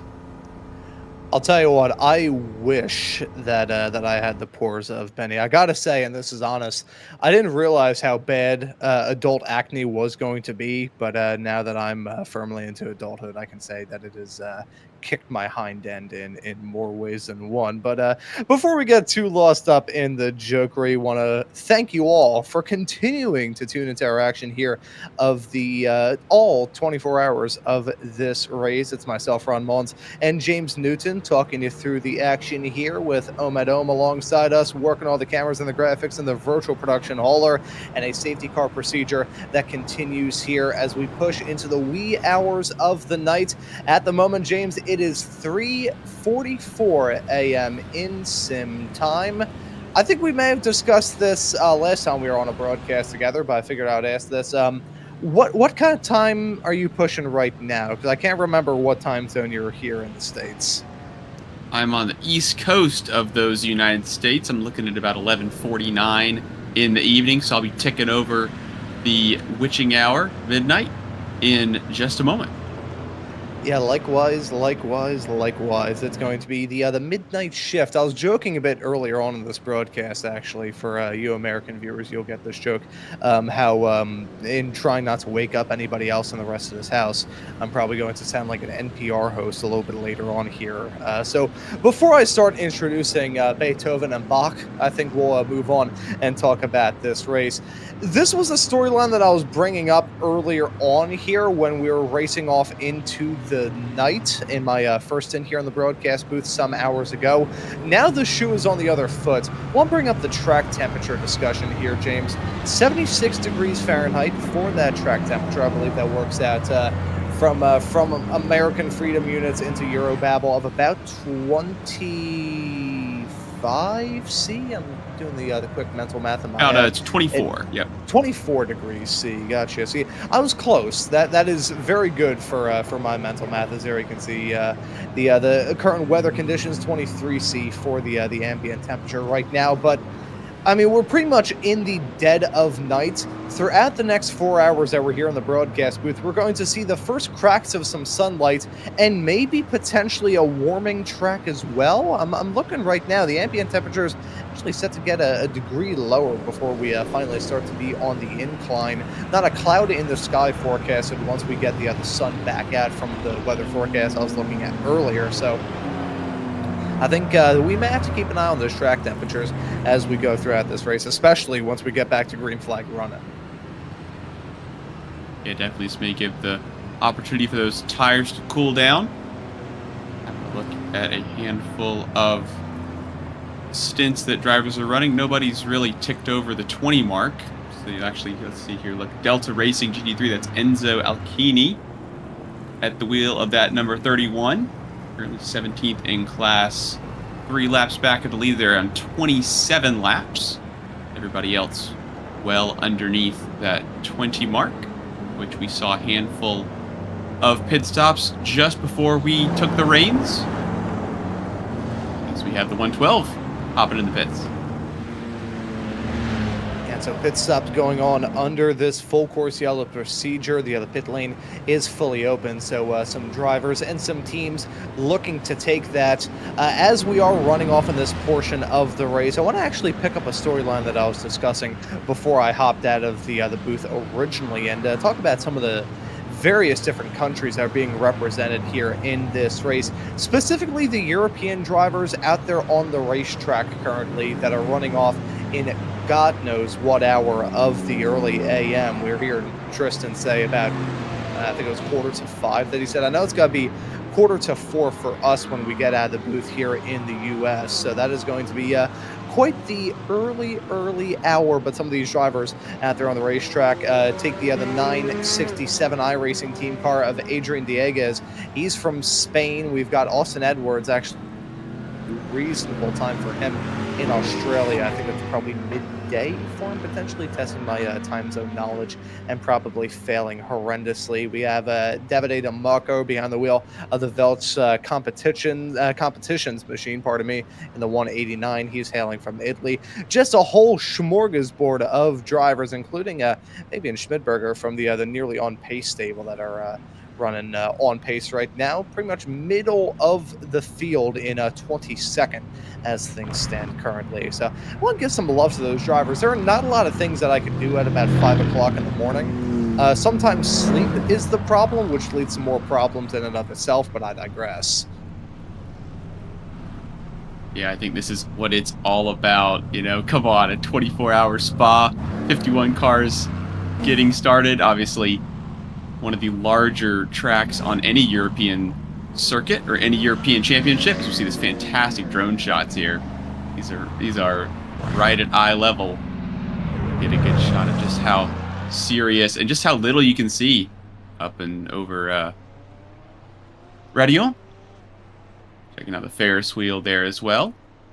I know for the Nürburgring 24, not sure how much cooking out you do at the Spa 24. I know at the Nürburgring 24, the drivers can smell the sausages and other various meats being cooked as they head through in the wee hours of the morning. Still not quite into the morning here in Belgium, but we are on the way. And again, I'm honestly safety car out there trying to make sure that everybody's good to go. We had some pits under the safety car trying to get that cheap pit stop. I am just on the edge of my seat to see some more racing here. I think that these drivers have had plenty of time to kind of get their heart rates down a little bit. And again, Spa being one of the longest laps of any circuit, just over 4 miles, just over 7 kilometers. Again, European babble, if you want to call it that. It is, even with its extensive length and high speed, almost cramped, you could say, Ron, with 51 cars starting this race. Yeah, no, you get the point where even with nearly 4.5 miles of room, you do run out of room very, very quickly with a pack like that. I gotta say, I may have to go in and change some of my graphics settings under this full course yellow procedure. My PC, which can usually handle production work fairly all right, is currently pushing anywhere between about 54 frames and about sometimes it goes down to 20 heading down the Camel straightaway when everybody is in frame. I think the problem I've had is that my PC has been on since my first stint on this broadcast at about 3:30 this afternoon. So it's had to do 5.5 hours of commentary work so far. So it's quite toasty here in the room. The only downside is here in the city of Philadelphia, of course, being right there on the river, right on your way to the Atlantic Ocean, it is quite humid here, especially this time of year. So there was certain points last week where I think the temperature was like it feels like was around 111 degrees Fahrenheit or something insane like that. I'm not sure about you, James, but whenever you walk out on a humid day, it doesn't feel like walking directly into a big bowl of soup. It definitely can. It definitely can feel like you're in a storm cloud. You also spoke earlier on, Ron, about potentially not having any issues with weather, and we'll have to try to keep that in mind. But obviously nice and warm, partly cloudy at the moment, just perfect weather at the moment. Still have 12 and a bit to go. There's 49 minutes until 12 hours to go, which obviously drivers are going to continue to duke it out, continue to battle, and just getting to that last hour. You can't win the race in the first hour. You can't win the race in the first 12 hours. You can lose it in the first 5 minutes, but in terms of winning it, basically getting the car there as efficiently as possible. Scheduled stops only if you can help it, and just efficiently getting to that final hour. Once you're in that final hour, that's when you can really start kind of taking some risks, really kind of going for it. And before we go any further, I do have to address something that I saw. I saw some information, which was that James does not appreciate kilometers. And I'd like to shore this up right now. I am a pure-blooded Anglophile. I adore kilograms. I adore liters. I love saying thank you. I love all of those things. And if I could have an old car be an E-Type Jag, and I'm all over the. There we go. Yes, thank you very much. I wanted just to make sure that the record got set straight. Yes, as somebody who's lived in Philly his entire life, we were the capital when we kicked the British out, so I feel like I cannot share the same sentiment. But I do want to have a little chat here with a member of the Quad Dash team that finds themselves in third in that very competitive BMW, this being Ryan Stringer from the team. I like that little notice there up on the top. But let's have a quick little chat with Ryan Stringer under this yellow flag procedure. Ryan, welcome in. First question here as we run through the night. What time is it for you? It's currently 5 a.m. May God have mercy on your soul. Welcome here into the booth. I want to ask you about this race. You and the rest of the Quad Dash stable have had a good run in that BMW. Was talking about this in my original stint in the booth some hours ago about that BMW being really strong on the straightaways. It's just been a good run for y'all. So how are you enjoying that BMW here at Spa? I'll be honest. We aren't actually pushing. We have been fuel saving since lap 1 to maximise the stints and the strategy. But yeah, BMW has been fine. We're higher than we kind of expected, if I'll be honest. Yeah, I gotta say, the fact that y'all have been doing fuel saving so far here in this race is, I'm not going to say ominous for some of the competition, but it's definitely a good sign about how the performance has been between your self running in the car earlier on, Tristan Engelstad, who put in a monster stint earlier, and right now Serena Terhar behind the wheel of that number 94 Quad Dash racing car at the moment. Y'all have got a pretty good stable. So as we approach the halfway mark here in this race, is it just going to be more fuel saving, trying to set yourselves up well at the end, or are we getting to the point where you're going to finally kick the tires and start to light the fires? I mean, personally, from the 24 hours that we've done before, and what I do quite often is you're never gonna know where you sit until the last hour. And I mean, with the teams getting points at the 6 hour and the 12 hour, we need to maximise the points that we got from maximise the points that we get in as we add a DNF at Red Bull Ring. So it's putting us back into contention somewhat. We are a little bit off the pace compared to the likes of the Project 91 and the Impact Sim Sport, but I know for a fact that they're currently on constant push, and I don't know, and it impacted her on some weird tyre strategy. Yeah, now I will ask the $100,000 question here. You're up at a disgusting hour in the AM. Haven't been in the car for nearly 100 laps. Serena's been in for the past 30. Are y'all maybe going to be eyeballing a driver swap soon? Are you going to be hopping in the car, or are you going to be retiring off to bed here momentarily? So I've been up since 7 AM yesterday. I have fallen asleep through Serena's first stint. And I am due to get in the car at the end of this stint, which I'm not liking the look of the fact that we are currently extending the distance until I get in the car, because I would have had a little bit more sleep if I didn't have to sit around for most of Tristan's stints, because for some reason he couldn't actually hear race patrol. Well, sleep deprived or not, I think sleep deprivation is actually a good tactic for a racing driver, because if you can't see all the stuff that's going around, you won't get too kind of occupied by drivers having some sort of off right around you. I think that may be a good little pro tip, life tip. Just ignore everything else around you by staying up for about 24 hours straight. Yeah, I mean, I done it in the Brit car end of last year, and I stayed up for the full 24 hours. I did regret it after the race. I did fall asleep. I can see why. I'd been up 29-30 hours or so, and I sat down to watch the Formula 1. Can't remember where it was from. As soon as I sat down, got 5 laps into the Formula 1 and then absolutely passed out and woke up after the race had finished. But yeah, I usually do like getting a little bit of sleep, but having us as a 3-man team it made it a little bit harder on the strategy, with us all being quite close in time zones.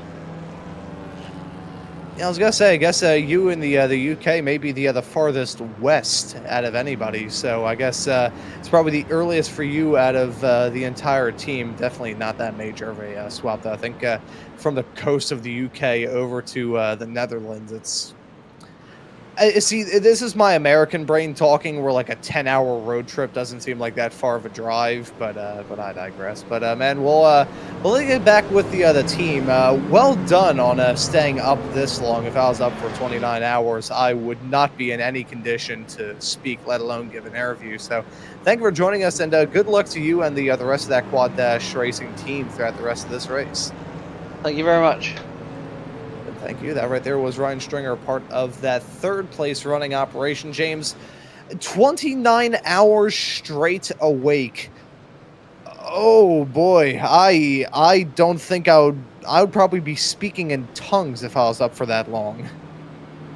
Yeah, I think, or passing out 5 laps into an F1 race, which sometimes might be the deciding factor in the race. You can almost fall asleep. Sometimes, it kind of depends on the Grand Prix, but sometimes, the very beginning is the important part, and that kind of gets your heart rate going. And this will be interesting here. I'm interested to see who gets the jump on this restart. Not initially, but across the next 15 minutes, 30 minutes or so after this. It has to be said, quite extended safety car period, as drivers are all getting sent around. There's about 3 or 4 packs out there. The number 10 down to the 39 are making their way through the top of the hill. Meanwhile, we are heading down the hill, right behind Benny. And they will get that all sorted out, which I think will be helpful for drivers kind of getting back to position battling. Of course, the cards will be shuffled once again as soon as we get going. And again, as we've said, just a really fantastic place for racing. Potentially a little cramped feeling. Lots of drivers would just prefer to be pounding around with no issues with traffic. Just hunt down the car in front, overtake them till you run out of cars, and take home the big trophy. You see a couple of those gaps here as well. Yeah, all gas, no brakes, shake and bake, do it for Dale. I got to say, though, looking around this track, an absolutely wonderful backdrop for motorsports. There are very few racetracks, I think, in the world that are as beautiful as Spa, both as a venue for racing and just looking around. The greenery in the scenery around this place is absolutely incredible. But still running through this yellow flag procedure. I don't think we're going to be too far away from a restart because we did get the wave arounds taken care of over the past couple of laps. So keeping our eyes locked on that iRacing pace car and to see whether or not Benny will turn those lights off any time soon. In the meantime, though, I want to thank you all for tuning into the action once more here, wherever you are and whatever time it is for you here as we push through the rest of the graveyard shift here of this race. I will bring up this little story that may be a continual storyline throughout this. So my desk, which I've had now for the past year, I've never really been able to figure out exactly how well I should optimize the power management. There are two USB ports here. One of them is to a very bright neon live on air sign that I have right by my monitor, because what's a good broadcaster set up without disgustingly bright lights that keep you zoinked awake? And then the other, I am playing the power management game.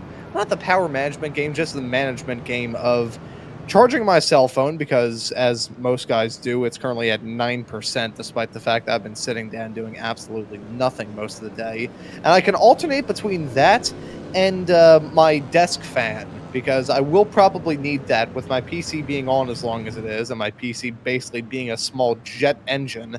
I think we're pushing about 85 degrees Fahrenheit here in this room, which is disgusting. So that sounds like the track temp graphic there. That's off the end of the scale in terms of when I begin to sweat. So that's going to be. Well, we appreciate you, Ron, for sticking it out in the tough conditions. And if there's any air that I can send you in the mail, I will send you as much fresh air as I can. See, the problem is with me being on this broadcast for as long as I will end up being by the time we get to the conclusion, it's both the hot air coming from the PC and the hot air coming out of my mouth. That's a 1-2 punch for just becoming incredibly toasty here in the booth.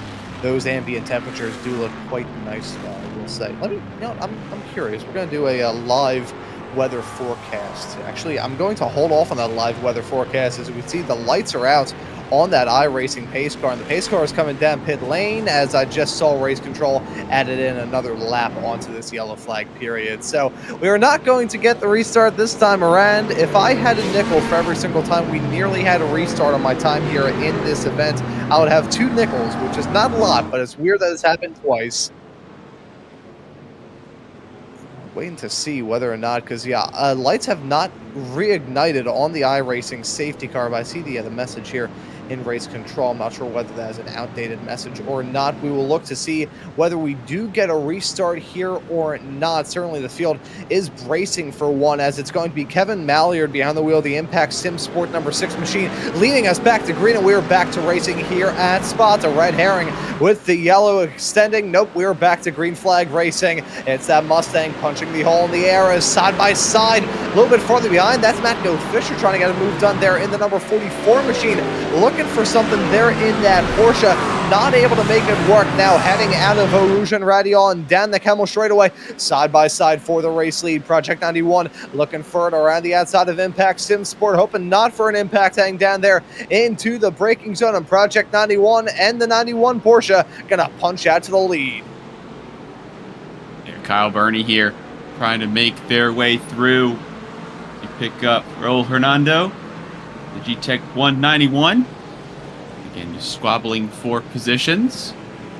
Quite a mild-mannered run through Radial and Eau Rouge. Kimmel Straight seemed to be the choke point, is now trying to have a look down, no name, nothing doing there. And this is going to open up the 44 to potential attack from the 191, who has been absolutely rapid through the latter parts of the stint that we just saw. Again, we have fantastic shots here. And again, side by side. They are not done here, Ron. Yeah, they are still battling it out as they head their way off through the middle sector. This is where things get really tense, really tight. You run out of room incredibly quickly through here, but that doesn't mean these drivers are going to back out of it. Far from it as they continue to fight. This top 5 is nuts. This top 10 is nuts.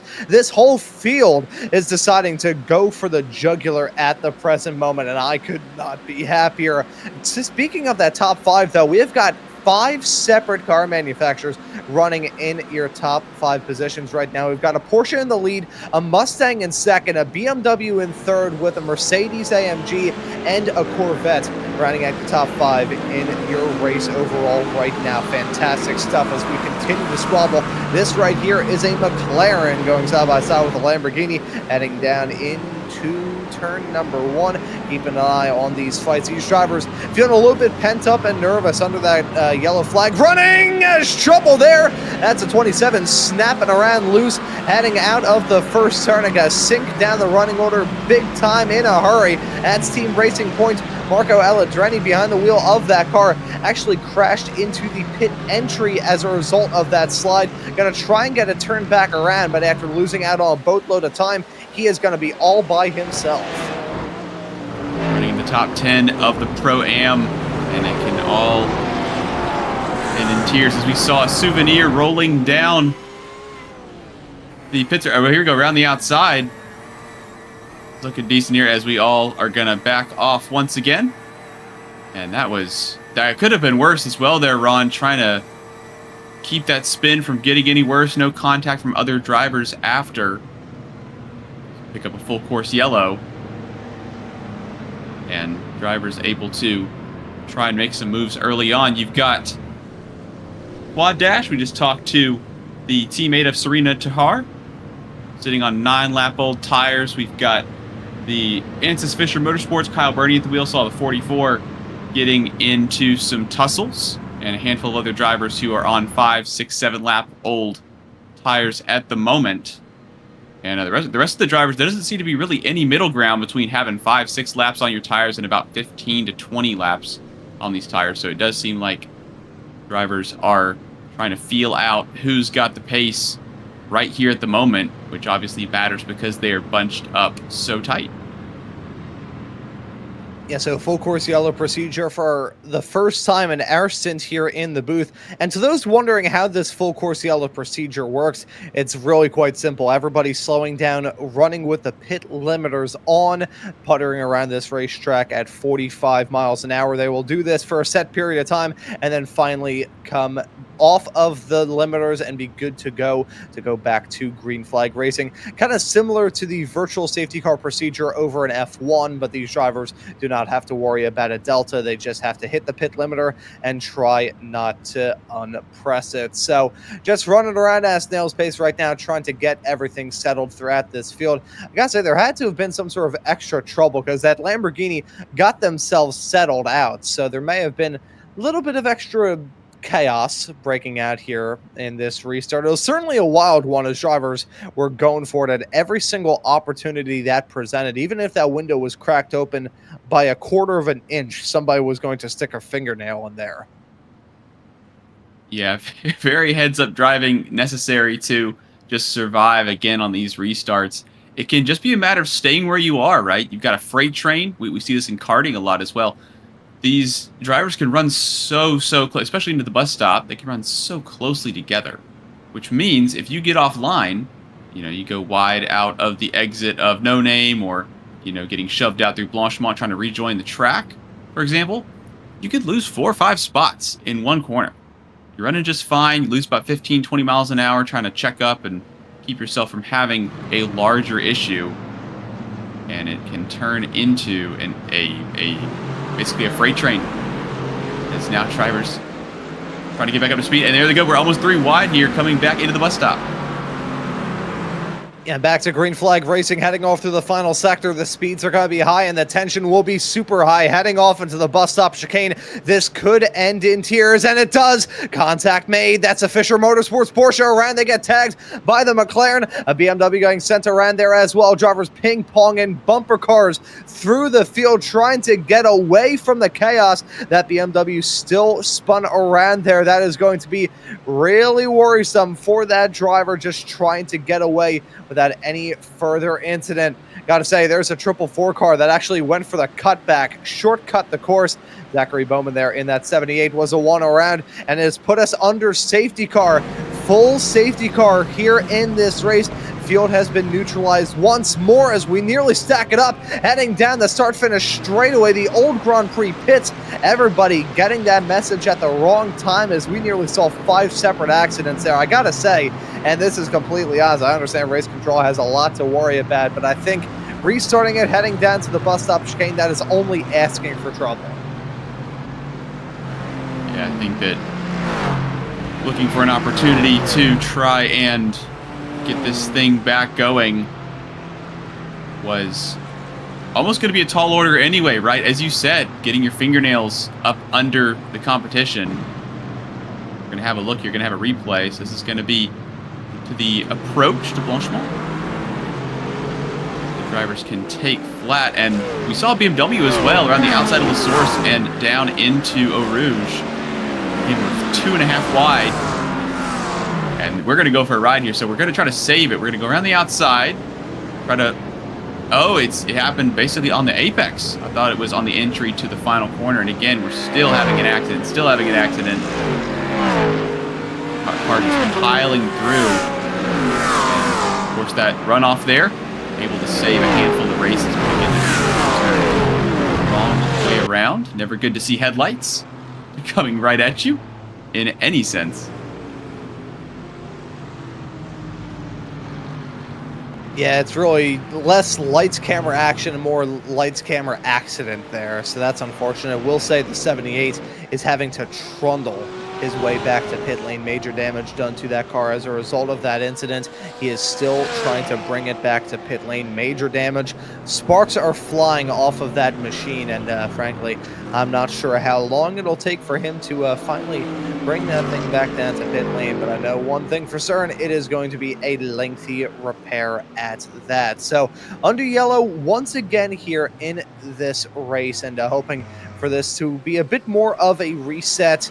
Those drivers, as soon as they got the restart, I knew it was going to be a little bit tense because you've got Americans trying to finally make their voices be heard in this race, and then you've got the Europeans maybe a little bit sleep deprived, trying to do everything that they can right towards the end of their stint. You meet those two things. That's basically what happens when an unstoppable force meets an immovable object. I feel like the result of that being an incident that brought out the yellow, one that did eventually get itself sorted before the yellow flag was called, which is an interesting point in of itself. I feel like it was I said this talking about restarting, heading down into the bus stop, and I'll say it once again, just talking about the way things were going to go there, it felt almost like an inevitability. Almost. I think that the drivers basically have to go into that section kind of knowing, this is going to be chaos. Let's just try to get through. Again, kind of what we spoke about earlier, that instead of trying to win the race, I'm being a little bit facetious, but try to win the race right here by making up 3 spots, which is fantastic and heroic, can also mean an issue for your camp and another driver's camp as well. Almost right now, obviously you want to get overtakes, but almost right now, you're looking to try to get yourself just basically to that final hour. Right now, every spot is important, but in terms of when you get there, again, we talked to the current third-place runners, Quad Dash Racing in the 94, about their game plan and just fuel saving, right? They're sitting on an overall podium, certainly for the pro class, and looking to try and potentially save a pit stop or potentially run a different strategy throughout that could put their competitors, no matter how much pace they deploy. They claimed they didn't have the same kind of pace, although the last couple of laps that we saw green flag running just before Ron and I took over was looking quite good for the 94. So we'll have to keep an eye on the pace. But yeah, it really is, in terms of moves, conservation mode for maybe, you know, attack 1 hour, back off an hour, attack an hour, back off an hour, just kind of depending on how you're feeling, how much traffic you're going to encounter in the next 15 minutes or so, those kinds of things. Basically, the traffic forecast is something you can kind of try to keep an eye on if you're going to get a little bit of breathing room, which, as we've talked about, is at a premium here in the Ardennes Forest. You know, on the subject of traffic, this is an odd segue here. James, you can tell me whether I'm weird for this, but I always enjoy looking at a local news channels, like local traffic cams. But I only do it for a news station up in Allentown, which is, I'm not sure whether it's a blessing or a curse. They are Channel 69 up there in Allentown. Lovely. WFMZ in Allentown, Channel 69. Actually, have it's fantastic. They have like their own separate channel on cable that is literally just like local to them, not local to me, traffic cams in like Reading, Pennsylvania, Allentown, sprinkled through the area just north of Philadelphia. They've got all that. They've got jazz music that plays there. I'm a fan of jazz. Love me some jazz. And then they just have a guy come in with a green screen, and he tells you the weather forecast, and it looks like it was filmed in like, you know, the cameras that they used to film Bigfoot, where like if you put your ear up to the screen, you can actually hear the pixels. And it's one of those that cameras. really crunchy look. Yeah, it looks. I don't even think bit crushed is the right word. It looks fuzzy. I'll have to see if I can maybe pull this up online, because I feel like it's not AB. It's one of those channels that has no like major affiliate to it. It's not like an ABC, CBS, you know, NBC or Fox station. It's just a station. So let me see if I can find this here real quick. I'm pulling up the 69 News Weather Channel, live cameras and forecast maps. So I get to see all the forecasts of places that are near enough around me without actually being here. So I'll see if I can pull it up. I'm not sure if they have a guy actually doing the forecast at, 12:23 in the morning. There are 3 people tuning into the stream right now, and I am one of them, and I am proud of it. Yeah, so to confirm there, Ron, you are weird, but that is perfectly fine. Obviously, when it comes to, somebody will hang out at a coffee shop, they'll people watch. They'll have a look at, this person's here, this person's walking their dog, this person's doing whatever, this car kind of honks. Obviously, car watching, as a huge car nerd, I really enjoy, especially on like a road trip or something. You'll be driving along, and all of a sudden, maybe a quarter mile behind me, I'll go, oh man, look at this. And everybody sits up and looks around, and it's like, no, this car is really cool. It's a quarter mile behind us. It'll be coming by in about, 2 minutes. But when it comes by, I'm basically giving a forecast of our trip across, the country or something on a road trip on the interstate over here in the U.S. And so in terms of watching cars, in terms of watching traffic, it can be kind of fascinating. Sometimes it can be kind of frustrating. People make some decisions that I personally wouldn't make. I'll say it that way. And I think that, as we see here, drivers also trying to make decisions, which again, this kind of race, something like a Spa 24. There's not a lot of stuff that's like a Spa 24. It is demanding. It's a fantastic track. It's got a lot of different types of corners. It's got blind corners as well. And it really, really asks something different of you that, for example, the Nürburgring. We just came from the Red Bull Ring as well. That's another beautiful track, but a very different type of track. And it really is a tall order. Just to finish one of these races, I think it's something else that people see. They go, oh, wow, it doesn't look that hard, right? There's not a lot of lockups. There's not a lot of this or that. How hard could it be to just, not have an accident? It's incredibly hard. trying to stay out of other people's accidents, trying not to just have that moment, right? Because you can make so many right decisions in a race like this, and just drop it out of this corner, or something goes wrong, you know, hardware wise, right? You got to make sure that you stay connected, make sure that all of your information coming through is good, especially with things like full course yellows and safety cars.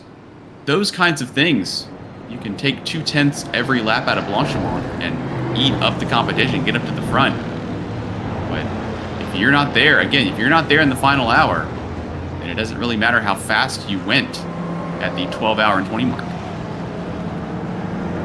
You know, just a couple of things. Firstly, fantastic point that he brought up there, talking about the other various things that make this a challenging race.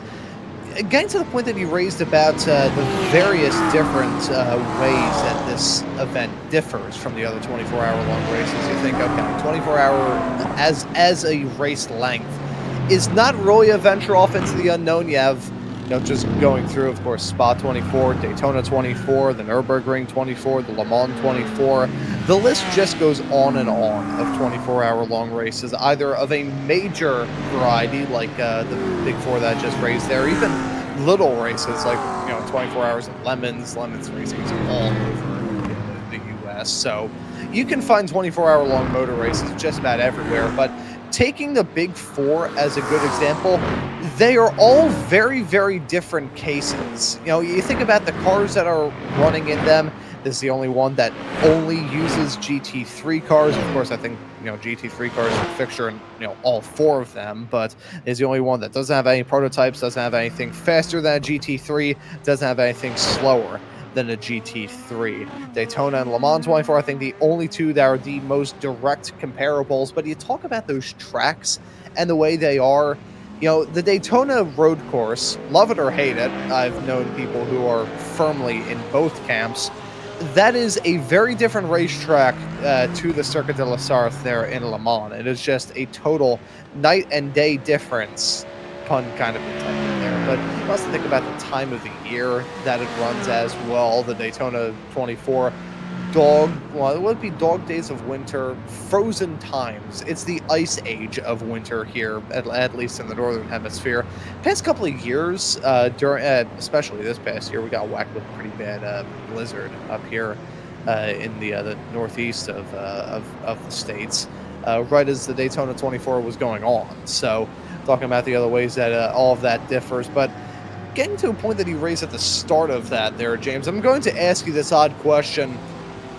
I mean, how many? First off, you know, pretext. How many road trips do you think you've gone on in your life, like proper road trips? Is that kind of an activity that you've done, or?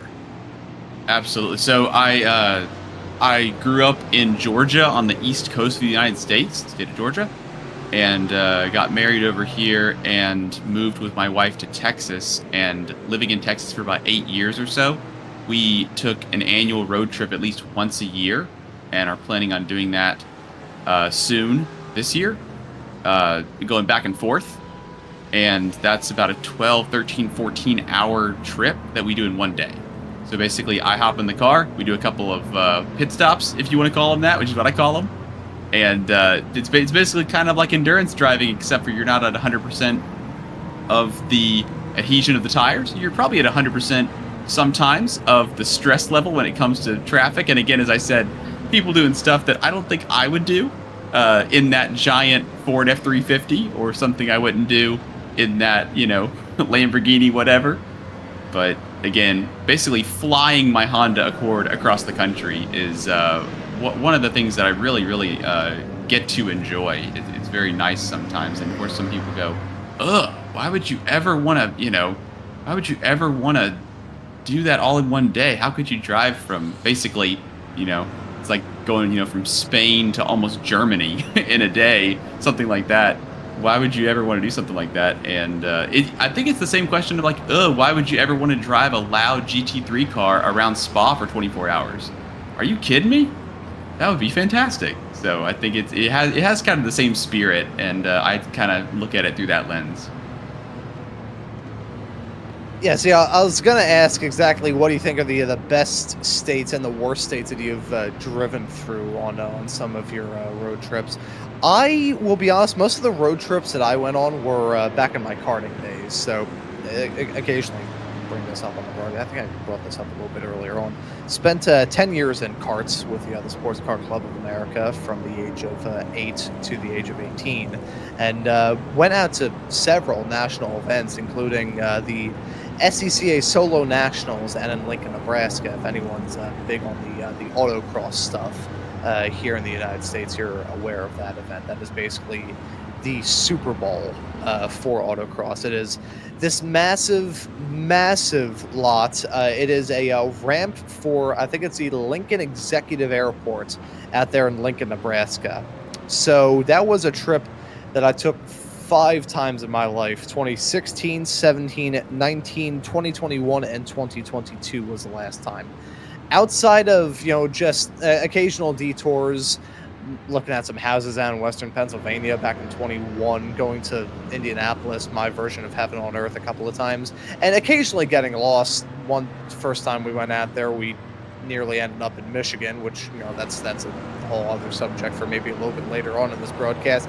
But the trip from Philadelphia out to Lincoln, Nebraska, that's about an 18-and-a-half-hour drive as I'm looking at it on Google Maps.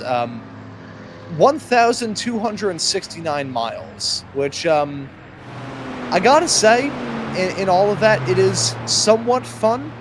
The only thing I will say, this may get me in trouble with this broadcast. The one state that I enjoyed driving through the least is the state of Ohio, for a couple of reasons. One, if anyone has ever driven through Ohio, you'll know this. The town of Toledo on the western side of the state, that should be the end of Ohio as a state. The final 50 to 75 miles to get to the Indiana border should not be around. That is just extra fluff. And going out there for the SCCA Solo Nationals, you'd be leaving late summer. I think the earliest we left was probably around August 30th, maybe August 31st. It was usually we'd be, out there driving through in September. Northern Ohio in September, specifically in the area around Cleveland, everything was dead. It was all the trees around the highway were just dead twigs and some mud. Best state, though, has to be Iowa. Have you ever been to the Iowa world's largest truck stop? That one in the YouTube chat has ever been there. That place is cool. Yeah, I think the funkiest spot I've been would be like a Buc-ee's when it comes to something kind of serious. And I could not say from any experience if Buc-ee's holds a candle to the Iowan truck stop that you're speaking of. Yeah, let me find this place here. I gotta share this with the class. It is massive.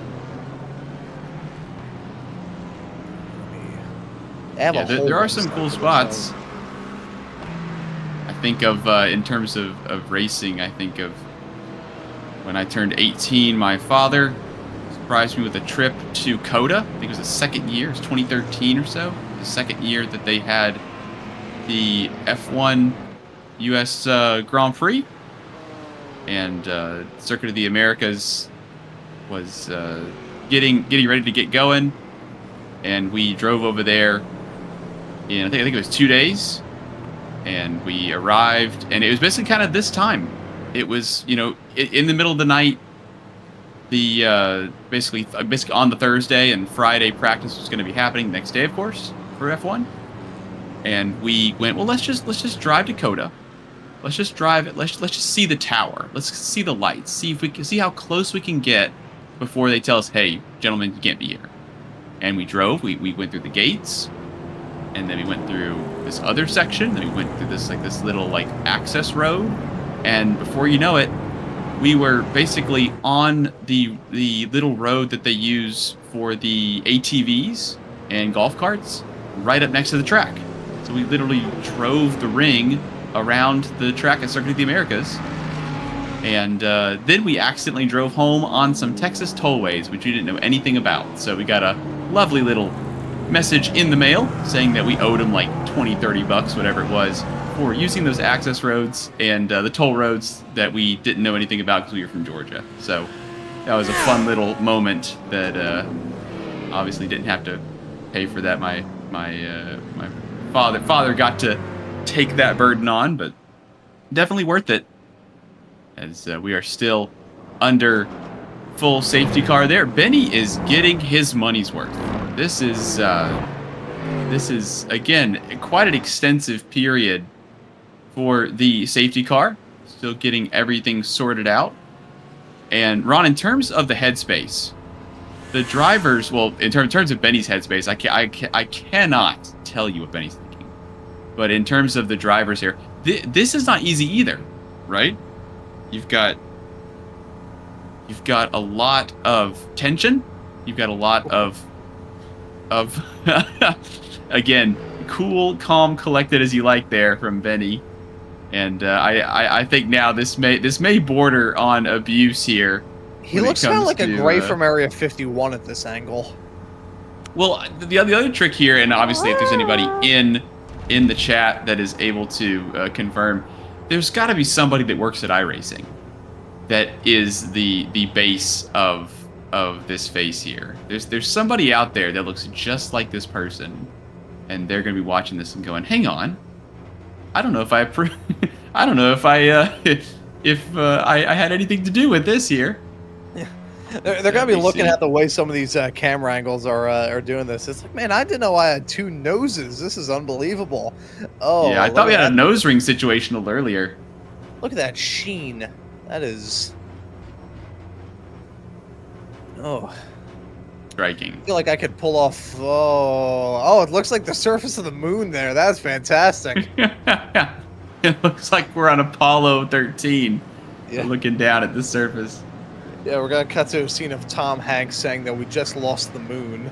That's what we're going to be doing here. But, yeah, getting back to the discussion about the mental headspace here, it is really nerve-wracking. You'd think that the nerve-wracking moments come under green, but it's the anticipation and the excitement that builds up as you're just, waiting for so long to finally get this race back up and rolling. I think the way that I could probably describe it is like a bull in a china shop.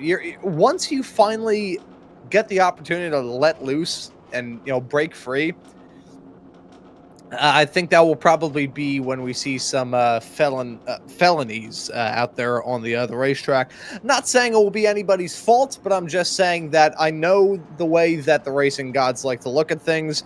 The racing gods look to answer two questions whenever they try and divvy out something. What would be the funniest thing, and what the law of averages would like?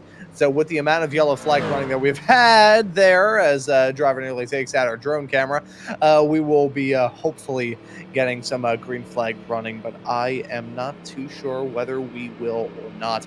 Under this yellow flag, though, as we still wait to get this race restarted once again, I think we'll potentially use this as an opportunity just to comb through the field, and we'll start with our top 10, some of the other top drivers here in this. I think we'll go by 5. Does that sound good, James? I'm down with it. Alrighty, let's do that. So right now, our overall race leader is the Impact Sim Sport SBR number 6 machine, Gavin Malliard, behind the wheel of that Mustang right now at the front of the pack. Very strong car. It pains me as a GM guy to say that, but the Mustang is far better than the Corvette here. Although I say that, we do have a Corvette a little bit farther behind. Quad Dash Racing, who we got the opportunity to have a chat with a little bit earlier on here in this broadcast, speaking to one of their drivers, finds themselves in second right now in that BMW. Always strong down the straights, which is interesting because it has the aerodynamic properties of a brick. Same can't be said about Ronan PT in the number 48 machine. It's Ronan Magalhaes behind the wheel of that McLaren right now. Those McLarens, I gotta say, are some of the coolest looking cars here on iRacing, certainly in the GT3 category. They look so sleek, they look so cool, and I love them with all my heart. We'll say a car that I think is one that has grown on me over the years, and actually I had the old version of, is the Rosso Esports number 38 Mercedes, running fourth at the moment. Carlos Jr. is behind the wheel of that car right now. The Mercedes, I wouldn't say it has certified UNC status here on iRacing, but it is definitely getting up there in the years. That, along with the Lamborghini, some of the oldest cars in sim. But right behind them and running at your top 5 overall is the Pro-Am team. Paul Botting Motorsports, the Pro-Am 007, shaken not stirred there in the Aston Martin, find themselves in 5th right now. That Aston Martin has been very strong throughout this race, and it's also a very striking looking race car. One of the newest GT3 cars added into the sim as well. And with that Pro-Am leader, that completes your top 5. James, how are we looking throughout the rest of the top 10? Well, we have just about the same. We have 4 pros and a Pro-Am. We've got the Sahara GT Motorsports, Len Eisenhuth at the wheel of that machine. Currently 5th in class, 6th overall. Pack SimSport GT team has John Javicki in the 55. Just behind, Bravo Snow 23 has Igor Google. And then we've got the first of the Project 91 racing teams, the 191 with Raul Hernando. That 191 machine has been all over the timing pages, but again, running on the 5 pits there. It looks like we've got a pretty good spread when it comes to all of the different strategies. And of course, that will all... The cement will continue to dry. It's far from set, but that will be one of the big talking points a little bit later on. And then you have the 112 Pro-Am entry, second place overall, or probably second place in Pro-Am, Rusty Spatulas, with Henna Hakkinen at the wheel of that machine, up 7 spots. Sahara GT Motorsports also up 8 spots as well, so some pretty big movers up at the sharp end at the moment. And a majority of the back half of the top 10 on relatively fresh tires compared to the front half. And again, Project 91 in particular, one of the strong teams at the moment currently. Again, hovering around the outskirts of the top 10, if you will, but still looking quite strong on pace. Yeah, certainly is the case. As we look outside of your top 10, Michael Herman Fry is the driver of the 11th place car, Project 91 racing team. They have been consistently strong throughout this race. We're able to start this race in 3rd. They're running 11th at the moment. Slightly off-kilter strategy for them, but I think things will work out very, very well. Interesting point about Gamma Sim Racing. It has been a topsy-turvy day for them so far. In the brief little 10-minute practice session we had before we got into qualifying here, they were able to set the fastest time. They're the only team and driver to set the any time during that practice session, so that certainly helps. That matters. In qualifying, however, they were only able to start this race in 45th, but since then they have cut their way through the field like a hot knife through butter, find themselves in 12th. And despite a couple of setbacks in the form of penalties, a couple of incidents, they are still looking to have a good, strong run here in this race. Again, a good points haul on the cards for these drivers, especially as we get towards that halfway mark. Jonathan Petrie is right behind them in the number 33 machine, finds himself in 13th at the moment in that ever reliable Porsche 992 here on iRacing. Talked about that car having the benefit of some pretty good BOP, had some weight taken off of it heading into this race instead of having weight added in, and the power reduction was minimal at only 0.25%. So things worked out pretty all right for that team right there. Right behind them, running 14th overall and a couple of spots back with some lap cars trying to comb their way through is Michael Teichman in the number 35 Simmet Esports car. So keeping an eye on that. Another Mustang up towards the front of the pack. Completing your top 15 here currently is Gaimi Calabu. I apologize if I butchered that pronunciation, but the Italian behind the wheel of that Team Racing Point number 19 Lamborghini. Those Lamborghinis were the stars of the show last time out in the opening race of this brand new series. The 6 hours of the Red Bull Ring. It was Team Racing Point and the number 16 car that ended up capturing the Pro class race win there, and they were dominant throughout. So I think that Lamborghini may be very, very strong as we break up the pro monotony and take a look at some pro-ams and ams to complete our top 20. Yeah, we don't have another Pro-Am until 27th position overall. We have Team HSK Motorsport, Duncan Sherman at the wheel of that machine, third in class at the moment for Pro-Am. And we're seeing, again, the battling, as we spoke about earlier, right? The complexion of the race really is interesting because there are no LMP2s, there are no prototypes, there's nothing else going on. And of course, if you go to the Nürburgring 24, you've got, Dacia Logans and things like that that are completely different to the GT3s, who are kind of, I guess, if you want to look at it in terms of speed, top dog there. Further back, 17th, the 823 of ERR by Dynarap. Again, Adrian Nguyen at the wheel of that machine, up 7 spots from where they started this, fourth in class for Pro-Am. And then we've got our first AM, which is the Ronin PT Red, Renan Kasik at the wheel of that one, the number 64. And then the other entry for Team Racing Point, Marco Aleandri in the 27, fifth in class, in 19th position overall. And then the 747 Flight Level Racing, that's Michael Adamczyk in the second spot for the AMs, rounding out the top 20, also up around 6 spots or so. And again, a majority of that group, more pit stops, it seems. So again, the top 3, top 4, top 5 are sub-6 pit stops. So again, scheduled stops only, potentially saving fuel. Really, really disciplined, it seems, in terms of staying out of trouble, but also trying to make sure that they just don't spend time in the pits. The longer you're out there, even if you're going at James Newton pace, it still is beneficial to just be out of the pits, stay out there, pound around, do the laps, and again, get to the end as quickly as possible. But 747 doing a decent job, still looking for a podium in that AM class. And then from there, we've got some more interesting notes. Vortex, the number 2 machine.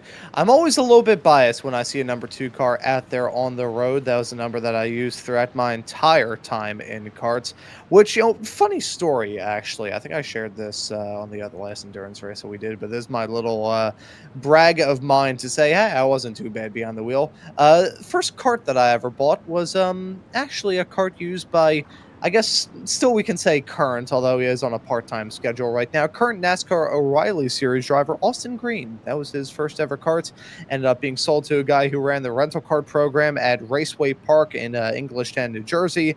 Ended up buying it shortly thereafter in the summer. Actually, it was the late spring of 2013, and then we were off to the races literally from there. So Vortex right now finds themselves running in 21st. Vic Declote behind the wheel of that car right now. It's another Aston Martin. Love to see the Aston Martins here in this field. We've got a rare sighting of a Ferrari. I still think the Ferrari is a new car here on iRacing, probably because I've been doing this broadcasting stuff for too long. I remember when it was first introduced, I was doing my first ever full season of GT3 racing, and I remember that car got introduced. I loved the looks at it. I was like, man, I wish they could update literally everything else. As it turns out, they have been able to do that over the past couple of seasons. Rising Panda Racing in the number 46 find themselves in 23rd currently. Oscar Monathan behind the wheel, of that car right now. I will say that's how they shorten his name in session, even though on our graphics it is a bit on the longer end. I would try that, but I would also embarrass myself in the process. So we'll call him Oscar in the 46. Rising Panda Racing, a team that I've gone to cover in various different racing disciplines, LMP2s and now here in GT3s. They're off the back of a second place finish in the Pro-Am category last time out at the Red Bull Ring. So certainly keeping our eye on that team here. It's Leandro Toledo in the Delta Racing number 4 car. We saw them get involved in that incident that put us under this full course yellow procedure. They're currently 1 lap down in 24th on the road right now, and nearly on pace. Another team that I've gotten the opportunity to cover. Actually, I believe First time I got to cover both of those teams was when those two, Nearly on Pace and Rising Panda, were battling it out for an LMP2 championship. So it's funny how that stuff works. That's Joachim Svensson behind the wheel of that 899 car, currently running in 25th. Yeah, it is interesting how obviously in the real life versions of these races as well, you see sometimes the same team. That's how, drivers, teams, different manufacturers, the cream rises to the top. And so if you've got a certain amount of people from a certain country, for example, obviously the World Cup's going on as well. These drivers, these teams, they bump into each other from time to time. And if they're not racing this series, they're racing another series. If they're not running this event, they're running another event. Of course, who wouldn't want to run this event? But when it comes to these types of races, sometimes you might see the same old characters, or at least a couple of familiar faces, because when it comes to this level of running, there aren't a ton of people that are able to pull off an event like this. There's not a ton of people who are able to really run these types of races to the level of some of these other teams. These outfits really put in a lot of time. They put in a lot of effort, and it takes a lot of skill, a lot of talent. And it's not just one person that gets any of these cars across the line, as I believe you may have the lights out on the pace car, or the safety car there, apologies. And I think that we may be getting going here in just a second, unless I'm going, again, as you said, Ron, red herring. I think that with about 5 minutes eaten into the back half of this race, we are heading through Blanchimont, still at that just around 70 kph or 45 mph if you want to use the freedom units there. I think we're going to get going. Yeah, that I believe we will. Now into the second half of this 24-hour race here at Spa. And it's going to be Impact Sim Sport and that Mustang leading us back to green. But a very interesting collective of drivers and teams directly behind Kevin Malliard in that 6 car. That Mustang is going to be the one that brings us back. Serena Terhar in the 94 Quad Dash BMW going to have an almighty run heading off through Rouge and Radion. Once we grab that green flag, could be an interesting proposition to see those two titans of straight line speed in GT3 racing duke it out, heading down one of the longest straightaways in all of global motorsports. And I will say one thing as well, not only are we seeing the lights out on the pace car, we're starting to see the lights grow duller around this racetrack because God's light, the sun is starting to come back. We've got a bit of haze in the sky as the sun returns, and we hope to see some green flag racing return for good. Coming around to take the restart. Back to green flag racing we go here at Spa, and it's a downhill run off into Rouge and Radion. That's going to greet these drivers to start off with. This could be where things get really dicey. Looking at the moves, looking to see what these drivers may be able to do. It's a good restart there from Kevin Malliard, holding on to a comfortable margin, heading down the Camel straightaway. However, Serena Terhar in that BMW just having enough straight line speed to try and hold off the challenge from that pursuing McLaren. As look at that, trying to get a move done with a missing front bumper is the Rosso Esports number 38 Mercedes. It's been so dark we haven't even been able to see that missing front bumper on that car, but somehow making it work. You'd think that'd be like dragging a parachute hanging down the Camel straightaway, but somehow making it work. Now feeling some pressure off through the mid-sector. This is where things get tense. Yeah, the 38 Carlos Jr. there trying to get 2 for 1 and losing both spots back again, so no gain there. Meanwhile, a little further back here, having a look at the 91 Project 91 racing team, who almost got the win last time out at the Red Bull Ring. And there's one of those Corvettes as they again snake their way through the double left-hander of Pujon. Now coming up to the little right-left chicane here. I say little, one of the larger radius chicanes, and now around the outside is the number 19 Lamborghini. And again, it does not matter if you're a pro, if you're an AM, it does not matter at all. All it matters is get the white car, then get the blue car, and keep this Lambo behind you. And looking at the close-knit racing as they head their way off as the speeds get higher in the back half of the lap. Lamborghini sandwich on the road right now. Lamborghini in front, Lamborghini behind, being able to see him more and more as the sun continues to burn brighter here at Spa. This is going to be where things get dicey. In the meantime, though, a dive on a Corvette heading down into the turn. That was an attempted move from Team Racing Point, and it works out well. Pack Simsport now dropping down another spot. Is fantastic onboard view, keeping our eye on the side-by-side fights as they continue to get curious, they continue to get intense, and these drivers go for every single opportunity that presents itself. It's side-by-side throughout the track. That was Jonathan Petrie trying to get that move done. Welch Competitions holding on to that spot for now. However, they have got ERR by Dino Wrap, that fantastic looking McLaren who was strong the last time I was here in the booth, trying to flex those same muscles here just past the halfway mark. Up a little farther up the road, things getting dicey. Side by side, heading down the Camel straightaway. Good little move here from the Porsche, and that's how you get it done. Yeah, the inside there of Carlos Jr., who got one of the better jumps, one of the better launches. Tried to fire it into Lake Home. And now we head down through Bruxelles. Anything doing there? 491, yes they do. Down the inside. Taking care of that, and it is getting hazy. The sun is on its way. We knew it was going to come up, but it's still fantastic to see. As again, scrapping in the back. And that McLaren obviously visually does not look healthy. On the restart looked quite feisty. But I don't think that feisty is turning into lap time. And I think that there may be a bit of bleeding on that machine there. The 38 still 6th overall. We have a look back here to the 12th place in class number 33 DCS Racing Blue. Jonathan Petrie at the wheel of that. Adrian Nguyen for ERR. Having a look. And now we are under full course yellow once again as we see one of the Belgian insects that has given their lives to the cause. That's another thing about this type of racing is so much crud gets on these cars. Once you finish the race, you go, is that our car? It's like, yeah, it's just covered in black from all the battle scars and whatnot that you pick up around here. But again, we're back under full course yellow.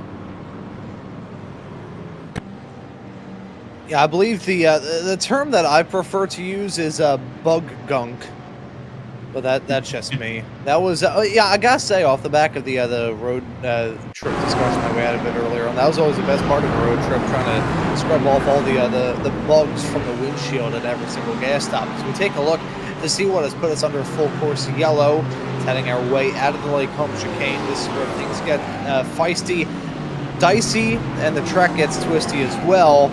Looking good, looking all right. That's the number 99 that we are following here in this shot. And it gets moves done, trying to make something work. And unfortunately, it just doesn't work. Heading down into no-name Speakers Schechter turn. There are about 3 separate names for that turn here on this racetrack. But unfortunately there, for the Aston Martin, Small hit in the barrier are going to have big consequences because you can see once again tagging the wall. That is, I gotta say, a surprising amount of damage for that impact. I mean, it wasn't the lightest in the world, that goes without saying, but even with that being said, that's a lot of damage done to that car. I was expecting it to be a little bit lighter, I'll be honest. I'm pretty impressed that there was no looping when it came to getting that out of the grass there as well. So obviously tons of right-hand down lock, trying to keep that car in line, but obviously the right front there, I was going to say kind of locked up, but it may just be a bit detached, obviously facing the wrong way. And again, just trying to get these restarts. We talked about earlier on the mindset, basically the opposite, right? So the mindset right now under full course yellow is just you're right on the edge, you're ready to go. This car is less than a car length ahead of you, and you're just hovering over that button, as we see here. Enzo Demarez Belay in the 120 drive-through for a restart violation. But that will be coming their way. The 120 Chrono Sim Sport in the 120. Chrono Simsport, the winner last time out for Pro-Am. Currently 2 laps back of the lead. It's getting brighter and brighter here. But yeah, again, the mental load on drivers. And also try to turn that back on, right? You turn it off, and it kind of cools off. It cools down.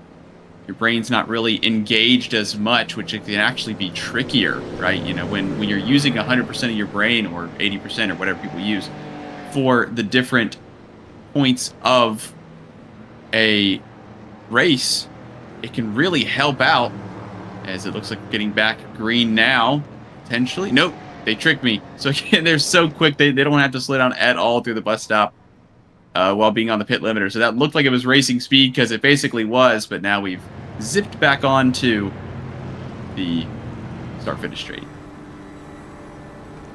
I will say, looking through as well, I believe there is another penalty that is down the pipe. It's a 747 Flight Level Racing Team drive-through penalty for causing a collision. I believe that was issued right before we got into this full course yellow procedure, so they will have to come down to serve that at a very near point in time, which is waiting to get this race back up rocking and rolling with 11 hours and 45 minutes left on the clock. I want to thank you all as we get into the wee hours of the morning here for the Spot 24 here on GT Endurance for the GT Endurance Cup Europe. It's myself, Ron Mullins, and James Newton talking you through the action with Omet Ohm, working on the cameras and the graphics in the virtual production hauler, all running the early shift here as we go throughout the night.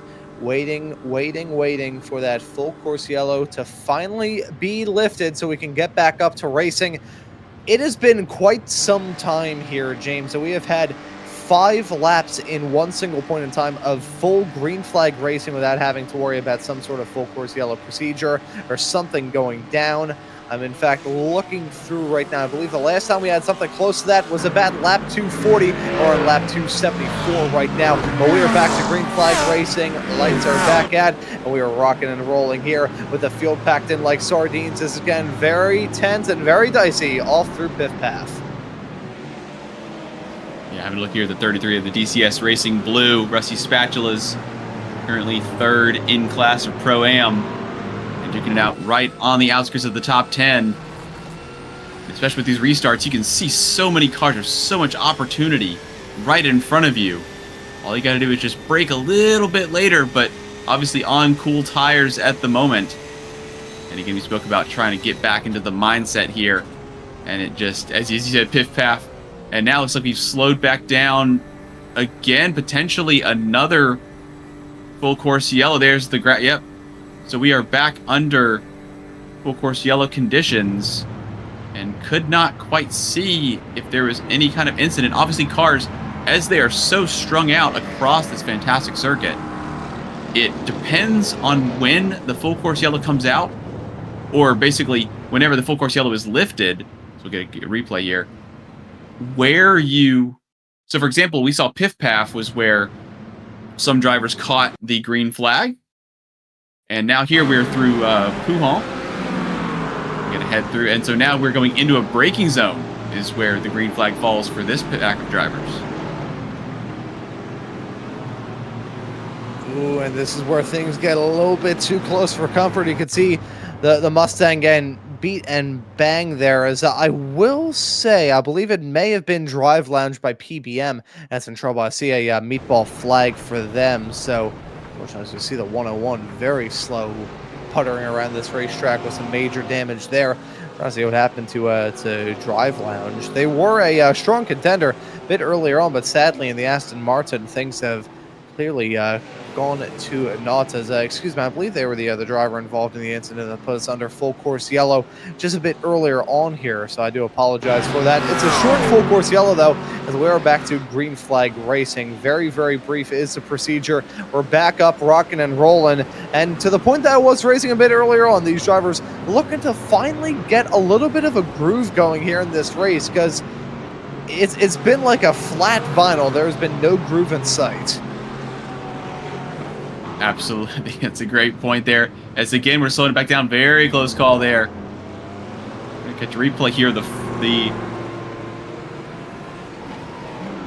Oh, the black. This is Mehmet Barak Akas, the Prism Motorsport Pro.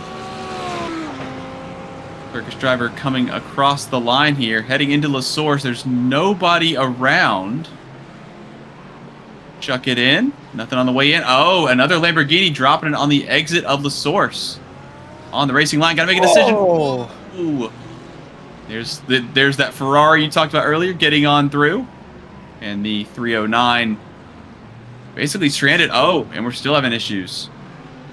And a little bit of contact being made as the drivers try and scramble to avoid that car. That is the worst spot to be in because it is fully blind as you head your way through there. And looking at that, we have put ourselves under full course yellow procedures yet again. This is now 3 times in a row. And once again, we are back up to racing. Hopefully this time it sticks because just been like old, dried out adhesive. There has been no tackiness whatsoever. Nothing has stuck. It has just been green, yellow, green, yellow, green, yellow. Hoping for a little bit more this time around as these drivers not giving each other any quarter out there on the racetrack, and frankly, no quarter is expected. Yeah, I think that potentially there may be a change of this. Obviously, drivers wanting to get some green flag running, which means that potentially, I'll go ahead and say it, some cooperation might need. Now, there's not going to be any cooperation here. Group Blanchimont and around the outside should have a better opportunity. And now we go straight around. Rusty Spatulas in the 112. And quite strong. Still probably a car on our left. What kind of braking can we get done? We are down the inside, good to go. And further back, it's still too wide. But in order to get this back up into green flag running, it's obviously exciting for us, but then we get a full course yellow once there's an incident. So drivers are wanting to race these cars. It is not fun to sit behind the full course yellow. It's necessary to make sure everything's good to go, but it's all to get us back under green, which is what the drivers are wanting, what race control is wanting, what everybody, all of you watching at home are wanting, what me and Ron in the booth are wanting, and we are getting some here as we go too wide down into Eau Rouge. And side-by-side racing through Eau Rouge is the perfect textbook example of dancing with the devil, with these drivers deciding to break out their tap dance shoes side-by-side, heading down the Camel straightaway off into Lake Holm. Good spot to get a move done. Slam dunk overtaking opportunity here. And seeing these drivers play ball, that is how you do it here. That's how you try and race. And these drivers put on a good fight right now. 2 Ronin PT cars to note here as well. The 48 McLaren and the 64 McLaren. The meat in the sandwich with 2 Mercedes at the front and the back of it. So this is going to be quite fascinating here. I was hearing more word from race control. A stop and hold for 60 seconds. The car number 967 for entering a closed pit during safety car procedures. That is going to sting. That is a very, very severe penalty. Right now find themselves running, where are they at the moment? They're currently in 30th overall. I mean, I'm not even sure if that is kicking a man when he's down. That's basically the equivalent of shooting a corpse. It is quite a hefty penalty, and obviously execution is incredible. That was a very close moment here. So now, again, hunting as a pack, it seems, are the McLarens with those very smart-looking white wheels, which I have to say have survived the test of time here so far. Not sure if the white wheels on my on a road car, if I had white wheels. As here we go down the inside, potentially going to have a look. Aston Martin to the middle of the road, slides back over to the left, nothing doing there. What kind of traction do we have out of the final bus stop chicane corner? The answer is actually not much. Aston able to pull away just a bit as we're seeing headlights up against the grandstands, up against all the trees here. Again, those dark Arden Forest moments there. And we're still seeing headlights all over the place, and drivers want to keep those on to the very last second. But it is getting brighter and brighter. Not sure what the track temp adjustment is at the moment. Looks about the same. I think that may not be the same here. Is the running order as they are trying to have a look at the end of the Camel Straight. Looks like they're all bunching up. The Constantina effect taking over, and I'm trying to make it through Lacombe in one piece.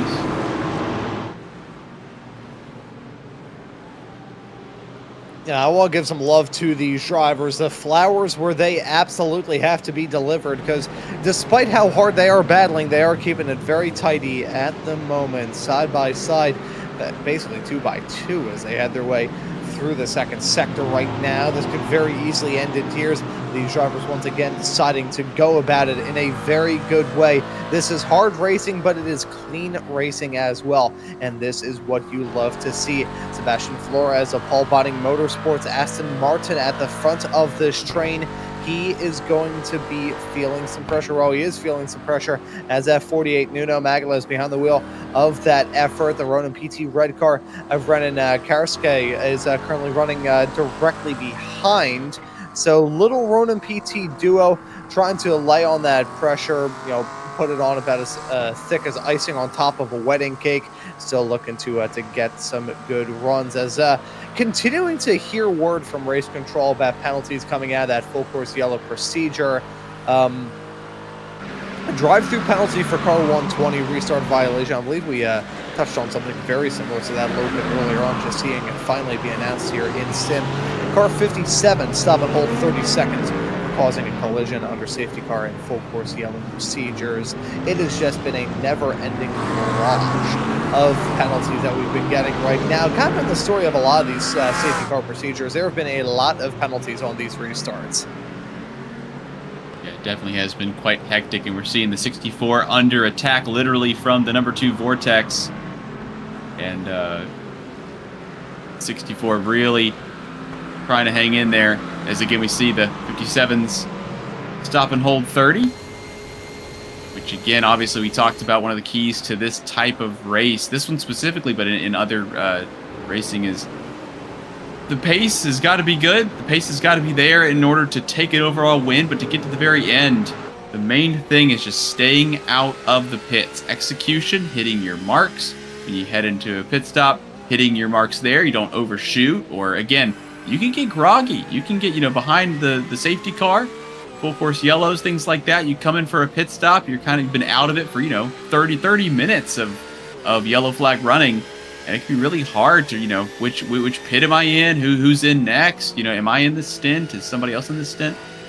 And those kinds of questions are really easy to answer 10 minutes in, but 12 and a half hours in, it can be a harder question to answer. And I know that, running endurance races, I would have trouble with, answering simple arithmetic.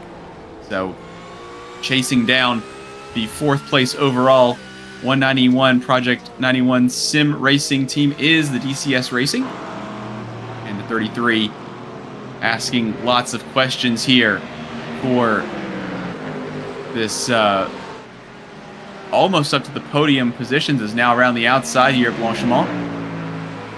Number 35, Simit Esports.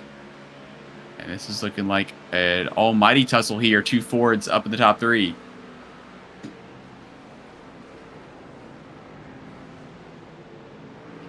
Yeah, it's really good tussles that we've got going throughout the field. These drivers not giving us a single point to rest, but should they really? I don't think they should. It's their job to win. It's our job to commentate on the racing, and it's awesome when these drivers are giving us some excitement and some good moves at the same time, as things nearly ended in tears as they headed their way out of the bus stop chicane. That's what I'm talking about, going side by side through there. It is like dancing with the devil in the sense, because you're one foul move away from getting sent off to hell. Yeah, I think some of these moves, obviously you're trying to race out there, but they're racing really hard, and when there's an incident or if somebody's going sideways, obviously you want to try to get the spot. You don't want to try to get it by turning somebody around, even if it is unintentional. And so trying to keep your nose clean, literally, trying to keep that front bumper from having the issue that we saw from that Mercedes earlier on, I believe this is number 5. You really have to conserve your car. Obviously, we talked to in an interview earlier on from Quad Dash, trying to conserve fuel, trying to get the upper hand on strategy, and having the healthiest car. Again, at the final hour of this race, having the healthiest car with the highest position is going to pay dividends. It's going to be incredibly crucial. Even if you're in the lead, you got 30 minutes to go. You can lose it so easily. And so all these moves, even if you're kind of sticking your nose down the inside, the other car goes around, trying to back out of it, maybe even give that car the position back, depending on the kind of situation, just in order to keep that front nose looking the same as it left the factory. I think that is a really big point. And I'm seeing a handful of cars that don't seem to be adopting that kind of strategy. Obviously, tons of pace. They are the overtaking car. These are big points as we see. Again, the Porsches swapping spots as this battle continues to rage on here. And very exciting stuff. But I'm kind of scratching my head at a couple of these drivers who are trying to make their moves, whether the car is going to be healthy or not. Hey, if racing drivers see an opportunity, you know they're going to go for it. If I had $1 for every single time the Ayrton Senna quote, if you no longer go for a gap that exists, you're no longer a racing driver. If I had $1 for every single time that was probably misused in an iRacing official or an iRacing event of any kind, I would probably be able to buy iRacing as a company with a little bit more room to spare to buy a racetrack and an F1 team. But, you know, that's not here nor there. I will say one little thing as we continue to see the sun burning brighter here. That sun is out. It is definitely close to being there. 5:12 a.m. in sim time, so we are making storming progress throughout the night, having some fun time. Saw the message pop up on screen, a drive-through penalty for a safety car / full course yellow procedure violation. That goes to number 38. We saw them just ping-ponging their way through the field. Rosso Esports was the other one that had the damage on the front end of that car. I believe they have now finally gotten that repaired, so the front bumper has been replaced. However, with the yang of that good news comes the bad news in the form of that penalty. The drive-thrus here at Spa, I'll have to get the exact length of the pit lane here with the combined Grand Prix pits and Classic pits. These drive-thrus now as well for your at one point Pro-Am leader, the 007 of Sebastian Flores. That is, I can't even say that's going to leave a mark, because I feel like that doesn't even do it justice. Yeah, it is a big hit, and they got there. Still third in class at the moment for Pro-Am. Paul Botting Motorsport, as you said, Sebastian Flores. Gonna have to get that sorted out. Meanwhile, trying to sort this out. This is Bravo Snow and Simmet Esports. This is Google and Teichmann. And they are within half a second. Meanwhile, again within half a second. So we've got the second and third battle, the fourth and fifth battle. Now Project 91's gotten through on DCS Racing Blue. So that's Petri getting passed by Frey. Michael Herman Frey hustling that 91, which looked so quick at the Red Bull Ring last time out. Storming up. Actually, the fastest car in the top 10, I believe. And yeah, running a 2:16.4. The leader running 9/10 slower. Quad Dash Racing. Serena Terhar at the wheel. But interestingly, with Simmet Esports and with Quad Dash, again, only 4 pit stops for over 12 hours of racing. It's pretty impressive stuff. I think that, again, some of these teams, they have the pace. Lots of teams have the pace. But specifically, you know, Quad Dash has the pace, Simmet has the pace. They are playing a different kind of game where they're looking to see, it's almost like Formula E, if anyone's familiar with that style of racing as well, where you don't want to lead a ton because you could always run out of energy. You want to basically get into the lead, stay about a second in the lead, and just sit there and wait for anything bad to happen. IndyCar can be like that as well, where you don't want to run way off into the distance because it could bring you all the way back. And with fuel strategy, tire strategy, it can all change. So it's really good to try and have a plan, and as we spoke to Quad Dash about earlier on, the plan was to kind of conserve. Maybe they've pulled the pin. They're up at the front at the moment. But yeah, still line astern at the front, but plenty of battles to look at here as we have another look here through Blanchimont. Yeah, seeing a penalty come down from the 77, Jacob Odo behind the wheel of that car. Spoke at length about that 77 car, the team HSK Motorsports stable there. The main reason I was talking about that is because Ryan Odo, the other brother of Jacob, currently behind the wheel, the driver that I've gotten the opportunity to cover for many moons over on Radco SR10s here on iRacing. Very talented driver in his own right, making his GT3 debut. I think that team really had a good thing going for them. I think had circumstances just fallen a little bit better for them, they're still going to be strong contenders. I think we still have 11 and a half hours of racing action left, for crying out loud. They started this race up in 12th. So the fact they, even with some penalties and some setbacks, still on the lead lap, find themselves in 26th. Second to last of the cars on the lead lap, but still within a shout if they can get some lucky breaks in the second half of this race. Keep an eye on those Mercedes. And, I'm looking through, James. I think the Mercedes may be the most popular car out here on the racetrack, which is very surprising considering that car is sort of the elder statesman here in GT3 racing on iRacing.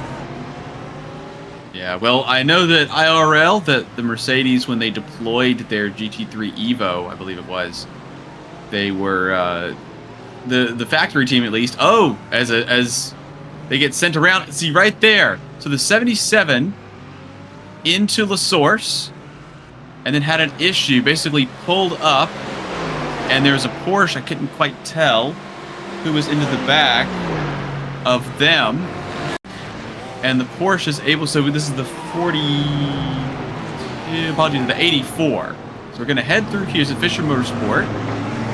Edwards is going to chuck it in through here. 77 is going to have to check up a little with the Aston Martin. May not get the best run. And as we head into La Source, the Porsche is going to come up through the back really hard on the brakes. And then we're going to try to dive down the inside. And it's just going to be pandemonium, but that's going to leave us with no rear wing into the wall. So obviously trying to make up some time, able to scoot back just in time there to avoid any further damage. And of course, they're going to have to carry that all the way around the lap. So obviously losing time stationary at La Source, probably one of the best places to be stationary if you're going to be there. Getting severe damage, hitting the 77, whether that was, basically on the brakes. That kind of move, it's not about the diving down. Obviously, people make mistakes and things can happen in this type of racing. But once that happens, the initial maneuver I would expect in a race like this would be to try to kind of back off and try to maneuver through. And it just looked like such a sharp angle to try and slip by the 77. And the high risk just did not pay off for them. I don't know. Maybe I'm being a little too critical, but again, I just think that if something like that kind of happens, you got to try to be heads up. And I think even if you lose the spot, I think that that's worth not having to come back in for, again, as we've said, scheduled versus unscheduled stops, having to come in and try to get that repaired, because that is going to be hefty. Yes, I think there are two separate categories of unscheduled stops, and this was something I was talking about at length in my earlier stint on this broadcast, a matter of probably about 8 or 10 hours ago now. And it was talking about the dynamic of unscheduled stops. Of course, those unscheduled stops were, you got damage on the car, something's awry, something's not good.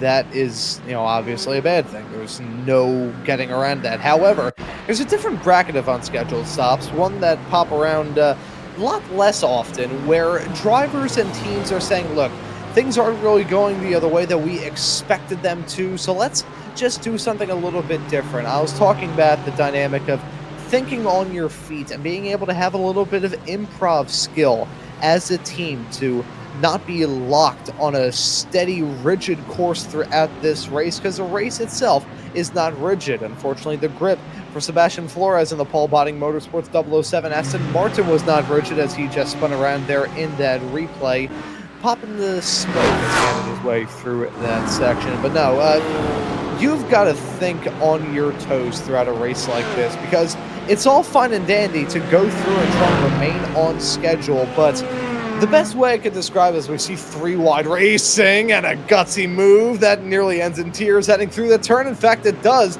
There's a battle involving air at 1 point race leader there, the number 6, looking for some spots here. That could get very dicey very quickly here. I still don't have a good feeling about it as they're side by side heading down into Rouge and Radion. One driver's going to have to back out of it.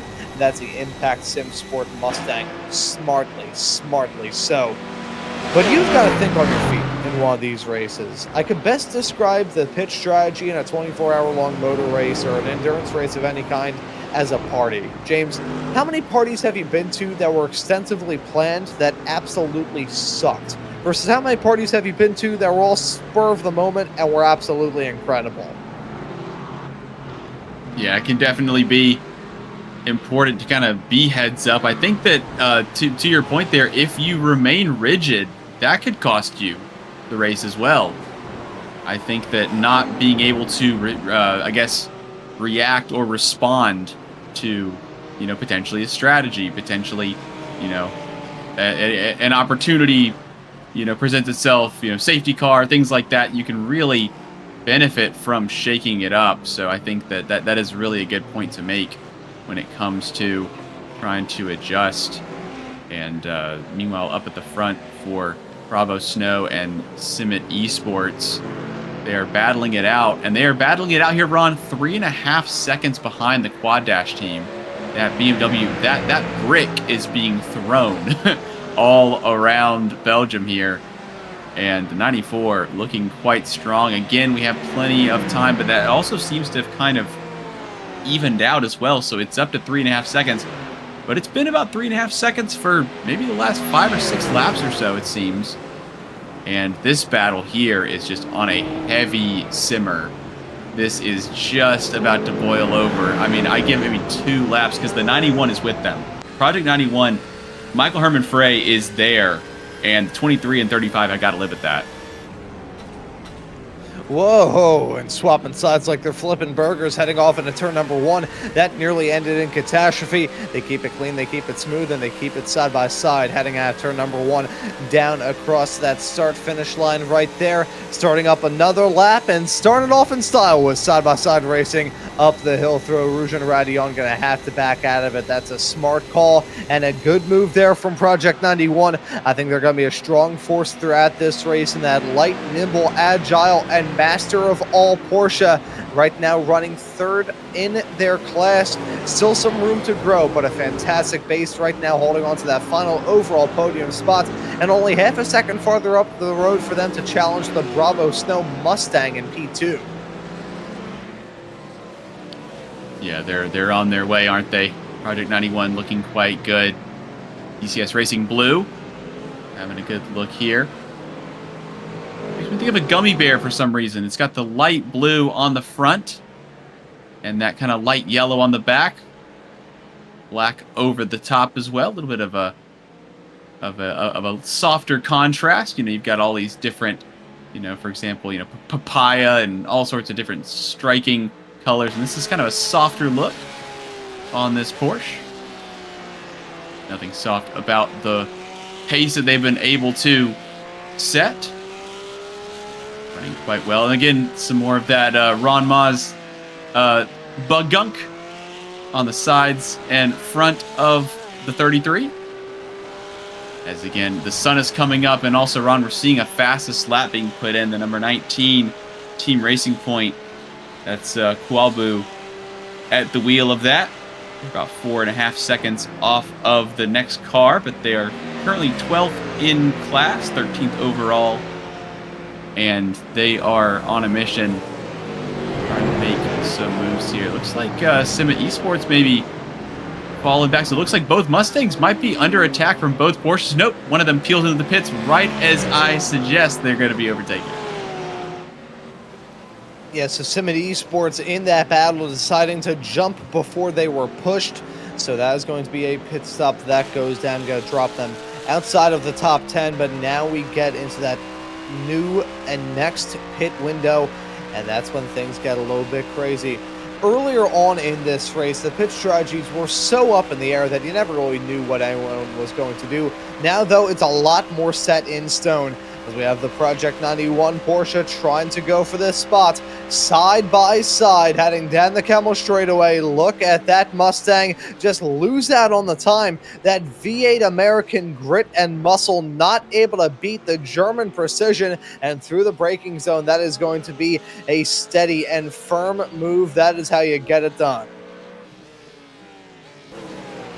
Nice and measured, composed, which is what you need, especially when overtaking this far up the grid. Obviously, these drivers have gotten to know each other, or at least the teams have gotten to know each other quite well throughout this run. We are... Oh, and there we go. Losing it all back again, I believe. If I'm not mistaken. As we have, apologies, different battling here. We got the 191 currently losing out on the exit of No Name. And again, that doesn't end in disaster.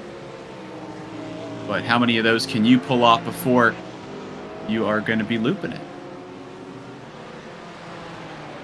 Yeah, and don't worry there, James. That has caught me out a couple of times so far here in this broadcast. That one makes all the difference, but it is very hard to spot. Also helps that I think my feet would probably work better as eyes than my eyes work as eyes, but we soldier on, I suppose. Keeping an eye on this fight. That's the 55 machine. That's the lone Corvette, I believe, through the entirety of this field. There's trouble right in front. Big slide off the track. That's the 191 car in big trouble. Somehow, I think, avoided the barrier, saw that car get sideways, and I thought that was going to be a massive accident. It was a big moment, a code brand moment at that, so I would not want to know what the inside of the pants looked like or the seat of the cockpit. I know one thing for sure, though. They just got away with an absolute miracle. I'm not even sure if there's a paint chip on that race car. They tapped the wall a little bit, but that could have been so much worse, James. Yeah, trying to have a look here at if there's any damage. The other problem here, right, is all you have to go on is the bust. Oh, and there's issue. Oh, apologies. Replay here through. Thought we were on live pictures for a second there. But having a look, it is damaged a little bit. But the other trick is they only had the bus stop to see, hey, how's the car? How's it feeling? I can't really tell you because I've only gone about, 100 yards or so. And so they're gonna get to have 4 and a bit miles to try and figure out how that car is feeling and if they need to make a pit stop specifically for the damage or not.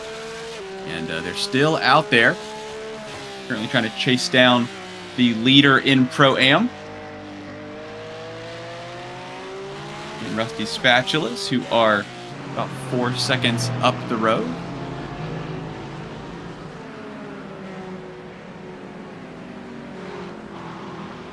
And Rusty Spatula is a very good team here in this championship. Drive through for the flight level racing. Michael Adamczyk behind the wheel of that car. Drive through for a full course yellow procedure violation. That's going to cost them dearly. I'm just going to say, talking about Rusty Spatulas, they came third in the Pro-Am category last time out at the Red Bull Ring. It was 17th overall for them when it was all said and done, which may have been behind the top 2 in the AM category, but those drivers who ended up 1-2 in that class were actually 14th and 15th compared to 2nd and 3rd in Pro-Am that were right behind them at 16th and 17th. So really competitive race. Whenever we get off into the tail end, the thresholds of our Pro-Am and AM categories, that's where it gets really dicey because you've got that interclass mingling, which has been a consistent storyline throughout this broadcast, where I'll take a good little example. The string from 21st back to 25th. You've got you've got 2 pro drivers, 1 Pro-Am in front of the both of them, and then some AM drivers at the tail end of that little gaggle. That is the kind of racing that I like, and that's part of the reason why I like the setup that this championship has. It's, nothing new Pro-Am and Am racing has been around long before this series came into existence, but it just throws in that extra dynamic that us as broadcasters, we do enjoy. It gives us storylines, after all.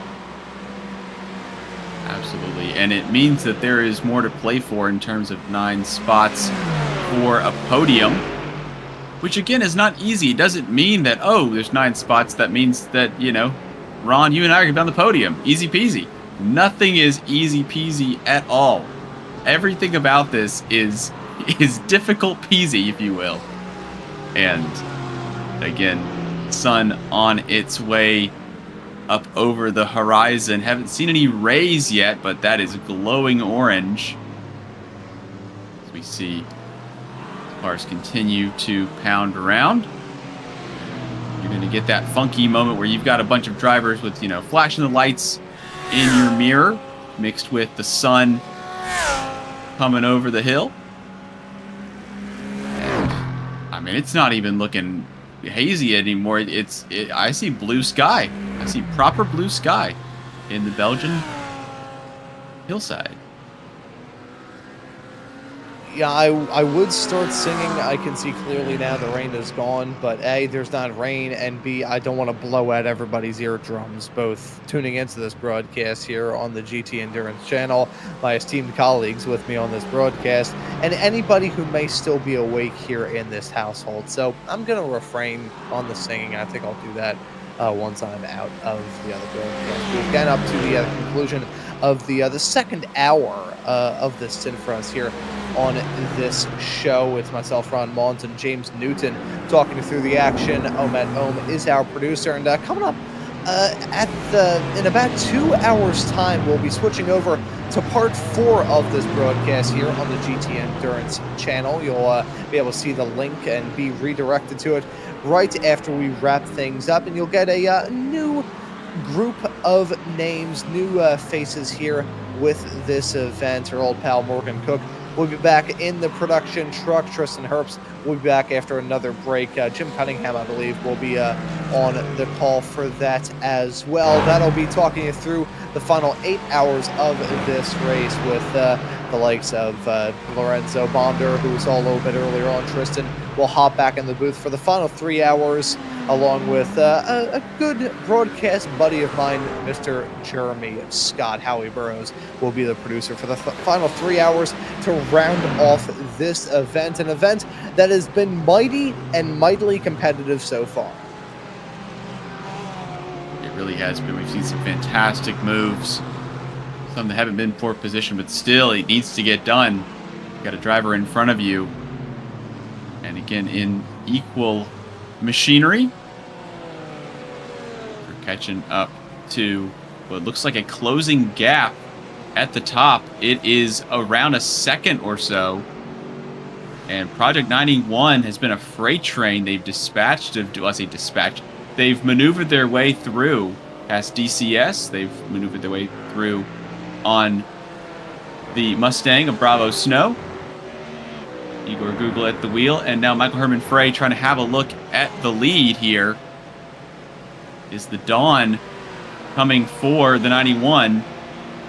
Last time around, a 2:16.8 compared with Quad Dash 2:17.5, so they're 7/10 a lap at the moment. They're going to run out of tenths here as they're around 7/10, and we've had some changes here as they come into the pits. So again, as you said, Ron, jumping before you're pushed. Yeah, so seeing that go down, the pit stops, they have gone a bit more uniform compared to what we saw a bit earlier on in this race. They're still very much split up, broken apart. Everybody has split their differential to some degree here in this race, but it's just enough to keep these competitors and certainly keep these teams on their toes as they try and decode the end of this race. It's like trying to crack the Da Vinci Code, frankly. It is just so mind-numbingly complicated that you pretty much just have to roll with the punches and figure out how things are going to work at any given point in time. As we keep our eyes around this field waiting for when the next pit stops may come, because It's pretty much a matter of when, not if, for some of these teams, of course, needing a pit stop between now and the end of this race in about 11.5 hours' time. So looking right now as we see currently, it's that gummy bear car that you were talking about earlier on in this race. Story time here with Ron Mons at just a tick past 1:40 in the morning here on the East Coast. As we follow Jonathan Petrie there in that number 33 machine, I share a fully true story that happened when I was an infant. I was actually a toddler. I think I was about 2 years old, maybe 3. I fell asleep with a red Haribo gummy bear stuck to my face and had a red wilt on my face for about a month afterwards. So that shows you the kind of intellect that I had as a child. Look at my aspirations to be a broadcaster back then. Well. Now, was this that you said this was Haribo brand? Is that correct? Correct. Yes, the Gotcha. red ones, to be a bit more precise. There's a photo somewhere of when I was found in the morning. It just seemed like makes it seem like I was dead as bad. By the way, actually, unrelated from that, I've been hearing pops outside my window, which, you know, being a lifelong resident of the city of Philadelphia, I never assumed. Somebody's setting off fireworks on July 12th at 1:41 in the morning. So, hey, maybe a good thing that I'm here on the broadcast, because I'm not sure if I'd sleep through that. That's a lie, actually. I sleep like dead. But yeah, anyways, getting back to the Haribo. And my ADHD is kicking in at the best/worst possible time here. But yeah, that was not my brightest moment, among many, I do accept, getting a Haribo gummy bear stuck to my face. I think it was, I can't remember whether it was on my cheek or my forehead. I think it was on my cheek. I'll have to go I back. think the cheek is funnier for some reason. I can't tell you what the logic is behind that, but I think if it was going to be, oh, here we go. Looking like down the out or around the outside through. Got that safely done. Make sure that there's 2 cars that exit that corner. Getting a little bit spicy there. Again, the amount of risk it takes to get around one of these cars, as long as they see you, still go awry, and it only takes one. Is now the Aston Martin trying to come back to 007. Trying to have a look here. So again, consistent battling, as we've had such a long period of full course yellows, followed by a safety car, followed by, I believe, a trio of full course yellows, if I'm not mistaken. And it has been quite a tricky start to our stint in terms of what the drivers were needing. Basically, an enormous amount of patience, basically 2 heapings of patience. And we are now, we've been under green for quite a while. Having a look here at the Dyno Wrap. Adrian Nguyen piloted 823. Drivers again just trying to hang on in there. A lot of drivers taking tons of margin. You see all of the gravel that is being kicked up basically on the racetrack. It's being kind of spread across after a couple of drivers going off at Curve Paul Frere. It really can be tricky to battle on this racetrack. Basically, in certain points, you're battling the racetrack. That's what you're doing. You're wrestling the GT3 car around, you know, maybe 70, 80% of your pace. And that in itself is a tall order. Just picking your braking spots. And of course, also, you know, figuring out who's in front of me, right? You're having a look, trying to figure out how to get around a driver that you may not have seen for a while. You're getting back. All right, so here we go. The Aston Martin. We're in a Pro-Am. The 112. A little bit of tail happiness. Might be the camera scooting just a second there, kind of getting me a little nervous. And now again, we're trying to have a look down the inside and able to get on through, but just trying to not read the room, but try to read the competition and figure out how you're going to get around the car in front, or trying to figure out who in the world's behind me flashing those lights. Yeah, see, at this point, the headlight flashing isn't going to be as near as like a crime where capital punishment is basically the only penalty that is in course, but it's still going to just irk these drivers a little bit. It's like being out there on the road and somebody just lays on their horn. I was out there on the other road a little bit, I say earlier on today. It was yesterday at this point now, where somebody was on the horn for a solid 15 seconds. I'm not sure whether it's just me, but if somebody's honking the horn, I get the memo after about 2.5. Flashing the headlights at every single point in time, it does good to, screw with the driver's head right up in front of you, but you're also not going to make any friends in the process of that. If I was getting blinded by flashing high beams directly behind me while trying to go through a Rouge and Radion, I'd probably bludgeon somebody to death with the blunt end of an axe. Yeah, I think when it comes to the horn there, just a quick, this is a technical term, a quick toot of the horn is kind of all that's necessary for me to have. And again there, the 19 with, as we're on board, or it looked like we're on board for a second, Team Racing Point able to get by and up into 8th place. Team Racing Point running the fastest lap of the race, so the lap times are continuing to drop as drivers are going from conservation mode to pushing. Obviously, drivers literally able to see more. That's always better. Able to get a little more margin on the track.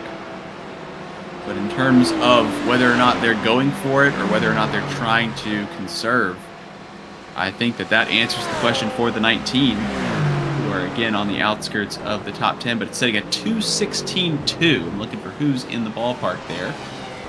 And actually looks like everybody's turned it up. So Project 91, in the 91, Michael Herman Frey, who currently shows has a black flag. Not sure what that's about at the moment. Currently running a 2:16.3, so only a 10th off. 2/10ths back are Impact SimSport. Daniel Struxka in the number 6 machine there at 2:16.4. So, 1, 2, 3, and 4 tenths off per lap, it seems. But Team Racing Point currently are at basically the class of the field when it comes to pace.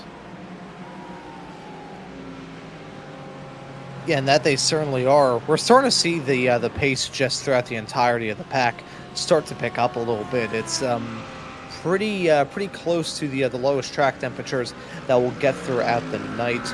Once that sun peeks out through the sky and starts to shine brightly upon this racetrack, that's going to be when it really starts to heat up. Right now, 74 degrees Fahrenheit for the other track temperatures. We're hearing as well, black flag has been issued out to that 91. So this is going to be big. Your race leader with a penalty, and that's not coming from race control either. So that is a straight up penalty going their way. That is very intriguing here. Trying to figure out exactly what could potentially be the cause of that. Maybe incident point violations. You do get an incident point penalty at 30 incident points. Certainly, far from impossible to, get that in the past 13 hours of racing action that we've had so far here. But either way you slice it, this is going to sting for Michael Herman Frey behind the wheel of that car. Yeah, so basically car 91, this is from race control, car 91 drive-through penalty on the restart. Car 91 and the 6 car made contact, and after the 91 received a black flag, this was removed by race control after safety car restart is what has come through. Now, obviously, we've seen the drive-through happen just now. So, again, it shows that black flag was removed after safety car restart, but we also saw the 91 come down through pit lane, so not sure. Okay, there we go. So that is now cleared. So Raul Fernando still at the wheel. Apologies, that's the 191. We're looking at the Michael Herman Frey powered 91, currently in 8th position. So they're about 4.5 back from the next car in line. So they have a bit of breathing room. A couple of seconds in hand over the car ahead as well. So that promotes The DCS Racing Blue, Jonathan Petrie at the wheel you're speaking about earlier, still only a second in it for the overall lead of the race at the moment. Both teams on relatively old tires, and both currently on an extra pit stop compared to the 191 Project 91 racing team, with Raul Hernando at the wheel currently in 5th. And this does not look like this is over at all here. TCS Racing Blue with no breathing room.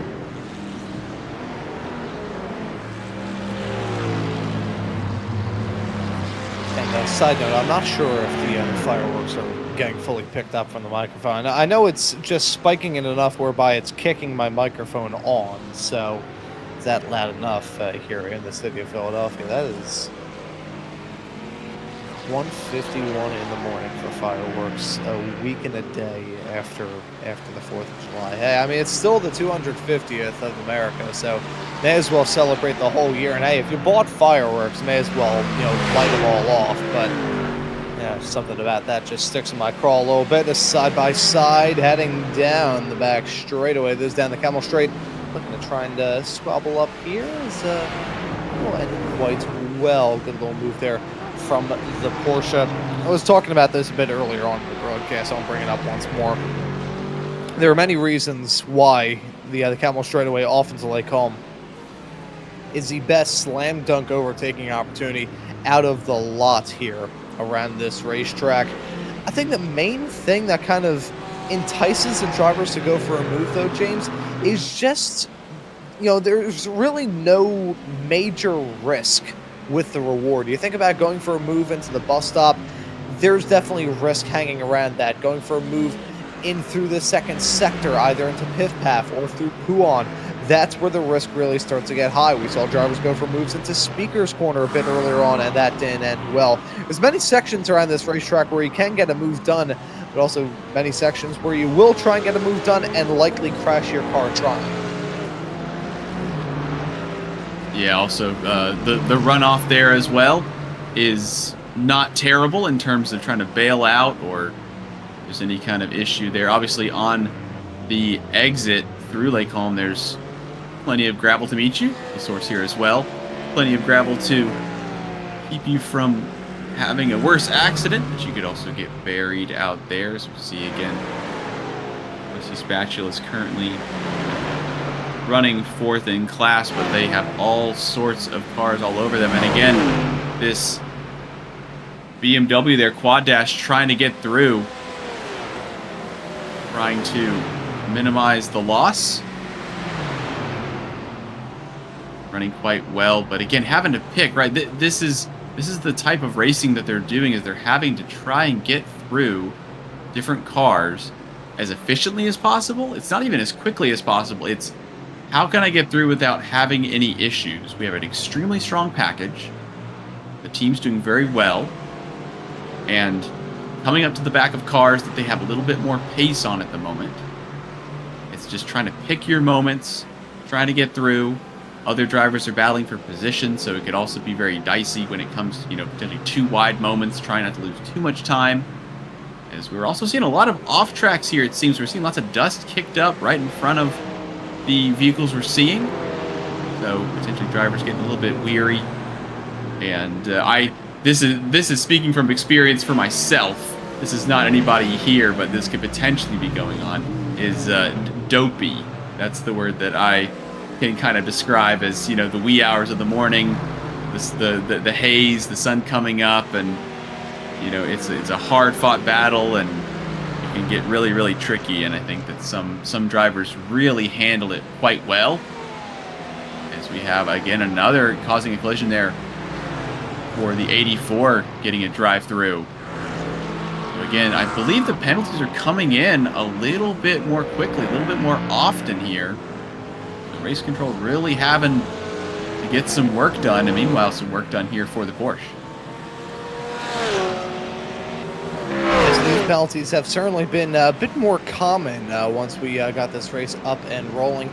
You mentioned this being kind of the dopey hour of the race where everybody's just feeling a little bit not bad, but just feeling very tired, whether it be the European time zone racers that are either pulling an all-nighter or just woke up, some American time zone drivers that are probably eyeballing a trip off to bed very, very soon.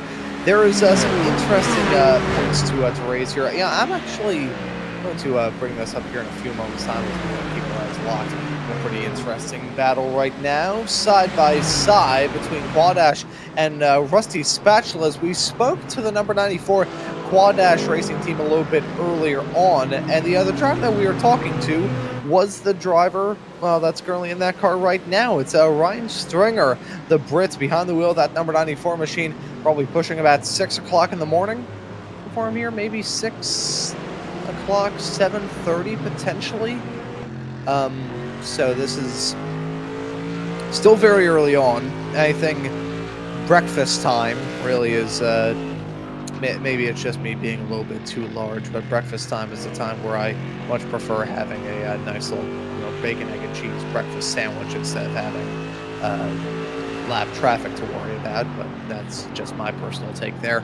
But right now, seeing them go out there on the racetrack and put in some good performances, I still think that Quadash team is going to be a very formidable force in the final 10, 11 hours of this. Yeah, they are definitely still in it for sure. And as we saw Stringer and Hakkinen going for it there. And of course, Quadash trying to get around Rusty Spatulas, or at least trying to do some battling. Rusty Spatulas were the Pro-Am leaders for quite a while. I believe they were the leaders when we came into the booth. And are now currently 4th in class, Rising Panda Racing, with Oscar Montine at the head of that field, running almost identical lap times to the 112, who was not easy to get around. Quadash had to do some serious hustling to get around that Aston Martin. Running that semi-cube, very straightforward orange with the black over top. Pretty easy livery to see there. Not the busiest livery as well. So sometimes you've got some relatively simple liveries, and then you have the teams that have the more complex, intricate, you could argue, potentially more interesting liveries. And if you just go the other way, right, you just do whatever someone else isn't doing, kind of the for baseball fans, the knuckleball effect, right? You've got somebody who doesn't deal with somebody who throws a knuckleball. Therefore, it's so much harder when somebody does. If somebody goes left when nobody goes left, then speaking of going left here, the 19 is trying to get into orbit. They have just set a... where is it there? A 2:15.8. I do not believe, Ron, that I've seen a 2:15 on the board in this event. Obviously, the fastest lap of the race for this session, but they are absolutely taking off. Sahara GT Motorsports just behind. They're about 10 seconds behind at the moment, running 2:17.5. So obviously, some lap traffic might be involved with that. But Team Racing Point, this Lamborghini is hustling. Yeah, and for context, folks, the pole time by Team Racing Point earlier on, and this number 19 car, was a 2:17.7. So they were nearly 2 full seconds quicker last time around than their pole time. Track conditions, darn near perfect. Bit on the cool end, but at this point in the green flag run, the tires are up in a groove and they are feeling good. So this is some fantastic pace that we're seeing from Kuala Lumpur right now in that number 19 machine. Gotta say, this is a marathon stint that he is putting in. Got into the car about lap 227. We are rapidly approaching upon lap 300. So there's been a very long run in this race, and this is the first time, in fact, that Kalabu has gone behind the wheel of this machine with the teammates of Gabriele Rossone getting into the car at the start of this race. Antonello Bucino there in the car from roughly lap 55. through to a bad lap 123. Massone got back behind the wheel before handing it to Vito Fatalino, who then handed it to Calabu quite some time ago. Still continuing to set some competitive lap times. To be able to clock in nearly 80 laps straight. Now, granted, there was a significant portion that was interrupted by yellow, but to be at this length of a stint at Spa and still be able to set in quick time after quick time, that is impressive. A good display of the caliber that this driver is. Yeah, it really does take something else. And it really is impressive. Again, the light switch, the attack mode, if you will. Able to just turn that on and just go for it. And basically it's kind of up to the team. You know, the team says, all right, can you please run, you know, 2:17.2s? Can you please run a 2:16.8 and just run about 12, 13 laps for that, you know, XYZ, and the drivers can basically perform to a certain level, almost like trying to pick a lock, as opposed to brute forcing the door. You're just trying to get just the right amount of pace, with just the right amount of wear, with just the right amount of track position. And it is really impressive how these teams can execute over the course of so many hours, with so many question marks thrown at them. And now we are really truly seeing the sun here. Obviously, we've been talking about it a little while, but the hue, the feeling has completely changed. It's a warmer Spa, even if the temp has not risen, as the cars are bathed in that beautiful dawn sheen. And we'll get a fantastic view as they head out of La Source and down the hill. Yeah, whenever you see the sun rise, it gives your soul a certain degree of warmth. And for these drivers that have spent so much time under yellow and under the lights here as well, that is going to feel like a completely new... It's going to feel like the start of something brand new, even though we're still going through the exact same race, taking a look at the sights and sounds of this beautiful racetrack as it's developed under that beautiful Belgian haze at the start of the night. You can see off in the distance the old remnants of the original Eau Rouge and Radion section back when it was a hairpin before it became the version of the track we have now. You know, you're talking a few moments ago, James, about how it feels warmer right now. I want to ask you, what is the coldest that you think that you have ever been in your life?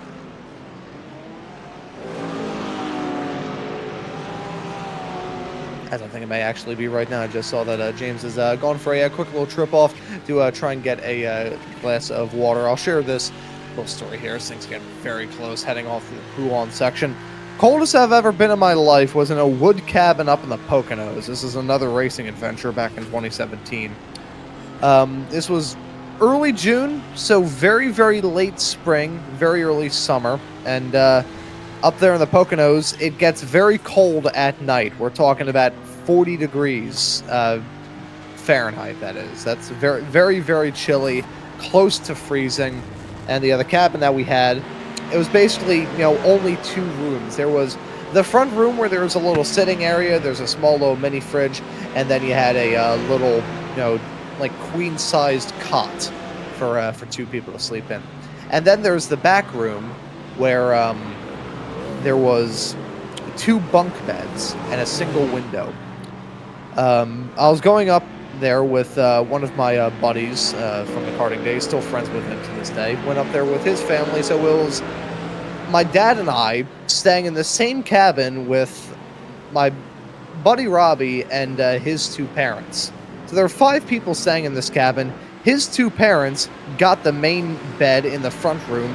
We got the other bunk beds by the window, which did not close. So I was sleeping there on a plastic cot, you know, one of those, you know, just campground, you know, woodland sort of places where it is, I can't remember the exact material, but it feels like a vinyl plastic that you're basically sleeping on, covering a small little thin 1-inch piece of foam on top of wood with no blankets. The only thing that I had was a hoodie and the shorts that I was wearing because I did not pack for any cold.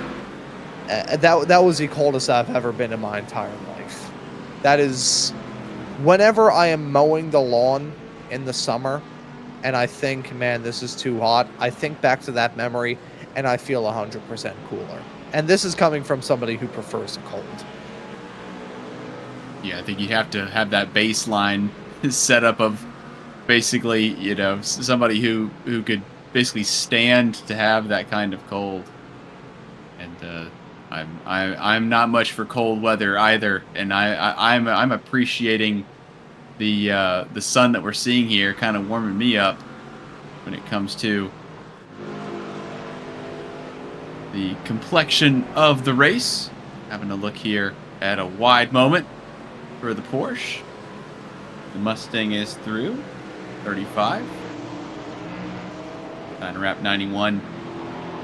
Aaron Myers now at the wheel of the Project 91, number 91 Porsche in this battle for 11th position. And we currently, with that flurry of pit stops, up 10 spots overall. Adrian Nguyen, ERR Dynorap 823, has hit the front. Only 5 pit stops for that team. 823 looking quite well. This battle for these two Porsches here is gonna come down. Basically, gonna come to a head here very soon.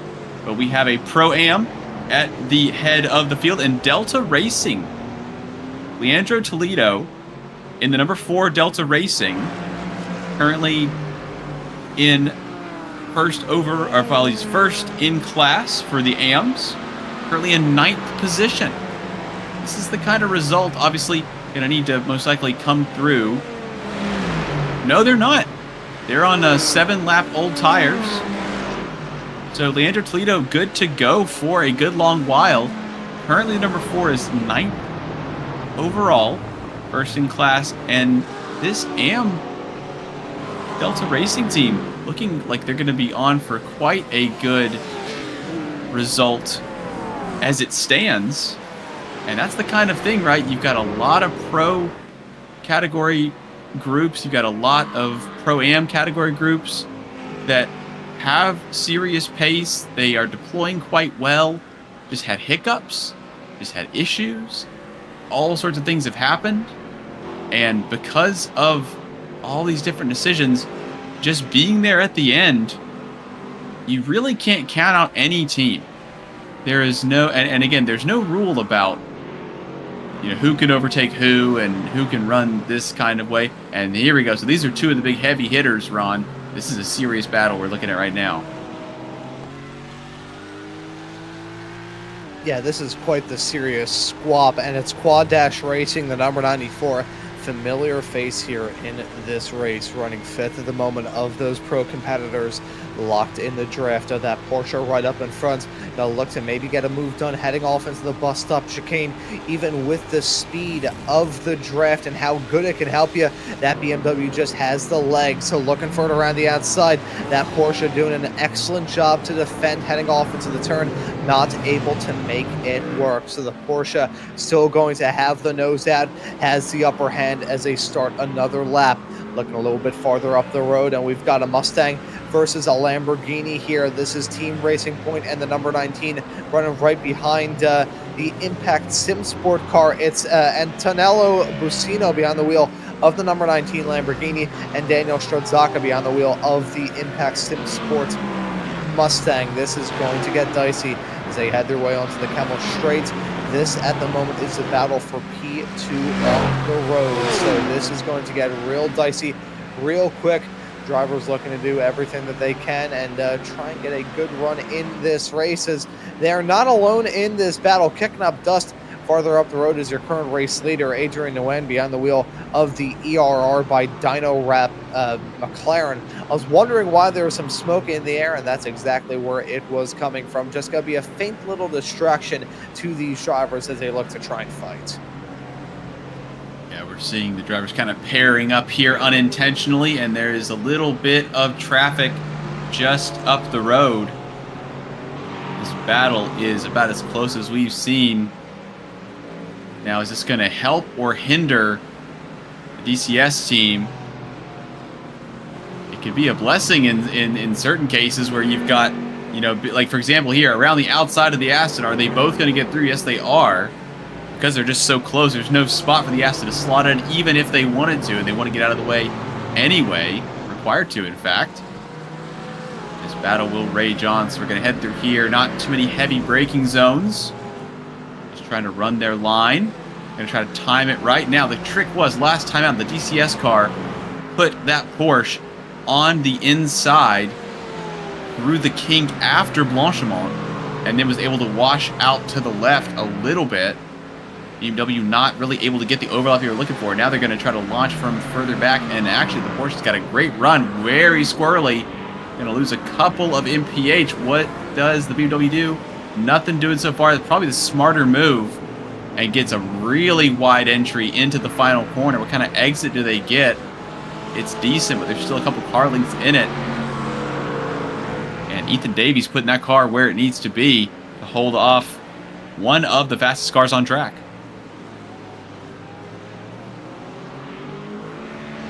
Yeah, both of them off into the gravel as they headed their way out of turn number 1, kicking the dust up in the air and racking up those incident points. This track here at Spa and iRacing was notorious for a very long period of time of being one where those incident points will get racked up so easily. I remember one of the earlier runnings of the Max Bance Invitational having a 1x as the incident point limit, a format that they coincidentally brought back for the latest edition of that event just this past week 13. But I remember the original with the old F1 cars around here. That was a classic of an event for drivers that actually did well there. Drivers that have gotten the opportunity to cover on these broadcasts since. But this track has of course undergone many changes since that original scan was done back in 2009. This scan brought out a couple of years ago, and it has been a fun one. It's a good track to drive, that goes without saying. I don't think there are many people that you can find in the world of motorsports that hate Spa. That's basically like hating the look of a sad puppy looking at you because he lost his tennis ball. Yeah, definitely. I think that it is one of the most highly regarded tracks, even if it's not at your tippy top of the list. Obviously, there's different racing disciplines, but in terms of a theater of motorsport, in terms of it's basically Broadway. It really is. It's where the big players play. And I actually have a tattoo of Spa as one of the tracks on part of my left shoulder blade. So I'm quite fond of it, to say the least. As we see again this battle continuing to rage here, Quad Dash trying to find their way around. Again, they're trying to stick with Ethan Davies. They're able to get it in some pretty good spots, but just not able to pull the trigger. And further back here, looking at the two, this is Joran Engelen and Hannah Hakkinen. This is for third position in Pro-Am. And there are just so many battles to look at here, Ron. We are kind of spoiled at the moment.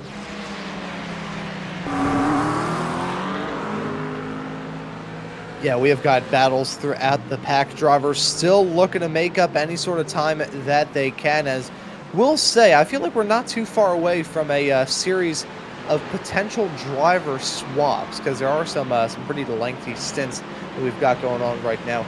Adrian Nguyen up at the front of this field.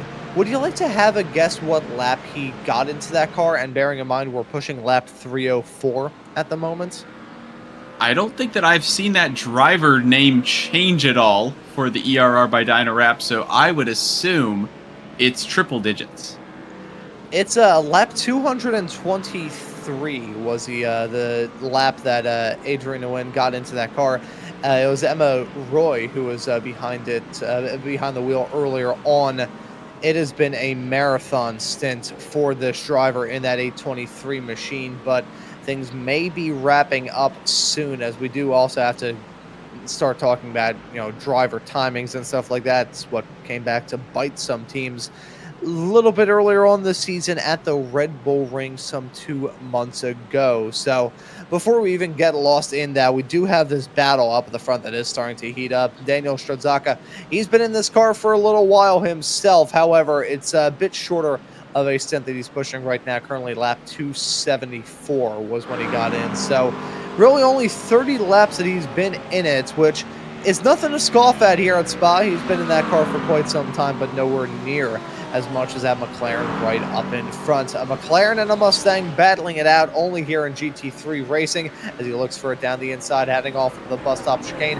Not close enough to get the move done quite yet. However, still going to apply that pressure. Not feeling any pressure from behind. Antonello Bucino in the Team Racing point number 19 car.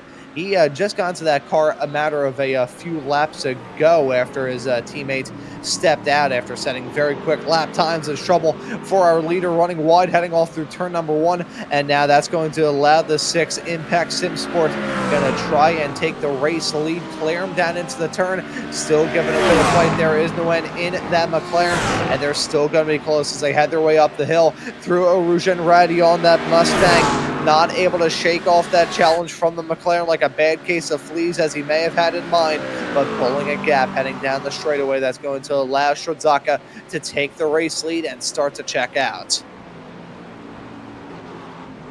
Very, very close battling. And again, you couldn't even see the McLaren tucked up behind that enormous rear wing of the Mustang. And as you said, you basically alluded to the idea that you've got a Mustang and a McLaren on track. Normally, those cars don't really hang out at the same lunch table. Vastly different cars. And I'm actually curious, Ron, in real life, day to day, which would you rather own, the McLaren or the Mustang in terms of the road car? Ooh, okay. I'm going to say, just because of the fact that I come from a family of GM people, and if I had a Mustang, I probably would be, I believe the correct technical term would be pilloried. I would go with the McLaren, personally. I like the car. I think it's pretty all right. The 720S is fantastic. I will also say, if I was ever gifted one of the, what was it, the E-Mustang, when they turned the Mustang into an SUV, I would burn it. But I'm nodding my head in approval. I didn't realize that you couldn't see me for a second there, but I have a smug look on my face. I would agree with you. I think that you could always sell it and get a Mustang, a ICE Mustang, as it were. But yeah, it is fascinating to see, obviously, with the balanced performance for these cars, adjusting the weight, adjusting the restrictor plates, which of course adjusts the amount of horsepower that each engine produces. And interestingly, some cars upping the horsepower to get up to GT3, I guess, standards, if you will, for the BOP. Some cars heavily reduced compared to their road-going counterparts, even though these cars absolutely demolish any kind of road-going equivalent. Some of these, I believe the McLaren is one of them, that has, I would say, severely reduced horsepower compared to the road car. So the road car has more horsepower than its racing counterpart, but in terms of lapse time, these GT3 cars for decades have been really demolishing lap times. And now here we go again. So DCS Racing around the outside. Is the BMW going to let them have any kind of leeway? The answer is absolutely not. As you said earlier on, Ron, that BMW is a quick old brick.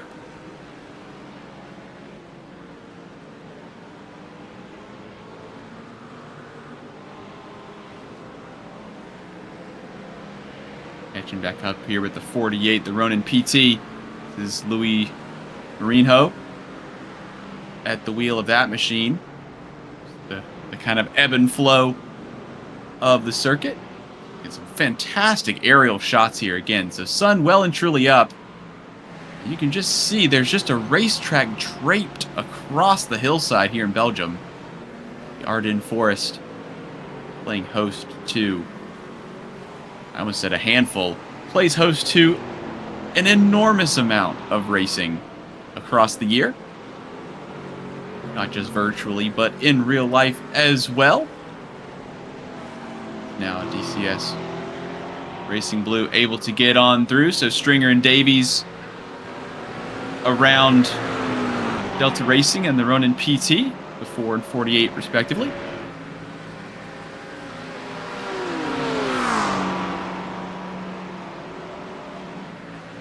drivers now well and truly settled into the rhythm that Ron was speaking about earlier. We can't call it the rhythm of the night anymore, which is unfortunate. That's true. We have lost that nomenclature. The movement of the rhythm morning? of the dawn, potentially. Yeah, I think the rhythm of the dawn may be better. Movement of the morning sounds like something that they would advertise in like a Miralax commercial, but Yeah, it sounds like something that you would rub on your wrists, every morning to help with your arthritis or something.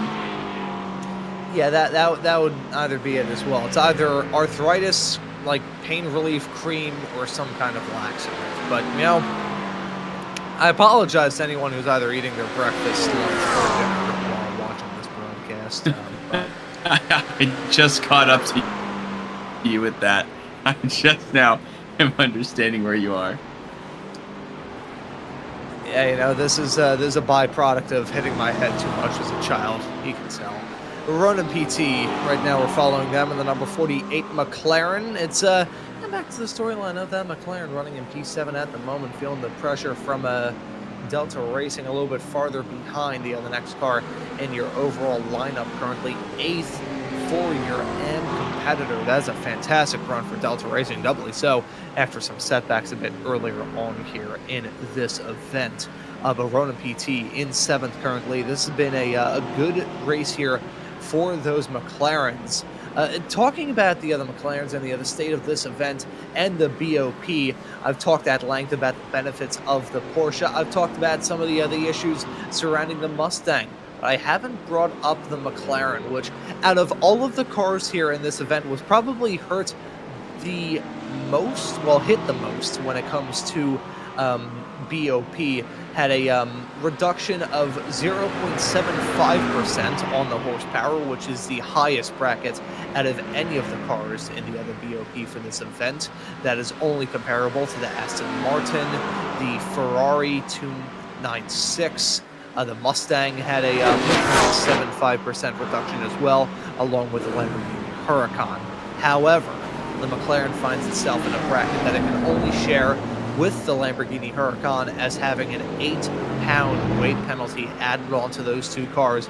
The lightest, nimble, most agile cars of them all that basically look like a small little mosquito compared to the Mustangs and BMWs in that same class, really getting whacked in this event. But despite that, those ever pesky McLarens and Lamborghinis are still holding on to some very good spots. You look through your pack right now, despite the fact there's a Mustang leading, there's a McLaren in second, your current leaders in the other Pro-Am category, and there is a Lamborghini right behind them in third that I think are going to be real strong contenders for potentially escaping this race with an overall victory. And speaking of a McLaren, that's getting real dicey heading down into Lake Hall. That's a move from one of the Ronan PT cars trying to look for any way to get past that Porsche. Nearly ended in tears as they headed their way down into that braking zone, but thankfully they worked it good. Yeah, Marino making good use of that slippery McLaren. DCS Blue being docked a spot, and now going to try to have a look at the back of Quad Dash. And Ryan Stinger hasn't really had to look in the rearview mirror too much, it seems. That BMW seems to be going forward more often than not. And now DCS Racing coming under attack from the AM. So the leaders in AM, the number 4 Delta Racing, Toledo potentially trying to pick the pocket of the 33 as well. Apologies here. Looking at Delta Racing a little further back there. So we've got different team just in behind.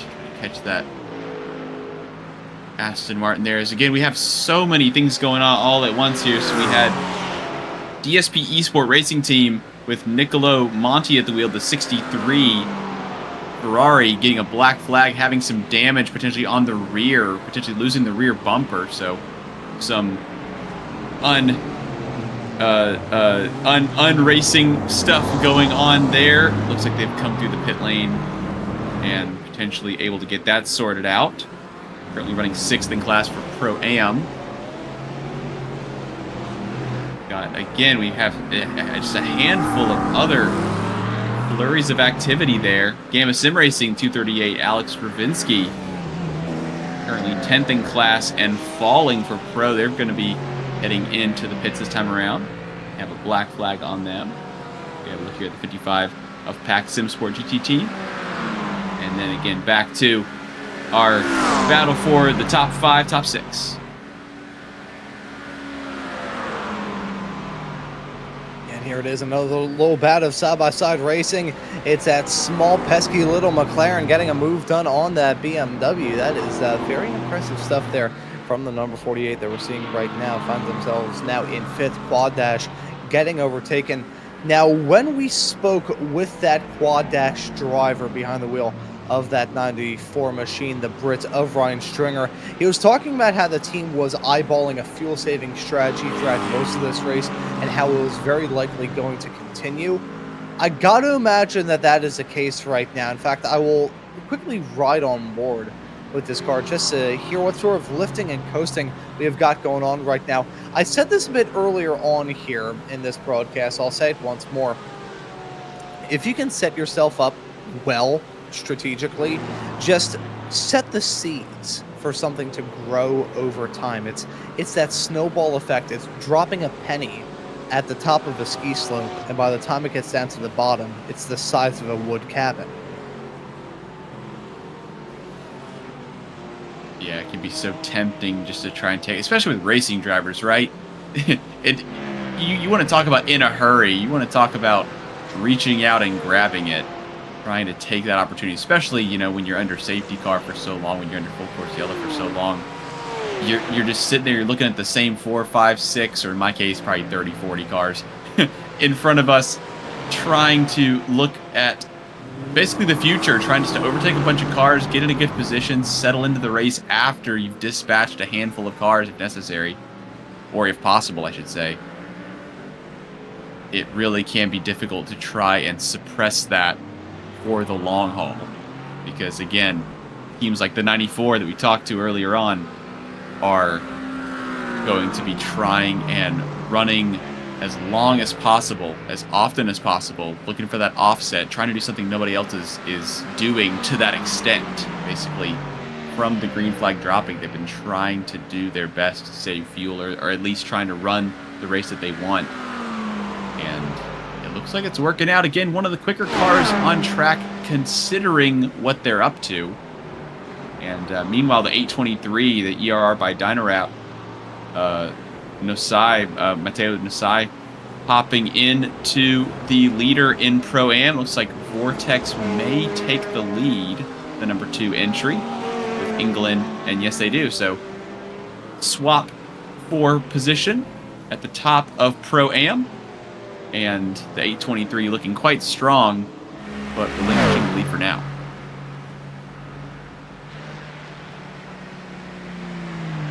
Yeah, so playing it strong at the moment as pit stops now going on. That right there was the car a little off kilter on the strategy. That was the McLaren. You're at 1 point race leader.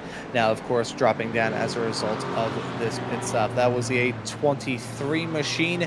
ERR by Dynorap. I believe there now has also been a driver swap. So Adrian Nguyen, after a marathon stint, got into that car. I'm not sure how the times work at, but know one thing for sure in terms of lap counts, got into that car for the first time here in this race on lap 119. Stayed in that car from lap 119 all the way through to lap 197, then got back in the car around lap 223 and stayed in it until just now, just shy of lap 310. That is an incredible stint. 2 incredible stints, frankly, from Adrian Nguyen. Probably will be the last time that we see him in this event, but do want to give the flowers to that ERR driver. A car that looks pretty cool. Love the color scheme on it. They've had some good pace throughout this race, trying something a little bit off kilter, trying something a little bit different, seeing whether it will stick to the wall or whether it will drop down to the ground. Yeah, mega stuff. What a legend there. Really, really putting it in. And of course, the trick now is have to hand it off to somebody else. Here, hold my baby. This is kind of the nature of this as well, right? Is you get in, you do a stint, and Ron gets out and James gets in, and hope that James doesn't do something crazy. And obviously, these drivers are very well suited to these cars, this track, and they are no stranger to racing each other. Obviously, they've been doing it for just about 14 hours coming up on. So they know the lay of the land. They have seen every single car at least once at this point. But it still needs some doing as far as getting it across the line. And again, obviously broken record at this point, but it is so important as we see the DCS Blue going wide and no name. And again, there's one of those. I think we've seen a couple more from the 33 camp as well earlier on in the event. But again, how many of those can you do? It's almost like a trick, almost like gymnastics. How many backflips can you do before you can't do another backflip?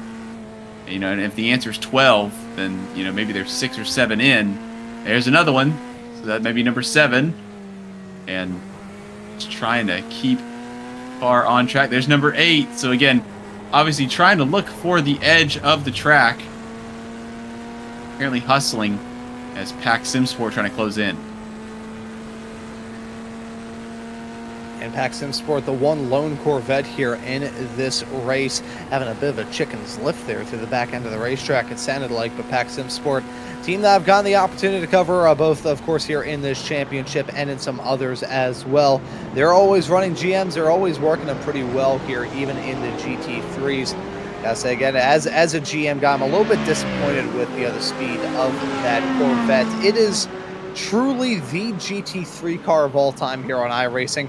In real life, it's actually pretty solid, but ever since this car was brought in over a year ago, I think I could probably count the occasions on one single hand the time where the Corvette has been one of the top 3 cars running in that event. Not one of the top 3 in terms of running their position-wise, but actual manufacturer, the fastest car out there, generally not off-kilter strategies, just genuine pace.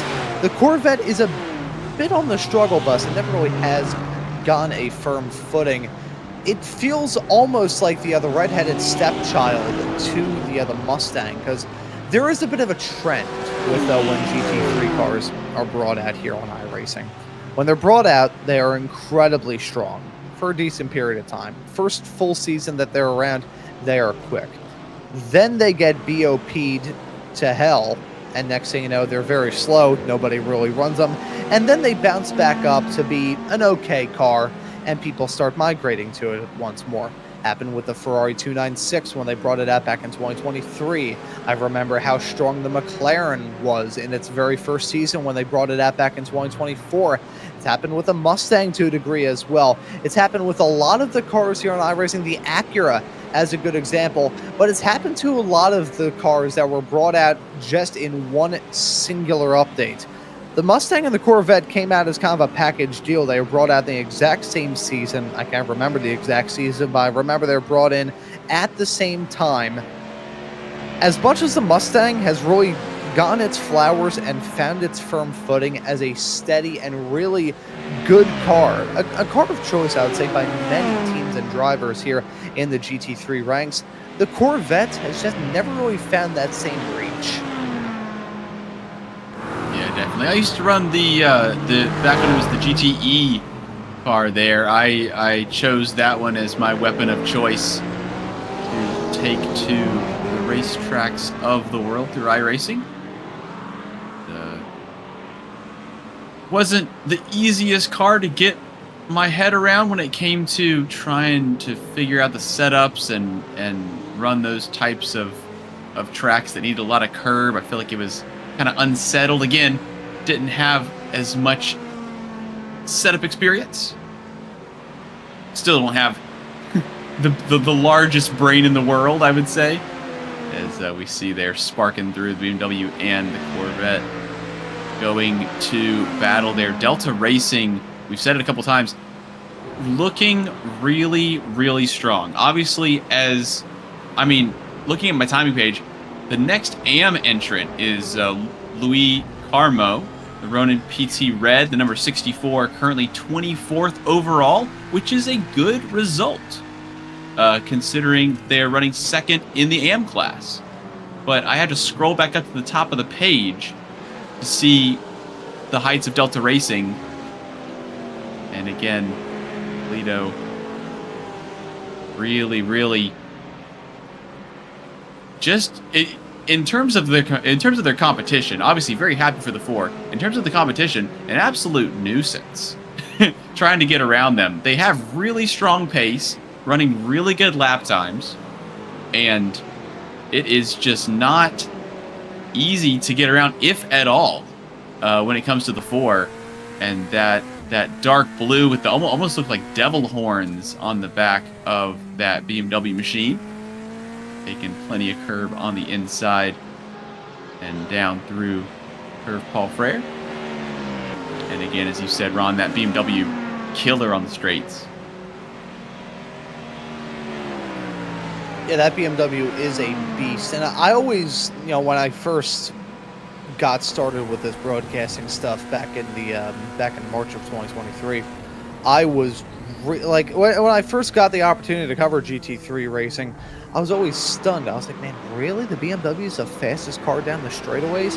And it's still a little like, how about them apples? Because you look at that car and the absolute unit that it is, going back to the GT3 era. I remember the memes that were awash when the BMW was running there, of it just being an absolute unit compared to the other cars. The BMW is still massive compared to some of its counterparts. You park that next to a McLaren, and it looks like it looks like a childhood photo of some kind, or like a kid being lost inside of a Sears, which I was lost inside of a Sears one time. That's a story for maybe a little bit later on here in the show. However, you look at that BMW, you don't think it's going to be quick, but it is a stunner down the straightaways. However, because of the fact it punches a huge hole in the air, it is at risk, as we can just see that get put on full display. The Corvette, which is just an okay car, was able to get that move done heading down the straightaway. That was not swap-a-roo for position, mind you, but still a swap in track position either way. As we get close to the final 10 hours of this race. Well, once again, thank you all for tuning into the action here on the GT Endurance channel. We are not only past the halfway mark of this race, we're getting close to the halfway mark of this season as well. We had the 6 hours of the Red Bull Ring 2 months ago here for the first ever race of this championship. We're having, of course, the 24 hours of Spa here. After this, there's only going to be 9 more hours of racing action left between the 3 hours of Monza, the 3 hours of the Nürburgring, and the 3 hours of Portimao. Of course, you'll be able to catch all of the action here on the GT Endurance YouTube channel. And once again, a little notice to bring you up right now. At the top of the next in-sim hours, we're under caution. Safety car procedure now being put out here. Yellow flags out for the first time in quite some time. Just going to say at we'll just say at the end of the next iRacing in-race hour, we will be switching over to the next part of this stream, so stay tuned for that. But a safety car out for the first time in quite some time here in this race, James. It ends one of the longest green flag stints and throws the strategies asunder once more. Yeah, the 191 obviously is now the 161, considering it's upside down on the entry to on the entry to Pouhon. That really fast double left-hander. And yeah, you can just see just from the wheel. Well, obviously up and over. Oh man. Oh, what a thing to slow down. Missing that rear wing as well. Get a good view of the diffuser underneath the floor of that 992 911. But obviously not something that anybody wants to see. As guess who it is? It's your boy Benny up at the front there. So Impact Sim Sport are in the lead here. We're under full safety car. But again, interesting kind of moment. It seemed like potentially a lazy spin may have been on the cards for the 191 heading into that corner. Kind of a dab of brakes, kind of shave a little bit of speed off and then chuck it in to the left-hander.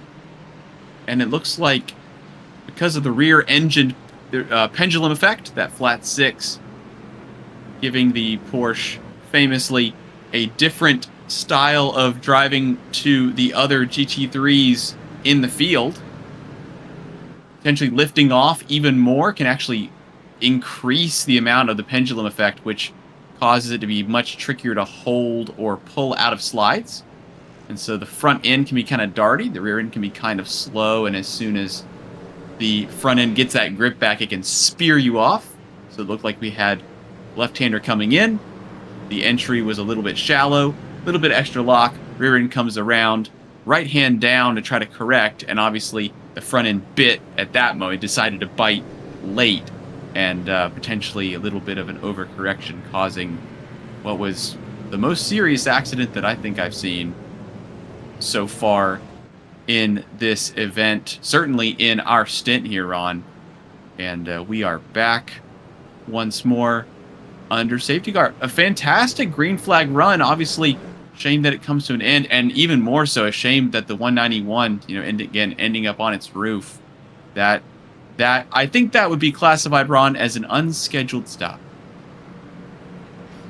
Yeah, that I believe it would. That's the second time that I've seen a Porsche go off through that section of the racetrack. There was a driver, can't remember who it was and what team it was, but it was in my first stint here in the broadcast booth right before the sunset. Had a driver get sideways heading out of Pouhon, and unfortunately, they hit the gravel trap in a very similar way and actually flipped so high that they were nearly over the height of the fence. So that's not the most severe accident I've seen through that section, but certainly in our stint here in the other broadcast booth, it has been. That will neutralize the field as we draw closer to the conclusion of yet another hour in this race. I want to tell you all about your class leaders, as I believe the other 191 was spinning his wheels there in the gravel trap for about a minute and a half after his incident. Impact Sim Sports are your leader. It's currently a 1-3 of Mustangs between themselves and Bravo Snow, who have been up and down the field like Otis Elevator. Team Racing Point and the number 19 are in second. That Lamborghini, we've talked about the strength of it here in this race and really seeing it get put on full display. Saw a sneak preview of it at the Red Bull Ring and seeing it once again develop here as we look throughout the other rest of the pack. Those are your top three running overall as it stands right now, but of course 3 different classes here in this championship. We've got your pro drivers, all of them ranked there. You've got your pro-am competitors marked off with the other black on your graphics, and then the am competitors running with the red.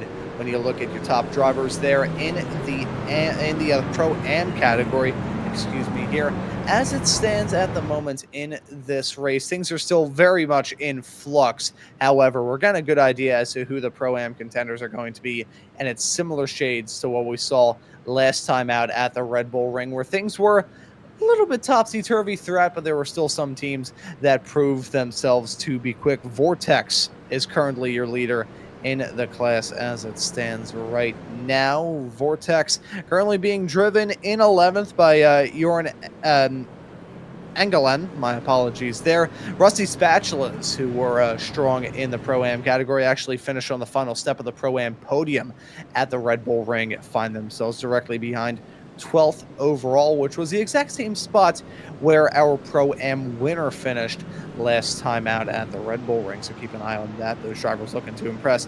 Delta Racing, though, and Leandro Toledo is currently holding on to 8th. That is your AM leader right now. And you have to go all the way back to 21st overall. And Luis Carmo behind the wheel of the Ronin PT Red effort, the number 64 McLaren, to find the next closest AM runner. That is a vast yawning chasm. So I want to give major props to that Force stable for putting together as good of a race as they have done, with an AM lineup still showing some speed that some pro teams would love to have. Yeah, and we've already spoken about how any AM car can overtake a pro car. There's no, obviously if there's, difference in tires or whatever, or just pace, this driver's quicker than that driver. That's totally on the cards at any point. The trick is, in terms of the podium, Delta Racing are in the lead of their class, and as you spoke about there, the 64 is, I mean, they're 15. Hang on, commentator math here. They're 13 cars back, so they've got 2/3 of an F1 grid in terms of how many GT cars they have to basically crane their neck to try to see the next car that they have to go get, and they can go get them. Obviously, we're coming up to 10 hours, just about, in this Spa 24 here on the GT Endurance Cup Europe, and it is a tall order. They can certainly side their way through traffic. The 64, Ronan PT Red, but Carmo, currently the driver in that machine, has a lot to do to have any kind of say. And if you're Toledo and Delta Racing, again with this restart, it would be nice to make up more spots, but you're basically, in terms of the podium, in terms of the win, you're looking for buffer. You're looking for just gaining some ground on your competition. So even if you lose, I mean, if Delta Racing loses 2, 3, 4 spots, they may lose a spot, to the number 2, Vortex, potentially leaders in Pro-Am. If it all goes terribly, they might be in 11th on the restart. That kind of thing. That kind of mindset may keep me from, kind of doing a half move. As we see a little bit of activity there, not a little bit of activity, Ron. There's 15 cars or so in the pits. Yeah, lots of teams deciding that now is the time to box. Included in that list are some pretty big heavy hitters. Team Racing Point have filed down into pit lane in that number 19 machine. Antonello Luciano beyond the wheel of that car. Danilo Vaz from Bravo Snow in the 23 car coming into the pits. Impact Sim Sport in pit lane here as well. A flurry of pit stops. All of these drivers looking to try and be on the same foot as we go throughout the rest of this race. Quad Dash joining them. Chronos Sim Sports had a good result last time out, joining them. Ethan Davies in the DCS Racing Blue number 33 Porsche that found themselves in the thick of it recently. William Westbrook in that lone Corvette down in pit lane as well. Bit of a miscue for him as he tried to go through the pit entry. No harm, no foul there, just maybe a little bit of lost time, and actually some driver swaps being performed by some of these teams and drivers, keeping an eye to see who is going to be next, who is going to run this play call and try and work it out very, very well. It's going to be interesting to see any driver swaps of note. Looking through right now, Quad Dash remains the same. Delta Racing and the 12, I believe, may have just undergone a driver swap. No, Felipe Puls is staying behind the wheel of that machine. Danilo Vaz is still in the Bravo Snow machine. Antonello Buciano beyond the wheel of that number 19 Team Racing Point car as they finally dispatch and come down pit lane. Got a slow stop here from Bravo Snow. I believe they are taking tires right now. Pretty much 2 separate lengths of pit stops that you can have here in this race. If you see drivers stay in pit lane for about a minute and some change, probably means they took some tires. If they're 20 seconds shorter, they just took fuel only. So seeing those games get played, I was thinking the main tire saving games are going to be played in the night and in the very early morning. We're still in the early morning, so this is when we're going to see these drivers maybe start saving up their tires for what could be the final assault for the end.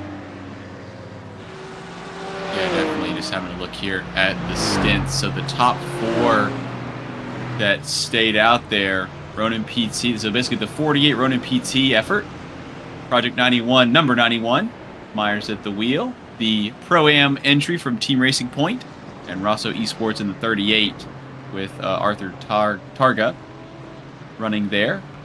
Top 4 there are currently 17 laps old in terms of tires, which is not terrible. And I believe we saw probably about 23, 24 laps into a stint was when we saw the fastest laps of the race put in, not just by Team Racing Point in the number 19, but by a majority of drivers. Again, we saw 2:15.8 was what Team Racing Point, the number 19 Lamborghini, put in. But a lot of other drivers were 1, 2, and 3/10 off of that consistently. So all the drivers seemed to really catch a wave, it seemed. And that was quite an interesting development. But a lot of pace even if you are late into the stint. So in terms of this restart, I would not imagine that those fresh tires would be significantly quicker to the point where you would be able to make up ground in a dramatic way. I think that you're still going to have to, again, as I've said, it's going to take some doing in order to get any kind of overtaking done without losing any ground. Of course, I've been proven wrong here at a couple of these restarts, a couple of these safety car releases where we've had some serious fighting, like it's been the last lap of the race, and it's extremely exciting, but in terms of the health of the front and rear of your car, it can be quite dicey, and I would expect some teams to be taking it a little easier than others, but my expectations are also not met all the time, so we'll have to see how this one goes. And again, right now, drivers are kind of switched off at the moment, just trying to kind of get into the patience mindset and just kind of making sure everything's good to go, have a chat with the team. Are we on plan A, plan B, plan J? What are we on right now? And from there, just, you know, how many laps till green? And who's around me? Who am I fighting? Who am I not really worried too much about? And I'm not sure if we'll be getting back here shortly, but it looks like we are all lined up. I do not believe we are sorted properly, but all the cars have caught the train. No stragglers at the... Oh, apologies, there is a straggler, the 823, so that's... Oh, our previous class leader in Pro-Am, the ERR by Dynarap, that's Nosei, currently 6th in class for Pro-Am, and they are about... Looks like they are half a lap behind everybody, so they will be trying to get caught up.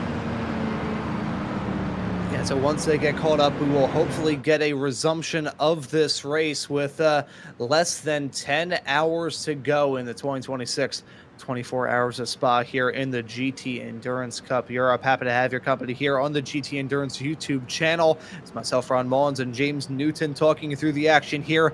Omet Ohm is working on the cameras and the graphics in the virtual production hauler. I will once again remind you folks that at the end of this current in-race hour, once we get to the 9-hour to go mark here in this race, we'll be experiencing another part shift. We'll be shifting over to part number 4 here on the YouTube channel. So just click on the GT Endurance channel and navigate your way over to the section, click on part 4, and you'll be able to catch the next segment of this race. It'll be Morgan Cook taking over for Omet in the virtual production hauler, and it will be the duo of I believe Tristan Herbst and Jim Cunningham coming back in to relieve James and myself as we get into the next portion of this race. So a long way left to go, 9 hours of racing. This is still more length than 2 of our other races put together, and this is still more length than we have for the remainder of this season, with the other 3-hour races left in store between now and the end. It's such a good idea. Let's go to a racetrack and we'll race from today till tomorrow. It's the simplest idea, and it sounds a certain way, it feels a certain way on paper. And then you get there, you know, you do testing. Obviously, these teams have tested these cars to the absolute limit. They've tested driver swaps, they've tested their hardware. Some teams most likely have either gotten new hardware or have, you know, made adjustments, borrowed some things here and there. This is a big, big deal to all these teams. And a Spa 24 hours, no matter where you're doing it, when you're doing it, it is extremely grueling. It is a million. It's just so much fun, and it really can be something. I mean, this one in particular, we've had some fantastic battles, but a Spa 24 is always special, and this really is something that is just a fantastic thing, right? You take a car that is not allowed anywhere but a racetrack, and you send it around with 50 other entries, and it really is just something that, if you're a racing fan, you know, what's not to love, right? And again, as you said, we are still hours away from hitting the beginning point of other endurance races that are coming up for this series. So we still have a long way to go. And obviously, some of these teams looking quite good at the moment, who maybe weren't looking so hot earlier on. And the question is, of the teams that we have right here, will we have all 40, we're looking at just about 42, 43 cars, just about? I believe we're looking at 42 cars at the moment that are still in contention. And Trick is just being one of those cars to get a good shot there of the sun ruining our retinas at the exit of the source. My eyes! I would be able to do it in full tone, but I did not want to scream and wake up everybody within the circle, so we're going to refrain from that. Yeah, actually, I'm looking at it now with the sunrise here, James. We're very close to cracking 7 a.m. here, so definitely in the morning shift at the moment here at Spa. And looking at those ambient temperatures, they are starting to creep up now to 74 degrees Fahrenheit currently in the sim.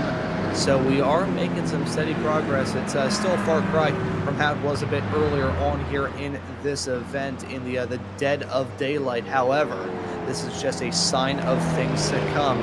We're starting to go back up in the track temperatures as well. Currently 24°C, 75 degrees Fahrenheit. That is just a tick more than what we saw a matter of about 30 minutes ago. But we get into talking about this track and how it tests every single part of a car, between the tires, the brakes, the aerodynamics, the mechanical grip, the setup of these cars, and that squiggly bit behind the wheel. That small little difference may not seem like a big change, but it can be massive to some of these race cars. So keep an eye on that as we go throughout the next couple of hours of this race, folks. Once that sun is fully shining bright there in the sky with barely a cloud covering it, that's going to be where we completely turn this race on its head once more.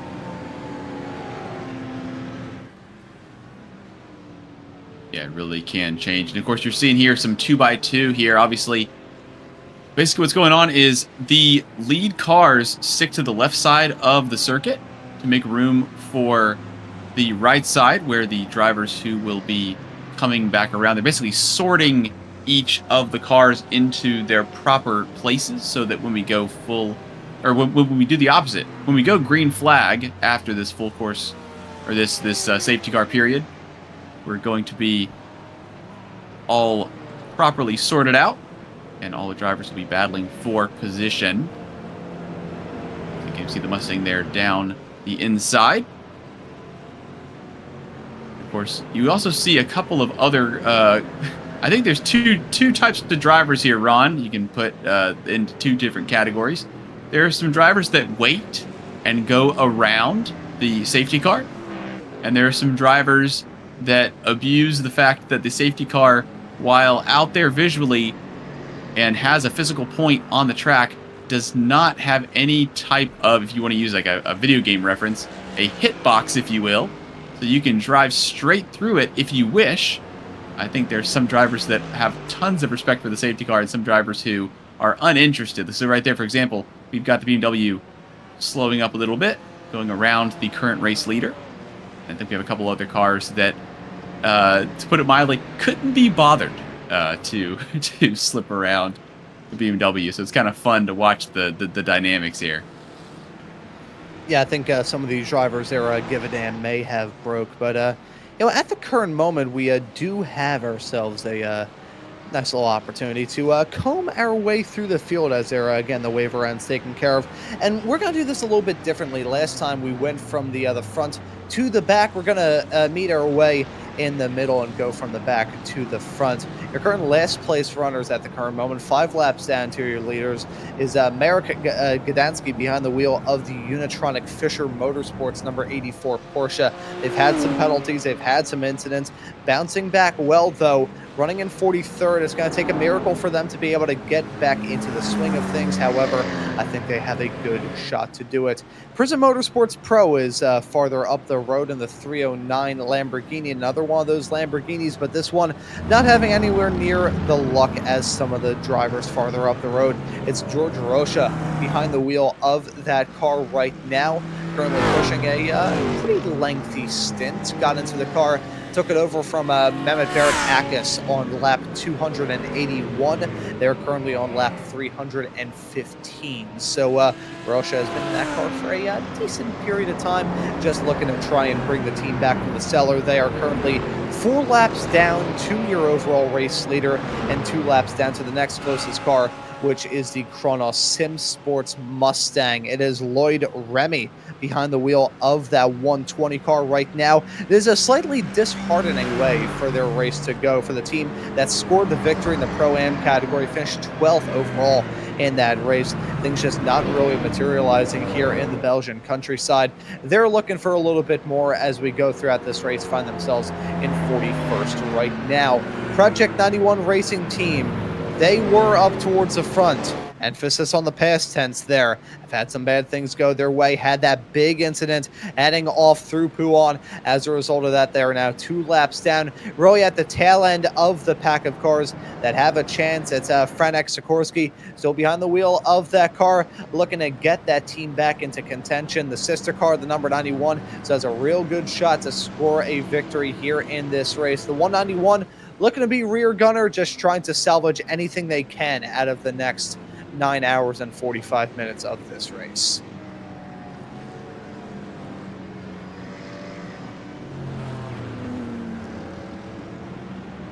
Then from there we have Drive Lounge by PBM Pro. It's Kieran Harding behind the wheel of that 113 machine right now. Another one of those Aston Martins. 2 laps down, another competitor there, excuse me. Kieran Harding has been in that car for quite an all right stint. Similar length to what we saw from that Lamborghini, a couple of spots down right now on lap 318. Got into the car at the start of lap 284 there. Alpha Trout Challenge and the 78 BMW. They're right behind. Zachary Bowman is in that car right now. It's been a topsy-turvy night, but they're kind of in the spot that they qualified in, running 38th on the road right now, started in 37th. Zachary Bowman is the driver in this machine. Pretty much only 2 drivers that I'm seeing have been in that car so far here. Actually, excuse me, there have been a little bit more than that. It was Zachary Leibold and Jeremy Barber a little bit earlier on in this race. As of recent, it's been Zach Bowman and Gareth McAllister that have been piloting this machine.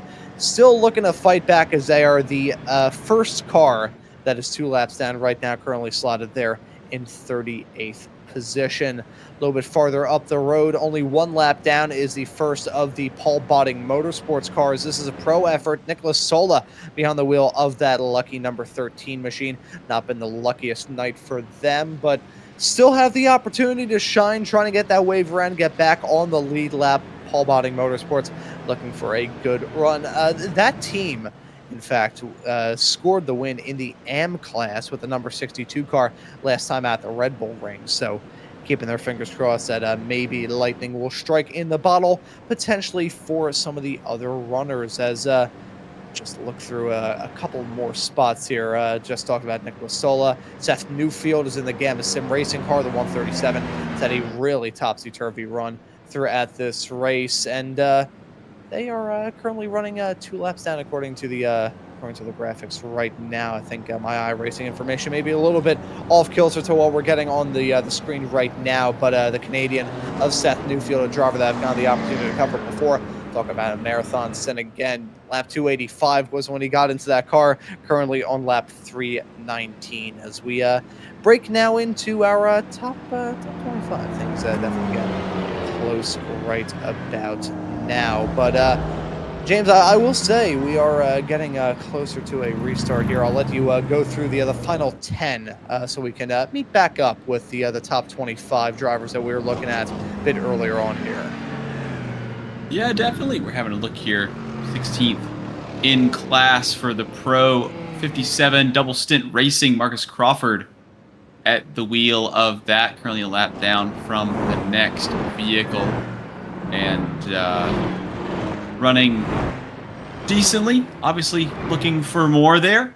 Just up the road there, 6th in class in AM is the 967 iRacing team. That's Jesus Saez in that 967 machine. And they are running kind of in that mid 217s, similar to the 57 just behind. Going racing, Giovanni Sumugod in the 18 machine, 32nd. And then a little further up the field there, Kirk Heath for turn 1 in the 101, running 31st for the AM entry, 5th in class, 31st overall. And then we've got the Gamma Sim Racing 235, that's Jesse DeShazer. In the 235, they are rounding out the top 30.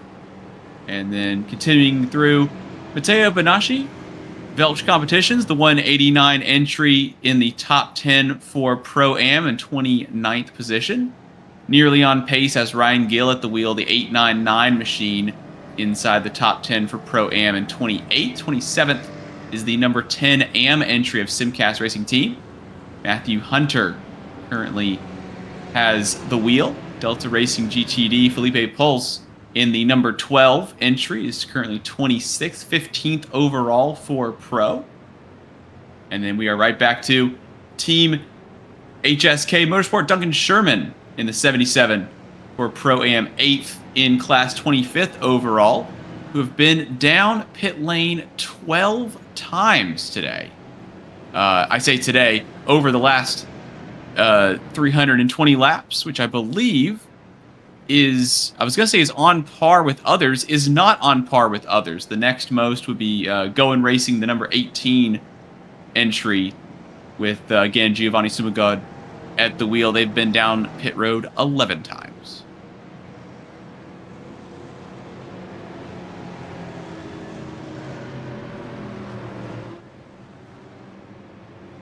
And looking now, I believe the lights are out on that iRacing pace car. So we're about to get a restart up, rocking and rolling here very, very soon.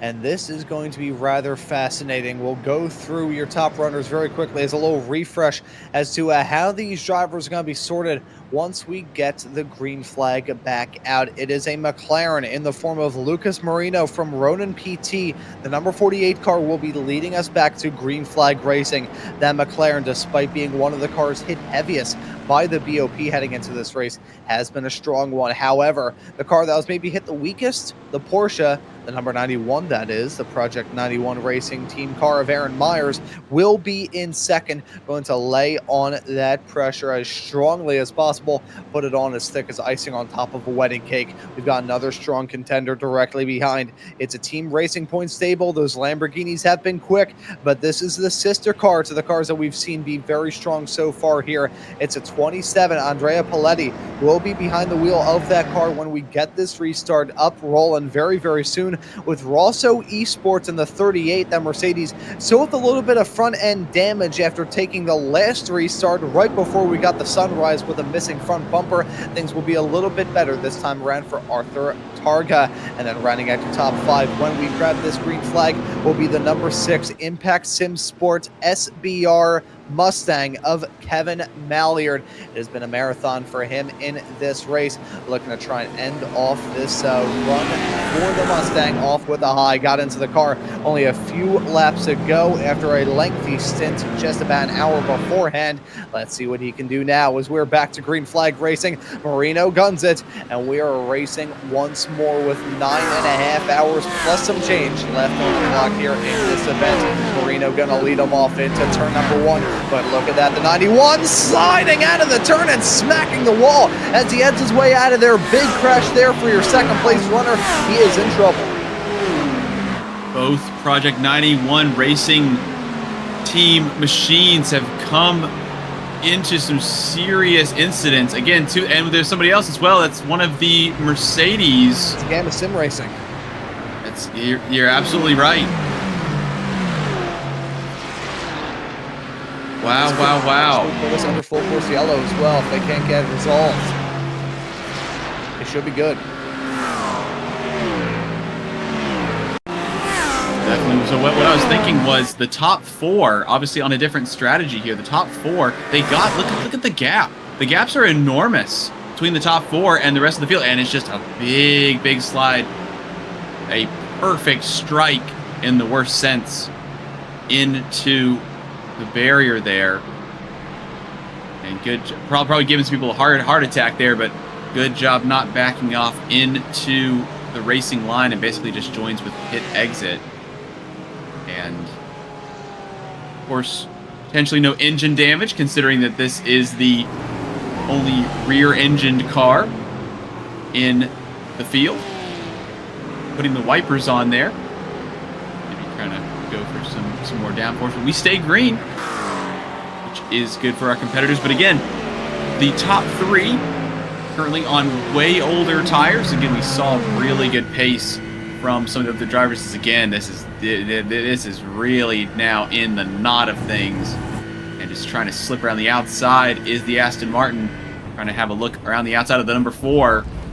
This is the AM entry of Delta Racing, and we have the 3rd place Pro-Am in the number 2 Vortex around through the bus stop, and there's still more to come for Delta.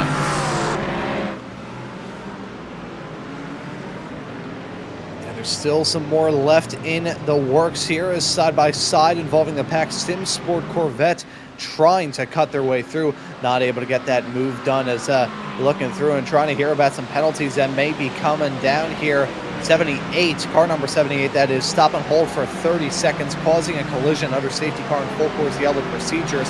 That is going to send them back in a big, bad way. That is tragic for that team, and I fear that things are not going to go the way that Alpha Trout Challenge may have had in mind.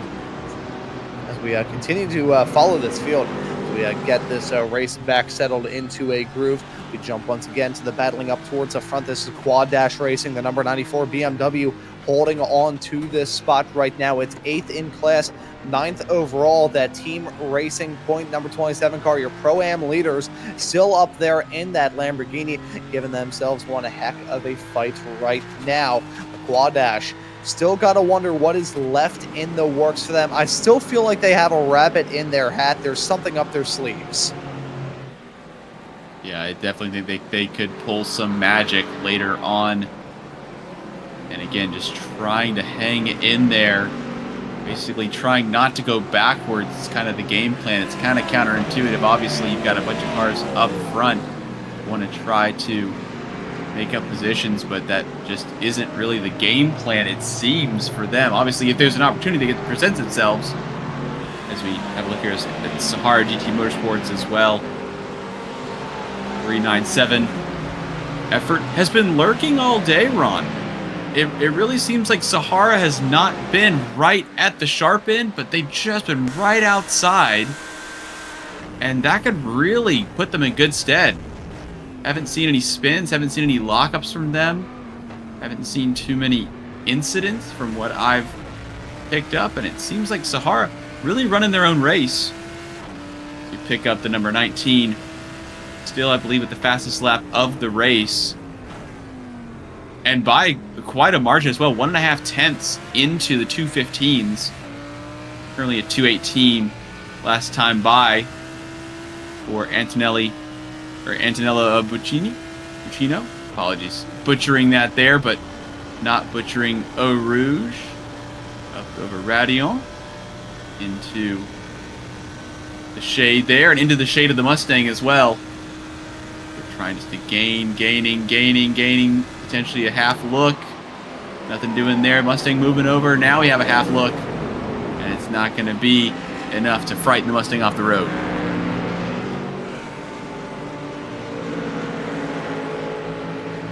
And so that pokey little Lamborghini trying to get the moves done finds himself in a Mustang sandwich right now.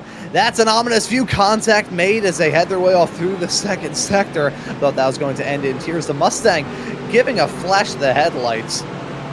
Why? That's my question there. Why? That looked pretty self-inflicted there for the Mustang. We'll have to take a look at to see whether or not anything comes out of that. But certainly the Mustang not very happy, having a sideways wiggle off through the turn, going to lose some time and lose some grip in the process. As we now run on board with the number 46 machine, running in a all right spot as it stands right now, trying to get something done in this Rising Panda effort. This is 11th overall, 3rd in class, and the car right up in front of them is their main rival for P2. It's Vortex, the number 2 car, running P2 of that secondary class, looking to have a good, strong performance here. It is 2 Aston Martins involved in the battle as well. Talking about how those Astons have been as of recent, as we have trouble farther in the back. That right there was a Pack Sim Sport Corvette around, heading their way off through the back end, off into the gravel. I think there's a little bit of damage on that race car. May have gotten hit a couple of times. The front end looks a little pinched in, but either way, Pack Sim Sports now back up and rolling, going to hopefully avoid a full course yellow, as it's very tricky to go through that section side by side. Let's see what happened here.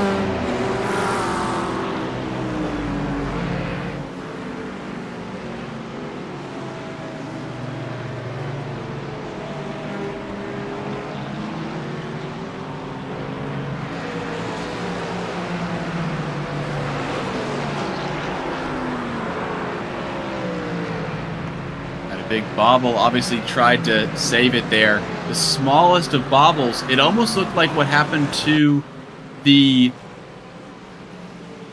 Porsche earlier on the entry to Pujon. It looked like it was kind of a small moment, a bit of a, not a lazy spin, but just kind of a smooth application of throttle. Rear gave up a little bit, and then it just snapped. Again, it's another one of those mid-engine, rear-engine kind of cars. This is a war here. Getting spat out into the gravel in the second section of the chicane. It's now trying to wait for an opportunity. Rejoin. Not good for the Apex Predators. 444 there, so we pick up again the 55 Pack Sim Sport effort, which I was thinking they might have some issues with the right rear of that car. I don't think they did. Now picking up Stuart Ash here, the ANSYS Fisher Motorsport 44.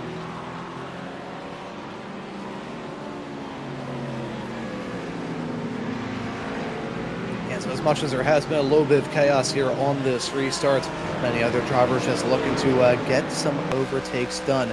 Now into the final 9.5 hours of this race. And once again, a little reminder for you tuning into this broadcast. In about a half an hour's time, we'll be switching over to part number 4. Stay tuned for that, and a brand new refreshed broadcast crew to bring you through to the conclusion of this race. And of course, you'll be able to catch the action all season long here on the GT Endurance YouTube channel. Still riding on board in this 2-car fight. It's the 19 trying to lay on the pressure as thick as possible. This is the fight for 5th overall right now, as Impact Sim Sport right up there, as here we go. It's going to get dicey. A dive heading off into turn number 1, trying to make it work. Will he be able to make it work? He will be able to make it work. Team Racing Point, the Lamborghini, once again up there. It is now Team Racing Point running 2nd and 5th. Right now, 1st in Pro-Am, 3rd in Pro. This is a fantastic performance from this stable, but it's going to end in tears. Antonello Buziano with a drive-through penalty for a restart violation, just as things were looking good for that number 19. Just as we thought that they were going to be the team to beat, they beat themselves. Yeah, that really is not going to be good for their effort. One of the fastest car on track earlier on, one of the fastest cars. We've seen some really decisive overtakes as well, and really pushing the limits of what you can do. Speaking of pushing the limits, this is an absolute, I was going to say train, it's completely the opposite here. It almost looks like a sped up safety car period here, as we were side by side, 2 and almost 3 deep, as the leading AM car is doing battle with the Ferrari. A little further back here, heading into Pujon. Single file through there if you want to keep all 4 wheels on your machine. A bit of an outside look there from the McLaren to the Porsche. This is really getting pretty antsy. Drivers really trying to stick with each other, especially when it comes to the Pro-Am versus the Pros. Right on board with second place Am, Ronan PT. In McLaren there. Distinctive display on the front. One of the smaller wheels in GT racing as well. And this is really fast and frantic. Again, the complexion changes so quickly, Ron. At one point, you're basically trying to chase somebody down. 8 seconds becomes 7, becomes 6, becomes 5 over 15 minutes of driving, trying to fight your way toward the back of a car that is like an on-track pass, or basically a position pass. Now it's a sprint again. Everybody's bunched up. Everybody's within about a second and a half or so, and you've got all sorts of, it's not traffic, it is actual battling, and every corner matters. We now have a battle brewing a little earlier on here. Bravo Snow trying to get up to the back of the 6. Yes, here we see this slow trundle down pit lane for the number 19. That is going to sting. For a team that I still think has a real good shot to do well, they're going to have to crawl back from the cellar over the next 9.5 hours of this 24-hour-long race. As we take a look at the sister car, still holding on to second place, at least for now. Rosso Esports, though, and that Mercedes is laying on that pressure. You can see the small little bit of front-end damage on that race car right by the front left side. Just a small little miscue. I think the grille is slightly rumpled up. The headlight has seen better days and has scuffed just a teeny tiny bit, and that splitter is upturned a little bit. However, despite that damage, they've still got the fight, they've still got the energy, and they're trying everything in their power to try and get a good run here in this race. Gets a great run heading out of Huan, swapping sides like they're flipping burgers, heading off into the heavy braking zone. This is a spot to try and get it done if you're that number 38 car, and they clear. What a move off through pit path. Yeah, excellent racing here. Good awareness, heads up driving, and it's like Rosso Esports, no issues when it comes to the platform. And that Merc is working quite well.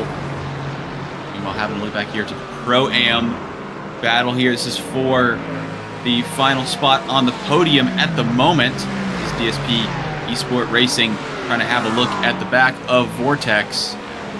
Vortex in turn trying to have a look at the back of Quad Dash.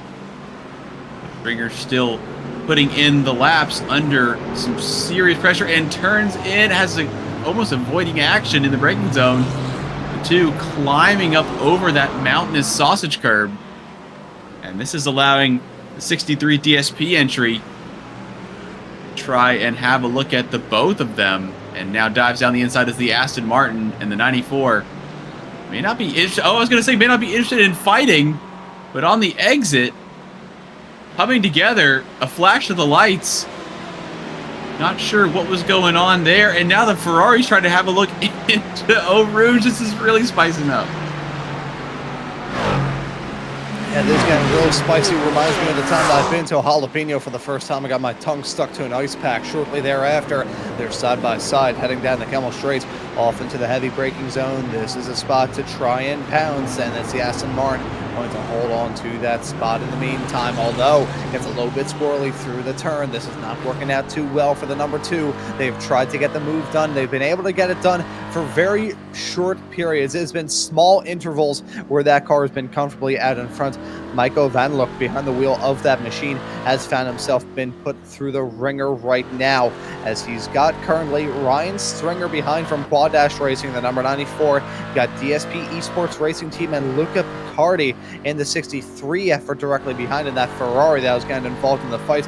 And Leandro Toledo in that 4 machine, still your top runner in your AM class, although that buffer that they once had has now vanished. Ronan PT, the number 64 car, finds themselves in 14th at the moment, second of those AM class drivers.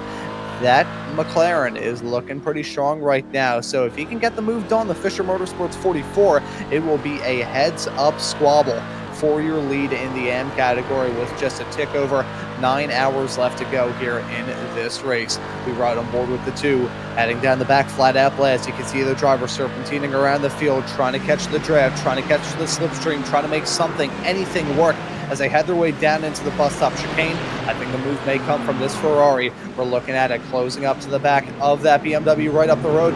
Looks for it, senses an opportunity there, but not going to go for it. As in the meantime, got your top two coming down pit lane right there. Some of your top runners, pardon me, coming into the pits. That right there is Andrea Paletti behind the wheel of the Team Racing Point number 27 Lamborghini, and Arthur Laraga behind the wheel of the 39 Rosso Esports Mercedes. Pit stops going on right now. They've been consistent throughout this race. There have been at least one driver, one team down in pit lane for pretty much every single lap of this 24-hour long race. Yeah, welcome to Spa. It really is a test. And speaking of tests here, asking a big question of the 94. They both go down the inside.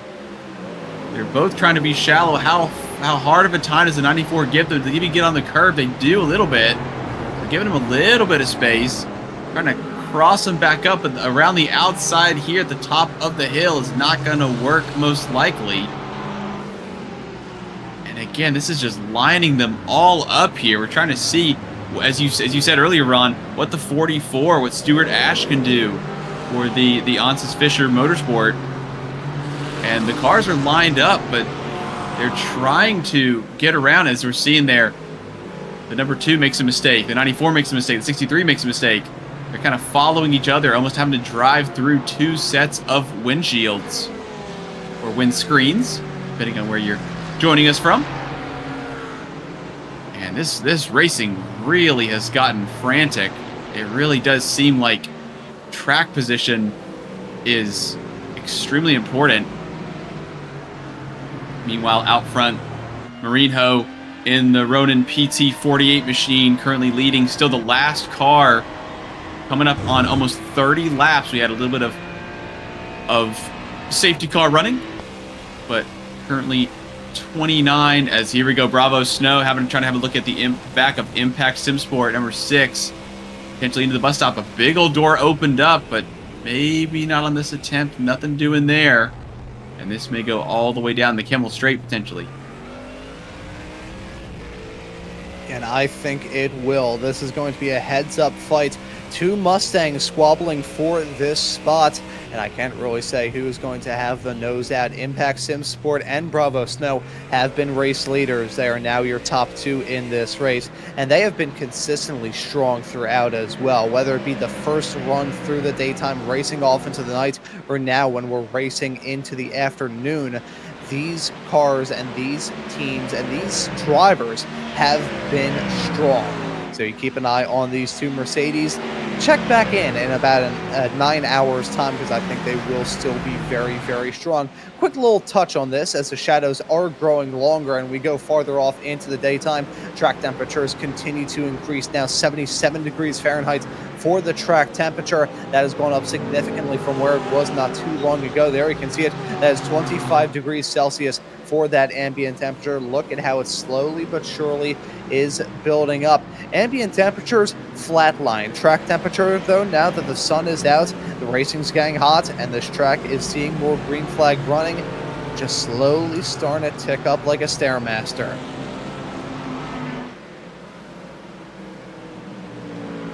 It's definitely on its way up here, and on its way up down the inside. Looks like the 2 now losing some ground there. Vortex trying to attack. This is Christian Kampriger and Maiko Van Luke, who are separated by literally nothing. They are swapping spots here. The 2 trying to get on through here. An all Aston Martin fight at the top for Pro-Am. We're seeing more and more moves here. I think that we've kind of settled into a pairing, with the exception of that knot behind there. That the 63 Ferrari, the DSP entry, has the Quad Dash Racing right up behind, Delta Racing, the leading AM right up behind.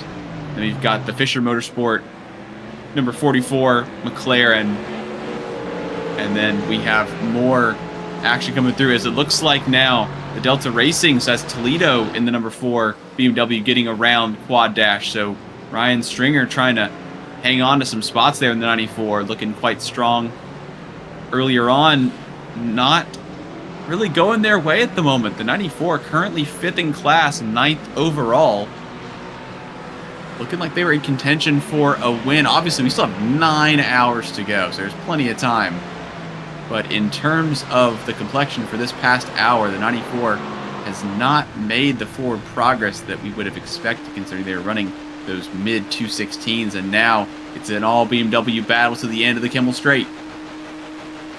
Yeah, BMW on BMW, straight line speed versus straight line speed, and Delta gonna get the nose out. They're going to hold on to that P8 spot. Quad Dash in 9th.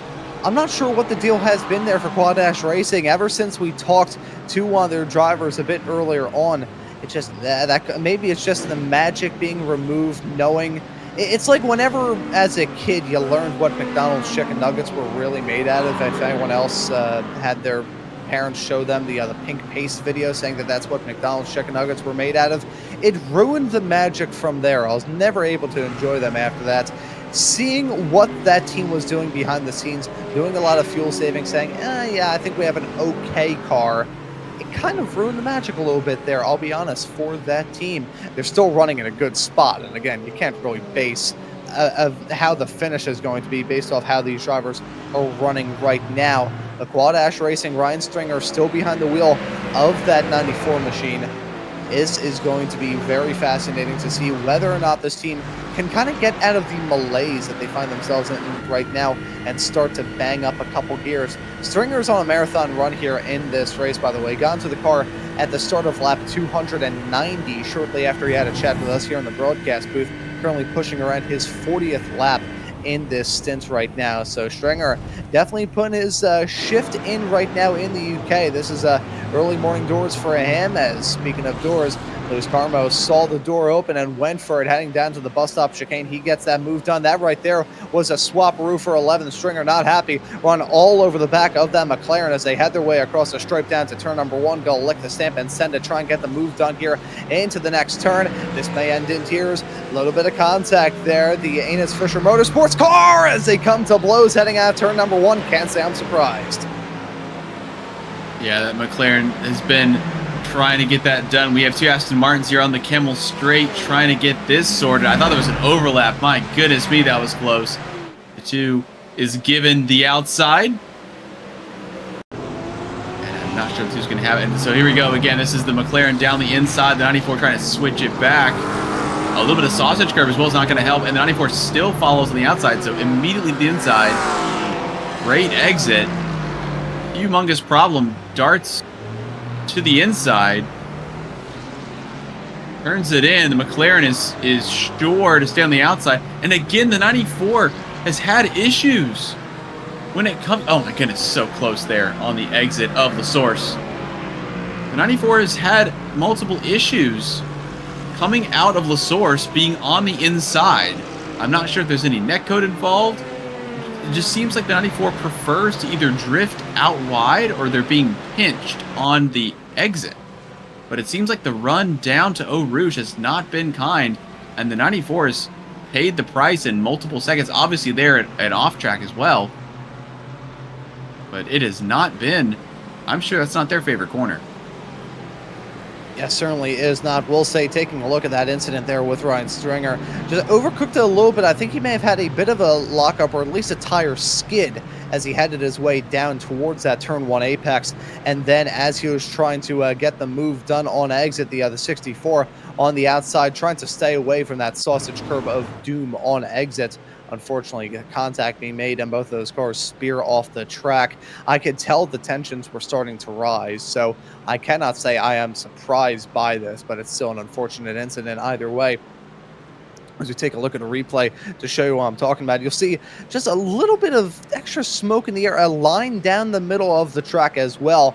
Then tried to widen the approach there right as the 64 was trying to come off that curb. Unfortunately, 2 drivers not very happy with each other, fighting for the same piece of real estate out there on the racetrack. That's always going to end in trouble. Yeah, it can be really difficult to judge. Obviously, a little bit of contact on the way in as well. Some solid side-by-side contact. Obviously, you don't want to be making any contact at all if you can help it.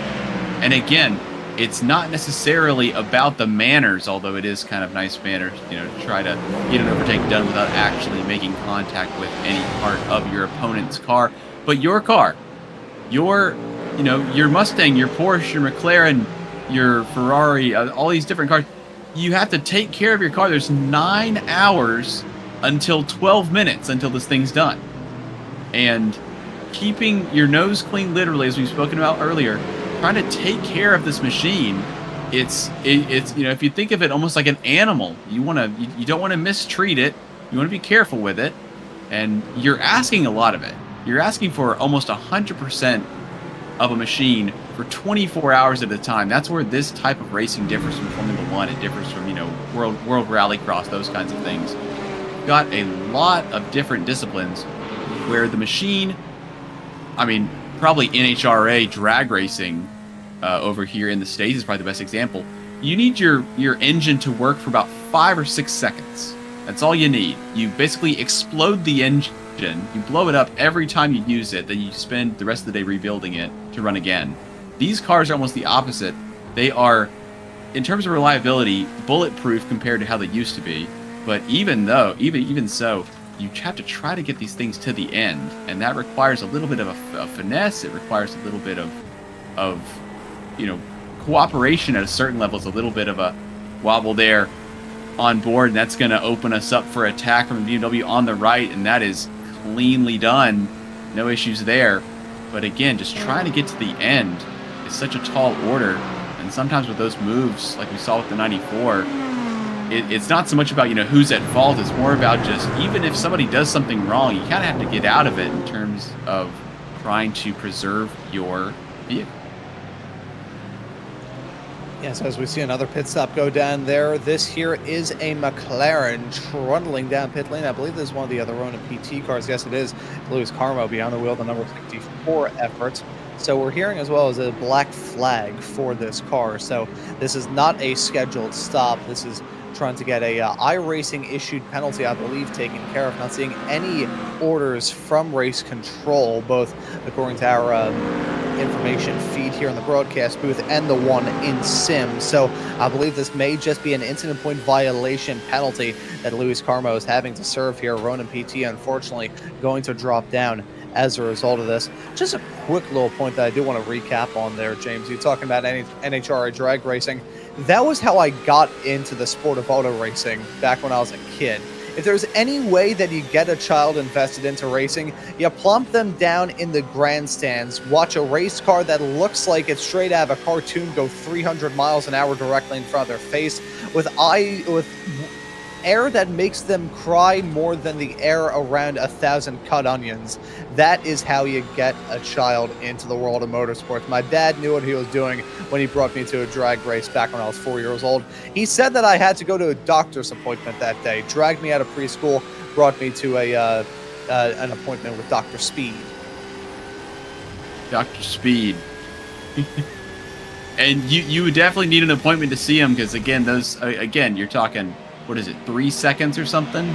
0 to 300 miles an hour. It is absolutely crazy. And in terms of me being 4 years old going to a drag race, I think I would need a doctor's appointment afterward. Yeah. It really is something to see here. And I will say one thing about me going to a drag race back then. Inhaling copious amounts of nitromethane fumes may have been part of the reason why I turned out the way I did. I'm not Dr. Speed, so I don't know if I could diagnose that as the reason, but I'm sure it could be one of the contending factors. Speaking of contention here, horrible run out of La Source, and this may be a three-way fight here as the DCS Racing Blue trying to figure out which way to get around these guys. Yeah, dancing with the devil with some side-by-side battling, heading off through Aruja and Radion. That could have nearly ended in tears if those drivers decided to pursue it anymore. They're still close to one another, side-by-side, nearly fanning out to 3 wide. Look at what that Porsche does. Tries to put some more pressure onto that Impact Sim Sport Mustang, but not able to hang on to it. Or, in fact, Willie heading off through the Lacombe chicane, still keeping them honest. A little bit of contact as they had their way out of that section, still keeping them tidy as they had their way down the hill. well. What a fight back there from the 33, and he's going to get that spot. I thought the odds were stacked against him, which they very much so were, but he still somehow pulled out that move. That was awesome. And the Sahara Motorsports camp is on the way as well. So Bravo Snow hits the front, and Vaz and Davies putting on quite a good show there. And the top 4 are separated by less than 2 seconds with 9 hours to go. Coming up on our stint change. Yes, the commentators do take stints as well. And this battle is really livening up. So, Ron, when we hopped in the car, as it were, hopped in the booth, we were under safety car, I believe. And we've seen a plethora of full course yellow and safety car running on the front half. And now, with 6 minutes to go, we are seeing a 4-way dogfight that may have Vortex. Van Luke may be coming in as the Pro-Am leader. The number 2 might be joining this battle as well, so it might be that the 2 is looking for an overall podium. And here in this championship, there's various different ways in which these drivers are scored. There is an in-class championship and an overall championship as well. So the drivers, in a way, score points towards both. So that would be a darn good result for a non-pro driver to get a result firmly inside of the top 10. Thinking back to the last round of the championship at the Red Bull Ring, Chrono Simsport winning in the Pro-Am category ended up in 12th. Paul Botting Motorsports in the number 62 were in 14th when everything was said and done from that 6-hour-long race. So if they can get a result like that out of this, I think they will take that with a very big smile, probably ear-to-ear grin on their face, and laugh all the way to the bank. Again, talking about the dynamics of this race and how important it is for the championship. Oh, as you see the 6 overshooting it big time, heading off through the Lake Home chicane. That's going to be a slowdown, and he is going to be in a world of trouble. They'll lose out on some more track position, lose out on a boatload more time. Thought things were looking good for the 6 Mustang, but things just have not been firing on all cylinders once we got this race restarted. Now, just to wrap up on the point, at this point now, with, we'll just say 9 hours left to go here, we've got as much time left in this race as we will have from the entire season once we have this race done and dusted with. Yeah, that is an incredible figure there. It really is fascinating how this event takes its toll on the grid, what it takes to compete at this level, what it takes to podium at this level, what it takes to win at this level. It really takes commitment. It takes talent. It takes luck. It really does take luck. You really have to run the best race you can run, and also hope. Hope is involved. You see here the 94. Again, going from their perspective the wrong way when it comes to what they're looking for. And again, we've talked at length about their strategy here. But I think that they seem to be fading from the type of lap times they were running earlier on as well. As the 94 currently running in 15th overall. They are 22 seconds off the lead. And I believe that is still falling as they're currently in traffic. Meanwhile, going the other way, number 2 Aston Martin, Michael Van Luke for Vortex, obviously in the lead of Pro-Am, trying to have a look at the back of Kevin Maylard for Impact Sim Sport. Who had an issue at this corner coming up 1 lap ago. Rear end kind of locked, had to twitch, caught it. We've seen people who have not caught those. 6. Uneventful through this section. And still keeping it tidy as these drivers continue to fight. One last reminder before we get to the end of this in-race hour. In 3 minutes time, we'll be switching away from this current part of the stream that you find yourself in and switching over to part number 4. click on the channel, go over to part number 4 on that live stream, and you will be able to catch the next few hours of this fantastic racing action. We'll be stepping aside here in the broadcast booth. Omet will be swapping out controls in the virtual production hauler over to Morgan Cook back here on the show after a couple of hours away. Tristan Herbst will be taking my seat here in the broadcast booth, and Jim Cunningham should be on his way to coming to replace my colleague here, James Newton, in the next few moments. James, words cannot really describe the racing that we have seen other than enticing and exciting. Yeah, it really has been keeping us on the edge of our seats. We've gotten a couple of safety car restarts, which have been frantic. We've also seen some really important moves throughout this race. Still, as you said, an entire season's worth of racing coming right at the end of this one. We've seen some incidents as well, but majority of it has been clean, and it's just been fantastic. What a way to spend an evening here at Spa-Francorchamps. Yeah, it absolutely has been. We've had so much amazing racing action over the past 15 hours. Brilliant storylines, a full nighttime period. The sun set upon this track, and with it came cold temperatures and the worry through the night as the graveyard shift went along and these drivers finally got a peek at the sunrise. They have settled into a groove, and now drivers eyeballing one last final 6-hour checkpoint for some nice additional points before they can finally look ahead to that checkered flag coming out in 9 hours time. We leave you all here for part number 3, again switching over to part 4 here in a couple of moments time with some very intriguing cases all throughout the pack, from teams looking for another win, others looking for their first. Bravo Snow and Danilo Vaz lead this race. Vortex up at the front in your Pro-Am category, and Delta Racing continue to hold on to good form in that Am category. Coming up here on GT Endurance, we'll be able to bring you the rest of the action from this event as we head towards the end of this 15th hour and get into the final 9. We're going to step aside. This is a GT Endurance Cup Europe Spot 24. I've been Ron Mullins. My colleague has been James Noon. Omet Ohm has been in the virtual production hauler. We'll see you all here in a couple of moments time, switching over to the next part. We'll be right back after this. Stay tuned, folks.